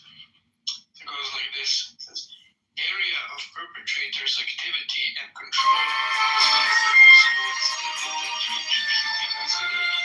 That's purely intended to limit just within scope alone. That ambition instead, given at the height of its power, undertaking of that enterprise on a global scale. Similarly, perpetrators of the genocide in Rwanda did not seriously contemplate the elimination of Tutsi population beyond the country's borders. They intend to destroy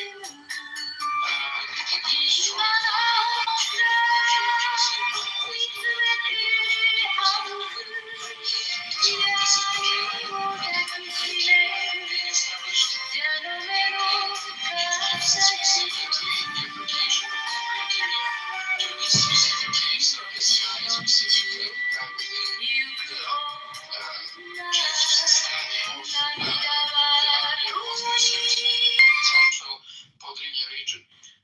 From the perspective of the Bosnian Serb forces alleged to have had genocidal control.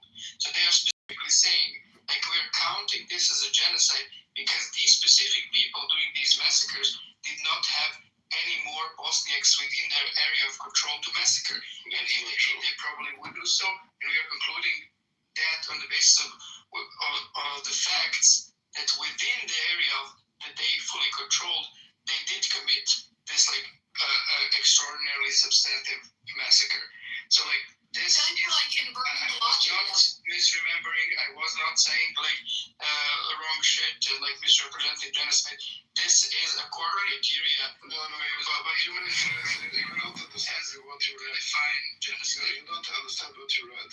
So they're saying that you can do the genocide even if you are not spread your part of operation in the other areas. And they mentioning the example of Nazi Germany and Tutsis around. So basically, in Podrinje region that Serbs didn't control totally because it was UN forces, by the way, they did in that part. So you need to understand a little bit better what they're saying, and that's why at the end of the day, that genocide was specifically done in Srebrenica. Even the Serbs had opportunity to make bodily harm and all that atrocities in other region of Bosnia.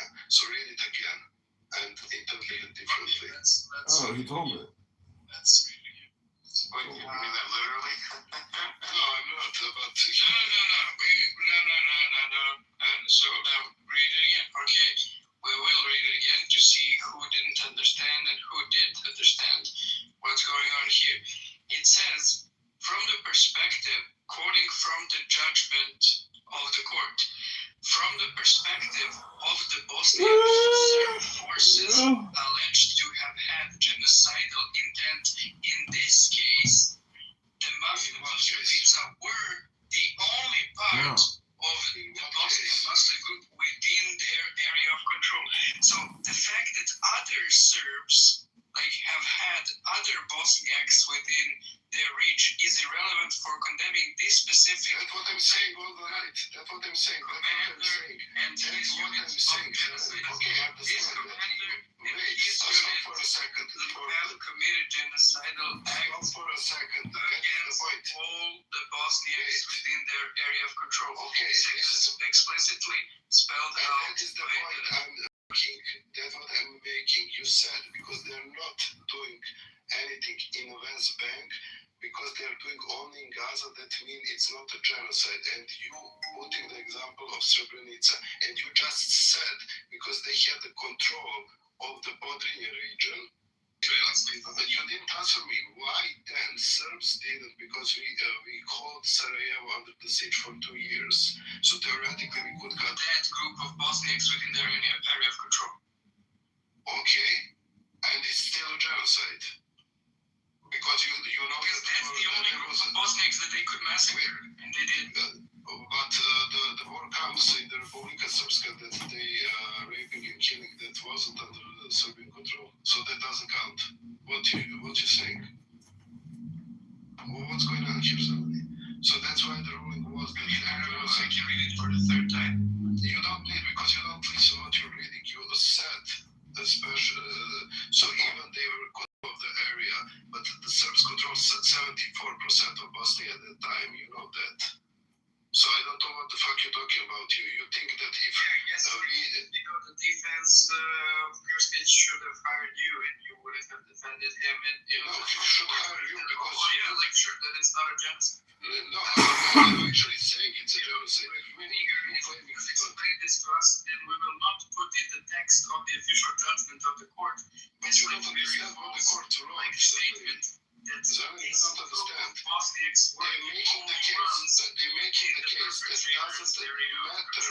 I have no idea what you're saying because I just was talking, and when I talk, you're talking, you can talk people are saying that that's why we're talking. It does not lead to anything because I don't hear anything that's being said. I still don't hear anything. When I'm talking, and I'm still talking, and I'm still not hearing. Autism. Autistic. Come on, guys. Can we be mature about this? Yeah, sure, but I'm asking you. You read it. That doesn't matter. That because the Serbs kept the area of control, on that area was done the genocide. That doesn't saying that because they didn't do in other parts that is not the genocide. We understand that. That is literally what it says. Okay, can I ask you a question? Serbia is also to be the sentence. It's just Serbia without Serbia. So it's just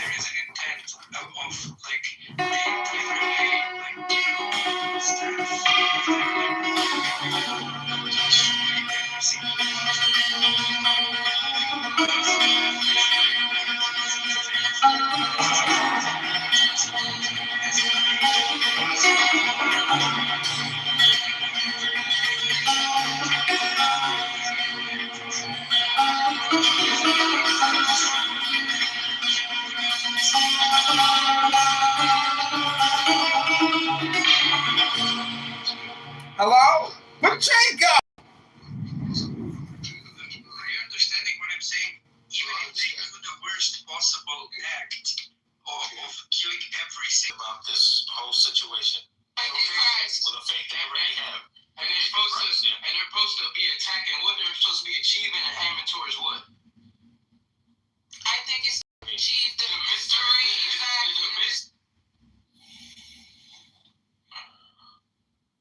Oh, we have an anonymous figure here, huh?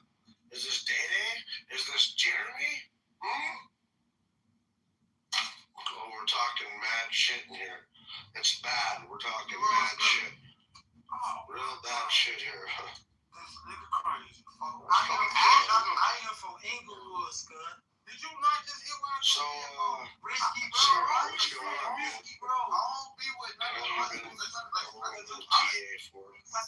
I'm saying he's saying it only affects Gaza because of the West Bank. It's not a genocide. I'm saying the West Bank also, the way they You're the one that had me blocked for a while. Are you kidding? Mexico doing all kinds of things. Let's read that. Let's read that.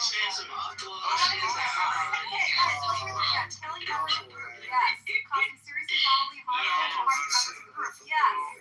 That includes torture, rape, sexual violence, and they're not killing members of the group. Of course they are. They're causing they haven't killed any members of the group. You're under a different set of laws. They literally are doing all violence though.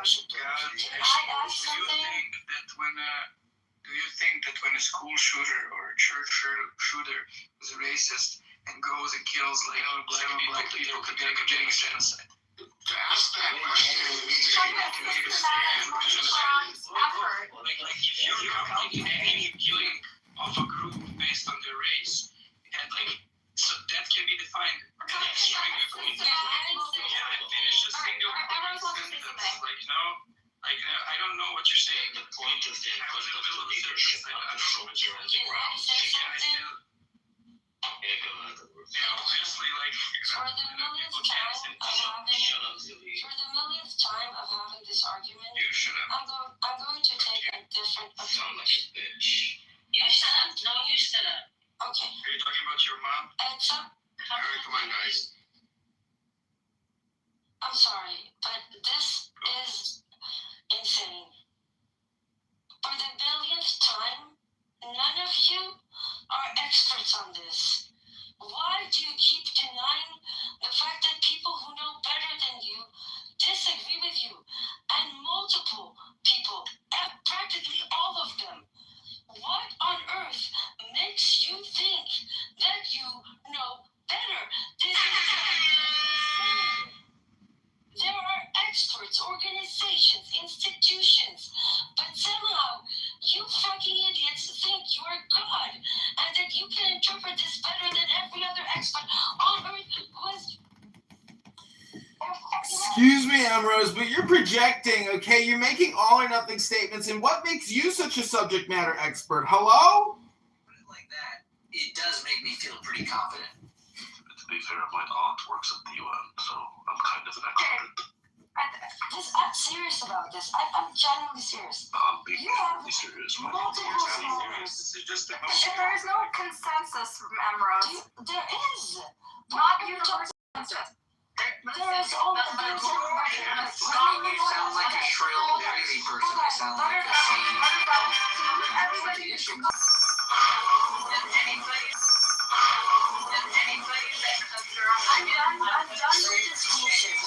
I'm done with this bullshit. You keep arguing.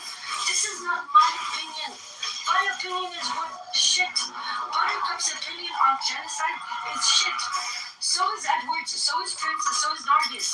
And so is yours. Because it doesn't matter.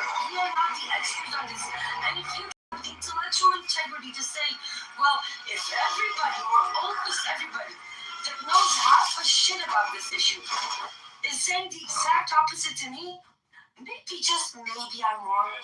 Or maybe, just maybe there's a good chance that they're right and I should not be advocating for this to continue. I don't get your people's rationale. It's as if it doesn't exist. I'm over it. But listen, if you want to get people on board, though, you have to engage on the decision. Half of being on board is accepting the fact that there are experts. There are facts. There are people who are going to read it, and those experts have presented very good arguments. So can we accept that their opinion? Yeah, but can we accept that their opinion is worth more than ours? And even if we disagree with them, it's not the same. There's no equivalent here. And if there are multiple organizations that agree with those experts, but not with I don't know what's his name. So I mean, there's different thresholds of experts, right? There's court decisions, which is one level. There's scholars, genocide scholars. There are different thresholds. What are the different thresholds? There's no different. The legal decision is the ultimate threshold. The legal ruling will not be given for years. With Srebrenica, it took 9 years. But respectfully to the legal ruling, which, by the way, the only legal opinion that was given is plausible genocide, which is not exactly not a genocide, right? But forget about that. A trial goes by bringing experts, people who understand, people who have trained in this, have learned other genocides, other cases, other human rights organizations. Whether they're Israeli or international, they're not even biased, right? You can't even say that they're biased. We're not. Especially academia and NGOs are fucking Israeli. And somehow, we keep arguing with these people who think they know better than Israeli professors in Brown, Princeton, Hebrew University, and the rest. But somehow Zeleny he is the ultimate authority on how to interpret the genocide definition. Before we continue with this, they need to accept that there are authorities. There are people with expertise who have been trained in this. There are institutions. Academics are not authorities. Let's be real. Academics are not authorities, but they do have more of a gravitas than I'm sorry, but gravitas is not an authority, though. Gravitas is nice, but it's not enough. Okay, then what does being the authority? I can't believe I'm even arguing this because I think it's a genocide. Hold on. What type of importance does the opinion of the genocide? How much of relevancy do you address to specific? I'm 100% convinced by when Omar Bartov came, and the UN Independent Committee, and many, many others. But somehow, that's not enough for people who think they can do better in interpreting this. Investigatory body. Hold on. They might have more weight. I'm not debating that they have more weight. However, academics and scholars have more weight than people on social media apps. And when you put all of that together, the UN, the NGOs, the Amnesty, Position for Human Rights, B'Tselem, Protect Children, another organization, all of those, including all the scholars, are saying this is a genocide. But somehow, these people think all of those people got it wrong, but they have it right. Do you not see the absurdity of this? If you repeat it 7 more times, we will see the absurdity. Can you repeat it one more time? Jesus Christ. Fuck off, bitch. Hey. I'm sorry, this is insane, Buttercup. We need to have an intellectual argument or discussion like adults. And that means that we do not cancel academics. We do not canceling academics. No one is canceling them. They are, because they think they are the equivalent of people who have studied these fields for their entirety of their career. We were talking about some people here are countries that have experienced their own genocides, and their genocides are still being debated years later, right? And this is exactly which is exactly why when there are multiple experts and we are not. But you and I draw from the Holocaust. Other people are drawing from the Bosnian. No, I don't. I draw from expert opinions. What I think and how I interpret it is irrelevant. I'm irrelevant to this, and so are you. Because we know shit about it. Listen, but they're trying to convince the public, the people on these randoms on the list on the app to buy. That's on the app or the public that needs to be convinced. So let's get them on board by They need to start by acknowledging. They need to start by acknowledging that their ability to understand and interpret such a situation is far less than those of people like rocket science. International law is not rocket science. It's not international law.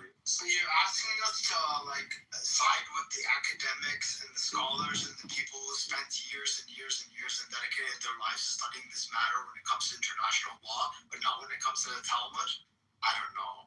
Hey, Benny, if you bring up the Talmud again, you're getting moved down. I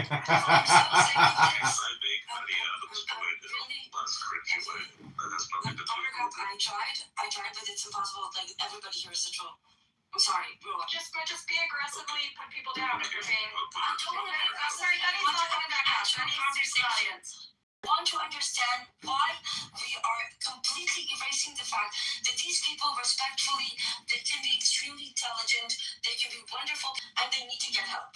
Well, it's because There's no intellectual integrity in saying my opinion is the equivalent or better than that of all the intellectual integrity. And if we think that respectfully Omar Bartov's opinion is the equivalent of that of Zeleny or Mixed, then we're not being intellectual. You're just spitballing nonsense or immediately on and around. Well, I mean, the issue is the same. Okay, this was a lot of fine words. Don't have to deal with what I have to say now. Okay? How do I mute everyone? Go for it. Whoever's muted. Okay, thank you. So I've spent a better part of the last 2.5 years having these conversations with multiple people. I came here because I couldn't take it anymore with the stupidity on X and the same arguments again and again. I was hoping to find some sort of fragment of hope of being able to have a conversation. I'm sorry, the level of intellectual integrity here is far lower than X. The level of ignorance is far higher than X. Everybody needs to do their homework. Go listen to some X spaces, learn something, and then come back. Because this is insane. You cannot argue the validity of international institutions and academia versus social media fucking accounts. It's not the same thing. Emerald, we live in an age of disinformation and partisanship, and so what can we literally listening to experts? I agree, I don't like experts agree, so we do have to try to Just as there's a problem with the supremacy notion that you know better than all of those. I think culturally, X might be a little bit more top down. This app is a little bit more priest touch. A lot of more people the concept of consent thinking that despite every other expert thinking differently than him, he somehow read and all of us are wrong. That is a concept. That is a concept. I don't care. Take whomever you want. I don't know. Melania is the only person that can make this crazy claim that he knows it happens again and again on multiple issues. But this is the proof, and this is why I asked Daniel, what is a fact? What is a reliable source? What is trustworthy information? They are never able to give it the answer. So we either adhere to social norms, which means academia, which means independent committees, which means NGOs, human rights organizations, and say, yes, well, they hold a little bit more academia can never agree on anything. I don't think academia describes the same level as like good journalism and I didn't say it's in the same level, but it's definitely higher. It's definitely higher. Is it bring up Betty Goy? Can you bring up Betty Goy? I'm reading it. Thank you. Yeah, Sultan, go, but don't be concise. No, I won't be. Sorry. I know he's so long, so it's like, it's not really. See, like, the minute he starts, everyone's trying to say something.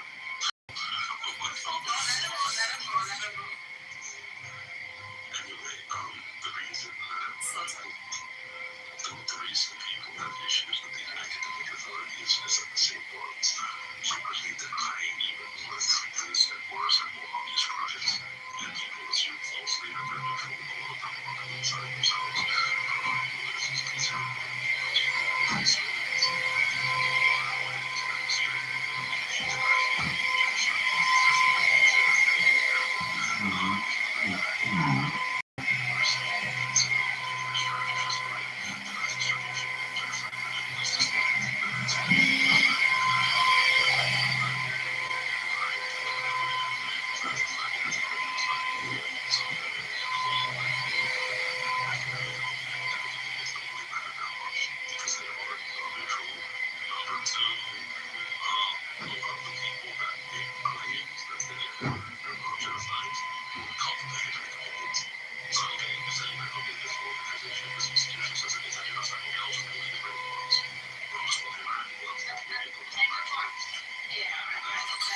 honest. I didn't say you were talking about it. Yeah, those ones will say that, yeah, this is a genocide. And the fact that the fault is coming on Israel when it comes to this war.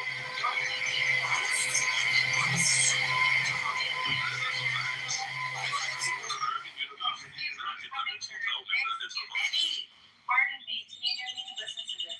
The International Association of Genocide Scholars is an international organization that seeks to further research and teaching about the nature of the causes of genocide.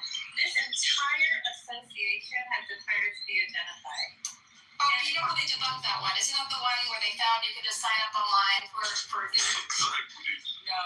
No. Hold on. Which one was it? Dude, they're all serious academics. Like, if you guys are like, It's different than the one that the Israelis will always. I just don't think we should use it because that's the one they can poke holes in. You know, we should. sure, but then even within academics, there's a very like regimental way of Academics are annoying. You guys are so like. No, we love academics. We love academics. We love scholars. We love secular thinking. Like, listen, I'm not at all negating the possibility of a potential fraud within the academics, okay? Now, especially in our times when things can be manipulated.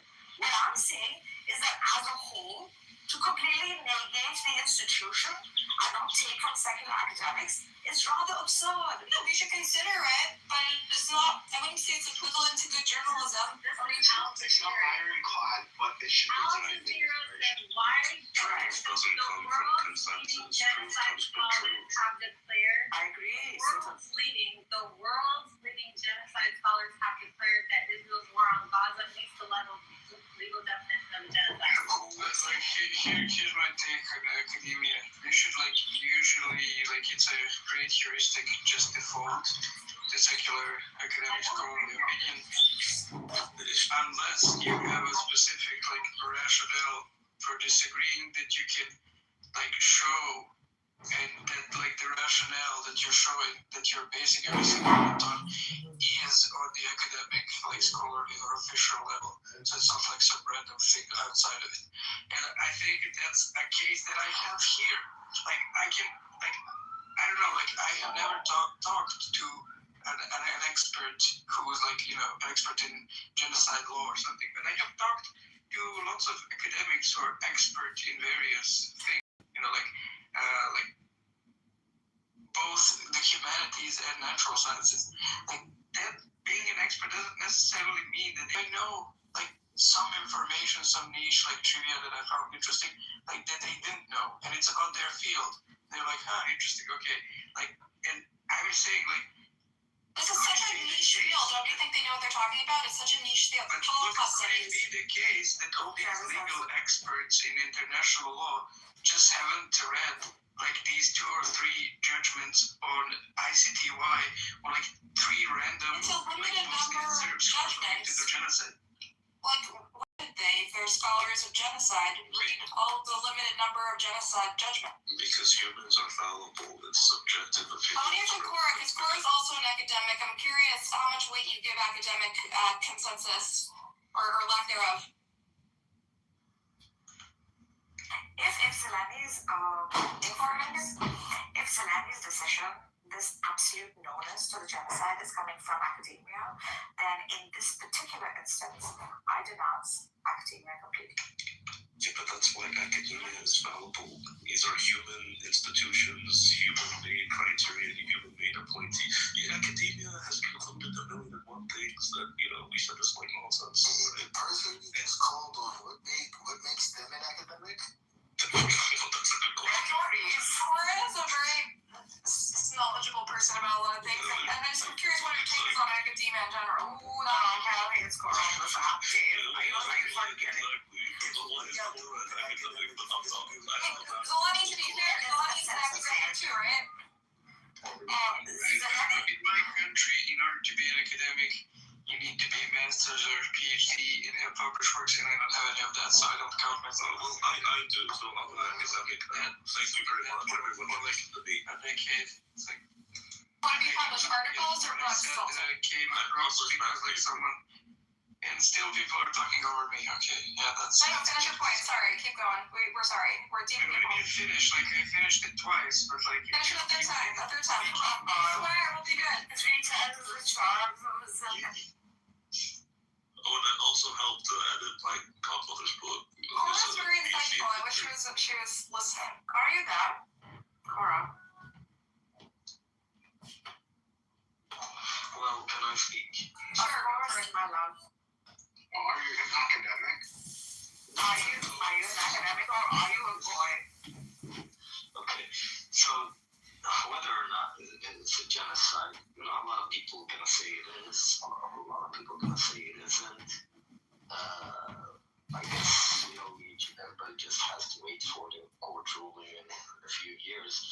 But regardless of whether or not the court rules it is or isn't, the evidence that mass murder has been committed, that intentional targeting of civilians has been committed, that war crimes and crimes against humanity has been committed is ample. The evidence that there was a starvation effort to starve the Gazans is ample. I mean, they said it themselves publicly, in the first few days, no water, no food, no electricity. Right? They invoked Amalek from the Bible, meaning kill the children, the women, and even the cattle. By the way, they did also that. They killed the cattle in Gaza. They targeted agricultural land. Cattle. Cattle. Cattle is when you meet the target. Yes. They targeted the cattle of the little body. They targeted agricultural land to prevent them from farming and harvesting. They blew up the electricity. Yeah, we know. I think the debate here is whether or not academic consensus or almost consensus is enough to do how much weight to give it. Because you just end up with like whataboutism. Oh, but this academic says that. The UN Commission is made up of scholars. No, I think they're lawyers. They're lawyers and actual.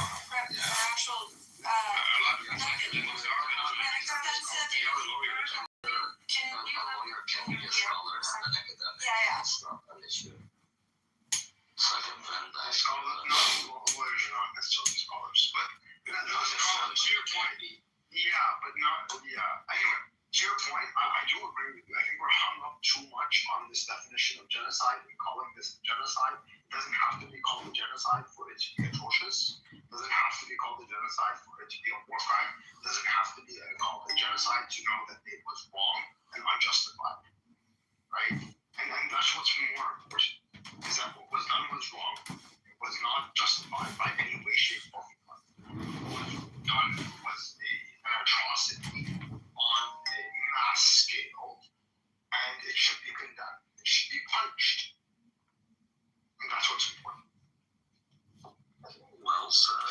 And it also something begs the question, if you have not committed a genocide, then why did the Mossad threaten the judges? Why did the Mossad, and this is public information by the Dutch, Interior Ministry, they've intercepted the Mossad. I'll tell you why. Because it's money. They can do it, but he reminds them that they did it. Intercepted Mossad agents in the Netherlands, intercepted Mossad, the agency attempting to hack into their phones.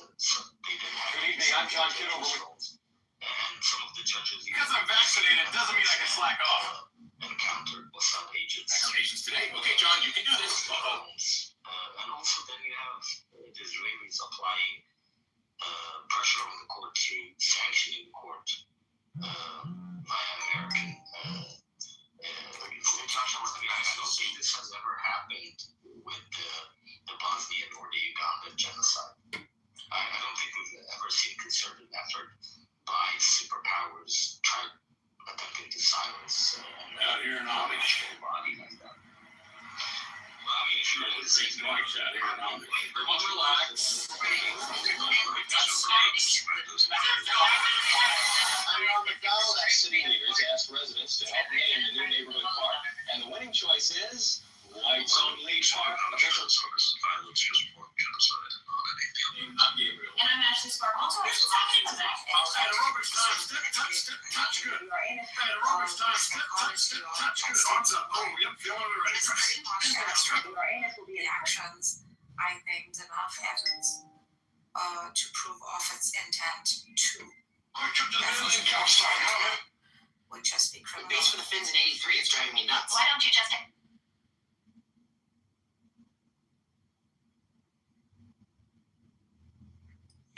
I think when, with the case in the ICJ, a lot of it is going to depend on setting the foundation, like building up it, and a lot of people. Smell that mountain. Ladies, me leading the charge. Don't take the wrong turn. Watch this. Successfully proved that this started before October 7th, based on everything that was happening to Palestinians beforehand and building up to something like this. So it is more encompassing than is there not a genocide based on what's happening in Gaza? The background is just as important. The contextual background is just as important.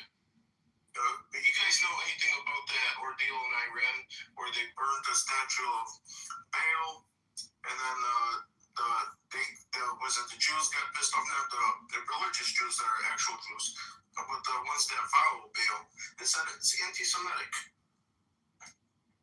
So I don't know how not of Abraham. Did they really say that? That's an anti-Semitic. Oh yeah.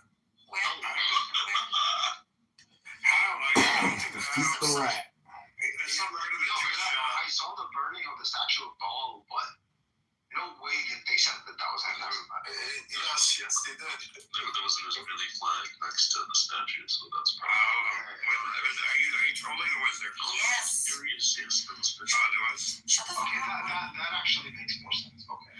Hold on, so they intended to burn the flag. The new statue. The insinuation. Isn't it? They worship Baal in Israel. Exactly. Yeah. Okay. Which I would agree with, but yeah. This Baal thing has been around for since I was a child. By the way. Since the days of No, what I'm saying is it wasn't because of Epstein. It was way before Epstein. This whole they've been worshiping Baal for So this is conversation. Nobody's worshiping Baal. What the hell is wrong with you? No, people do worship. They don't. People. People. I don't know.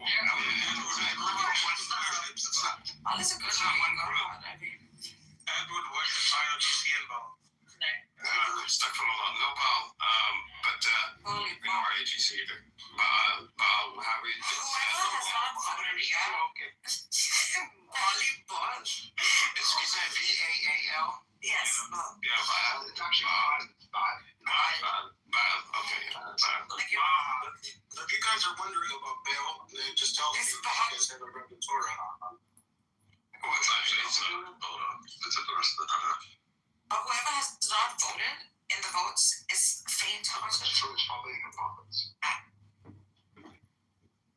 You might want to vote. It is a prophet. Can you stop being anti-Semitic in a room that is hosted by a Jew? Wait, can you repeat what did he say? What did he say? Anti-Semitic. Wait, what did he say? What did he say? What did he say? It's what is that? No one said anything. No one's saying anything. Anti-Semitic. You're allowed. What did you say? Come on, spit it out. I'll tell you exactly. In Iran, the statue of whatever was burned down because there was some kind of Israeli flag next to it, right? So obviously the country has like issues with Israel. So this is what came up. But Sheikh brought it up as a trope, fine. And we just spoke about God as a God. And Rose, you don't have to be so sensitive about it, bro. Like, nothing about this was anti-Semitic or anything. Why it's not a Israeli flag? I don't know, man. Even if they're burning a ball down, it's a false god, right? Well, how would it be anti-Semitic though? I don't know how it's anti-Semitic. That's what I'm trying to say. The insinuation is that the God that these guys worship is okay, that's I don't know. I don't like this idea of like silencing conversation. Like, okay, yes, an overwhelming number of academics feel that it's not a crime to engage on their arguments, right? Engage with their actual arguments. Like, the whole point of them putting their arguments out there is for us to absolutely. Yeah. of course. It's free speech. Like, what the fuck? Absolutely. I'm against anti-Semantics. I'm not saying Jewish people. You come for Jewish consultation? Worship Baal. There's no place in the Torah. Listen, if that's, see how idiotic this whole ideology is, right? Like an upstate New Yorker with a flat A. Bam. You know,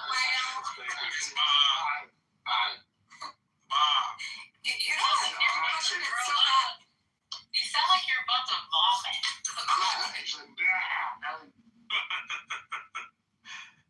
Just make the goat noises exactly the same. Maybe it's my English accent. Anyway, can we go back to the topic? Think about it. That would be like a slap at the eye to the Christians. Oh, okay, fine, whatever. It's not anti-Semitic. That's what I'm trying to say. Here's the crazy part. This Baal character is ancient Canaanite. So this could circle around and we Palestinians end up being blamed for, It's all your fault. They were chanting death to Israel while they were burning the statue. Who do you think it was directed? Listen, if that's the case, then it's what Benny said. Then that would be your ex-god and the ex-god of Free Muslim.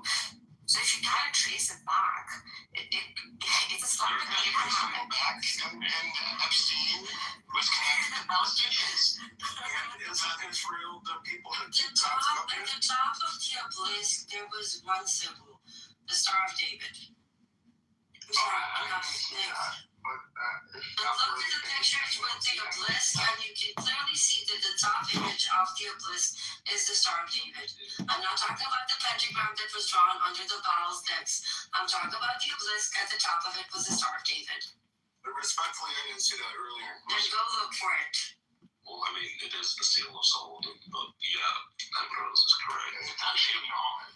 The country is in good terms with Israel. Yes, that's what people do. The Star of David is not a thing. No, I know it says the seal of Solomon, but regardless. Not even that. Well, I mean, First King says something interesting about Solomon, but whatever. The point is, the Iranians know what they were doing. I mean, this is a country of religious scholars. They delve into these texts. They delve into these, theologies. Yeah, the message was pretty clear. I mean, I agree with them, but, That is the nature of theocracy, right? You agree with them? Wait, what? Yeah. You agree with them that what? That you guys are idolaters. Okay, Buttercup, if that's not anti-Semitic, then I don't know what it is. Sultan is a known anti-Semite. We're not idolaters. Go fuck yourself. We're going to audience. Anyone else want to take up the I'm sorry. I'm sorry, before we get down. Yeah, but I don't even know why we're going down this path. I don't know why we're attacking religions. We're not going after Islam. We're coming after supremacists who are destroying our country and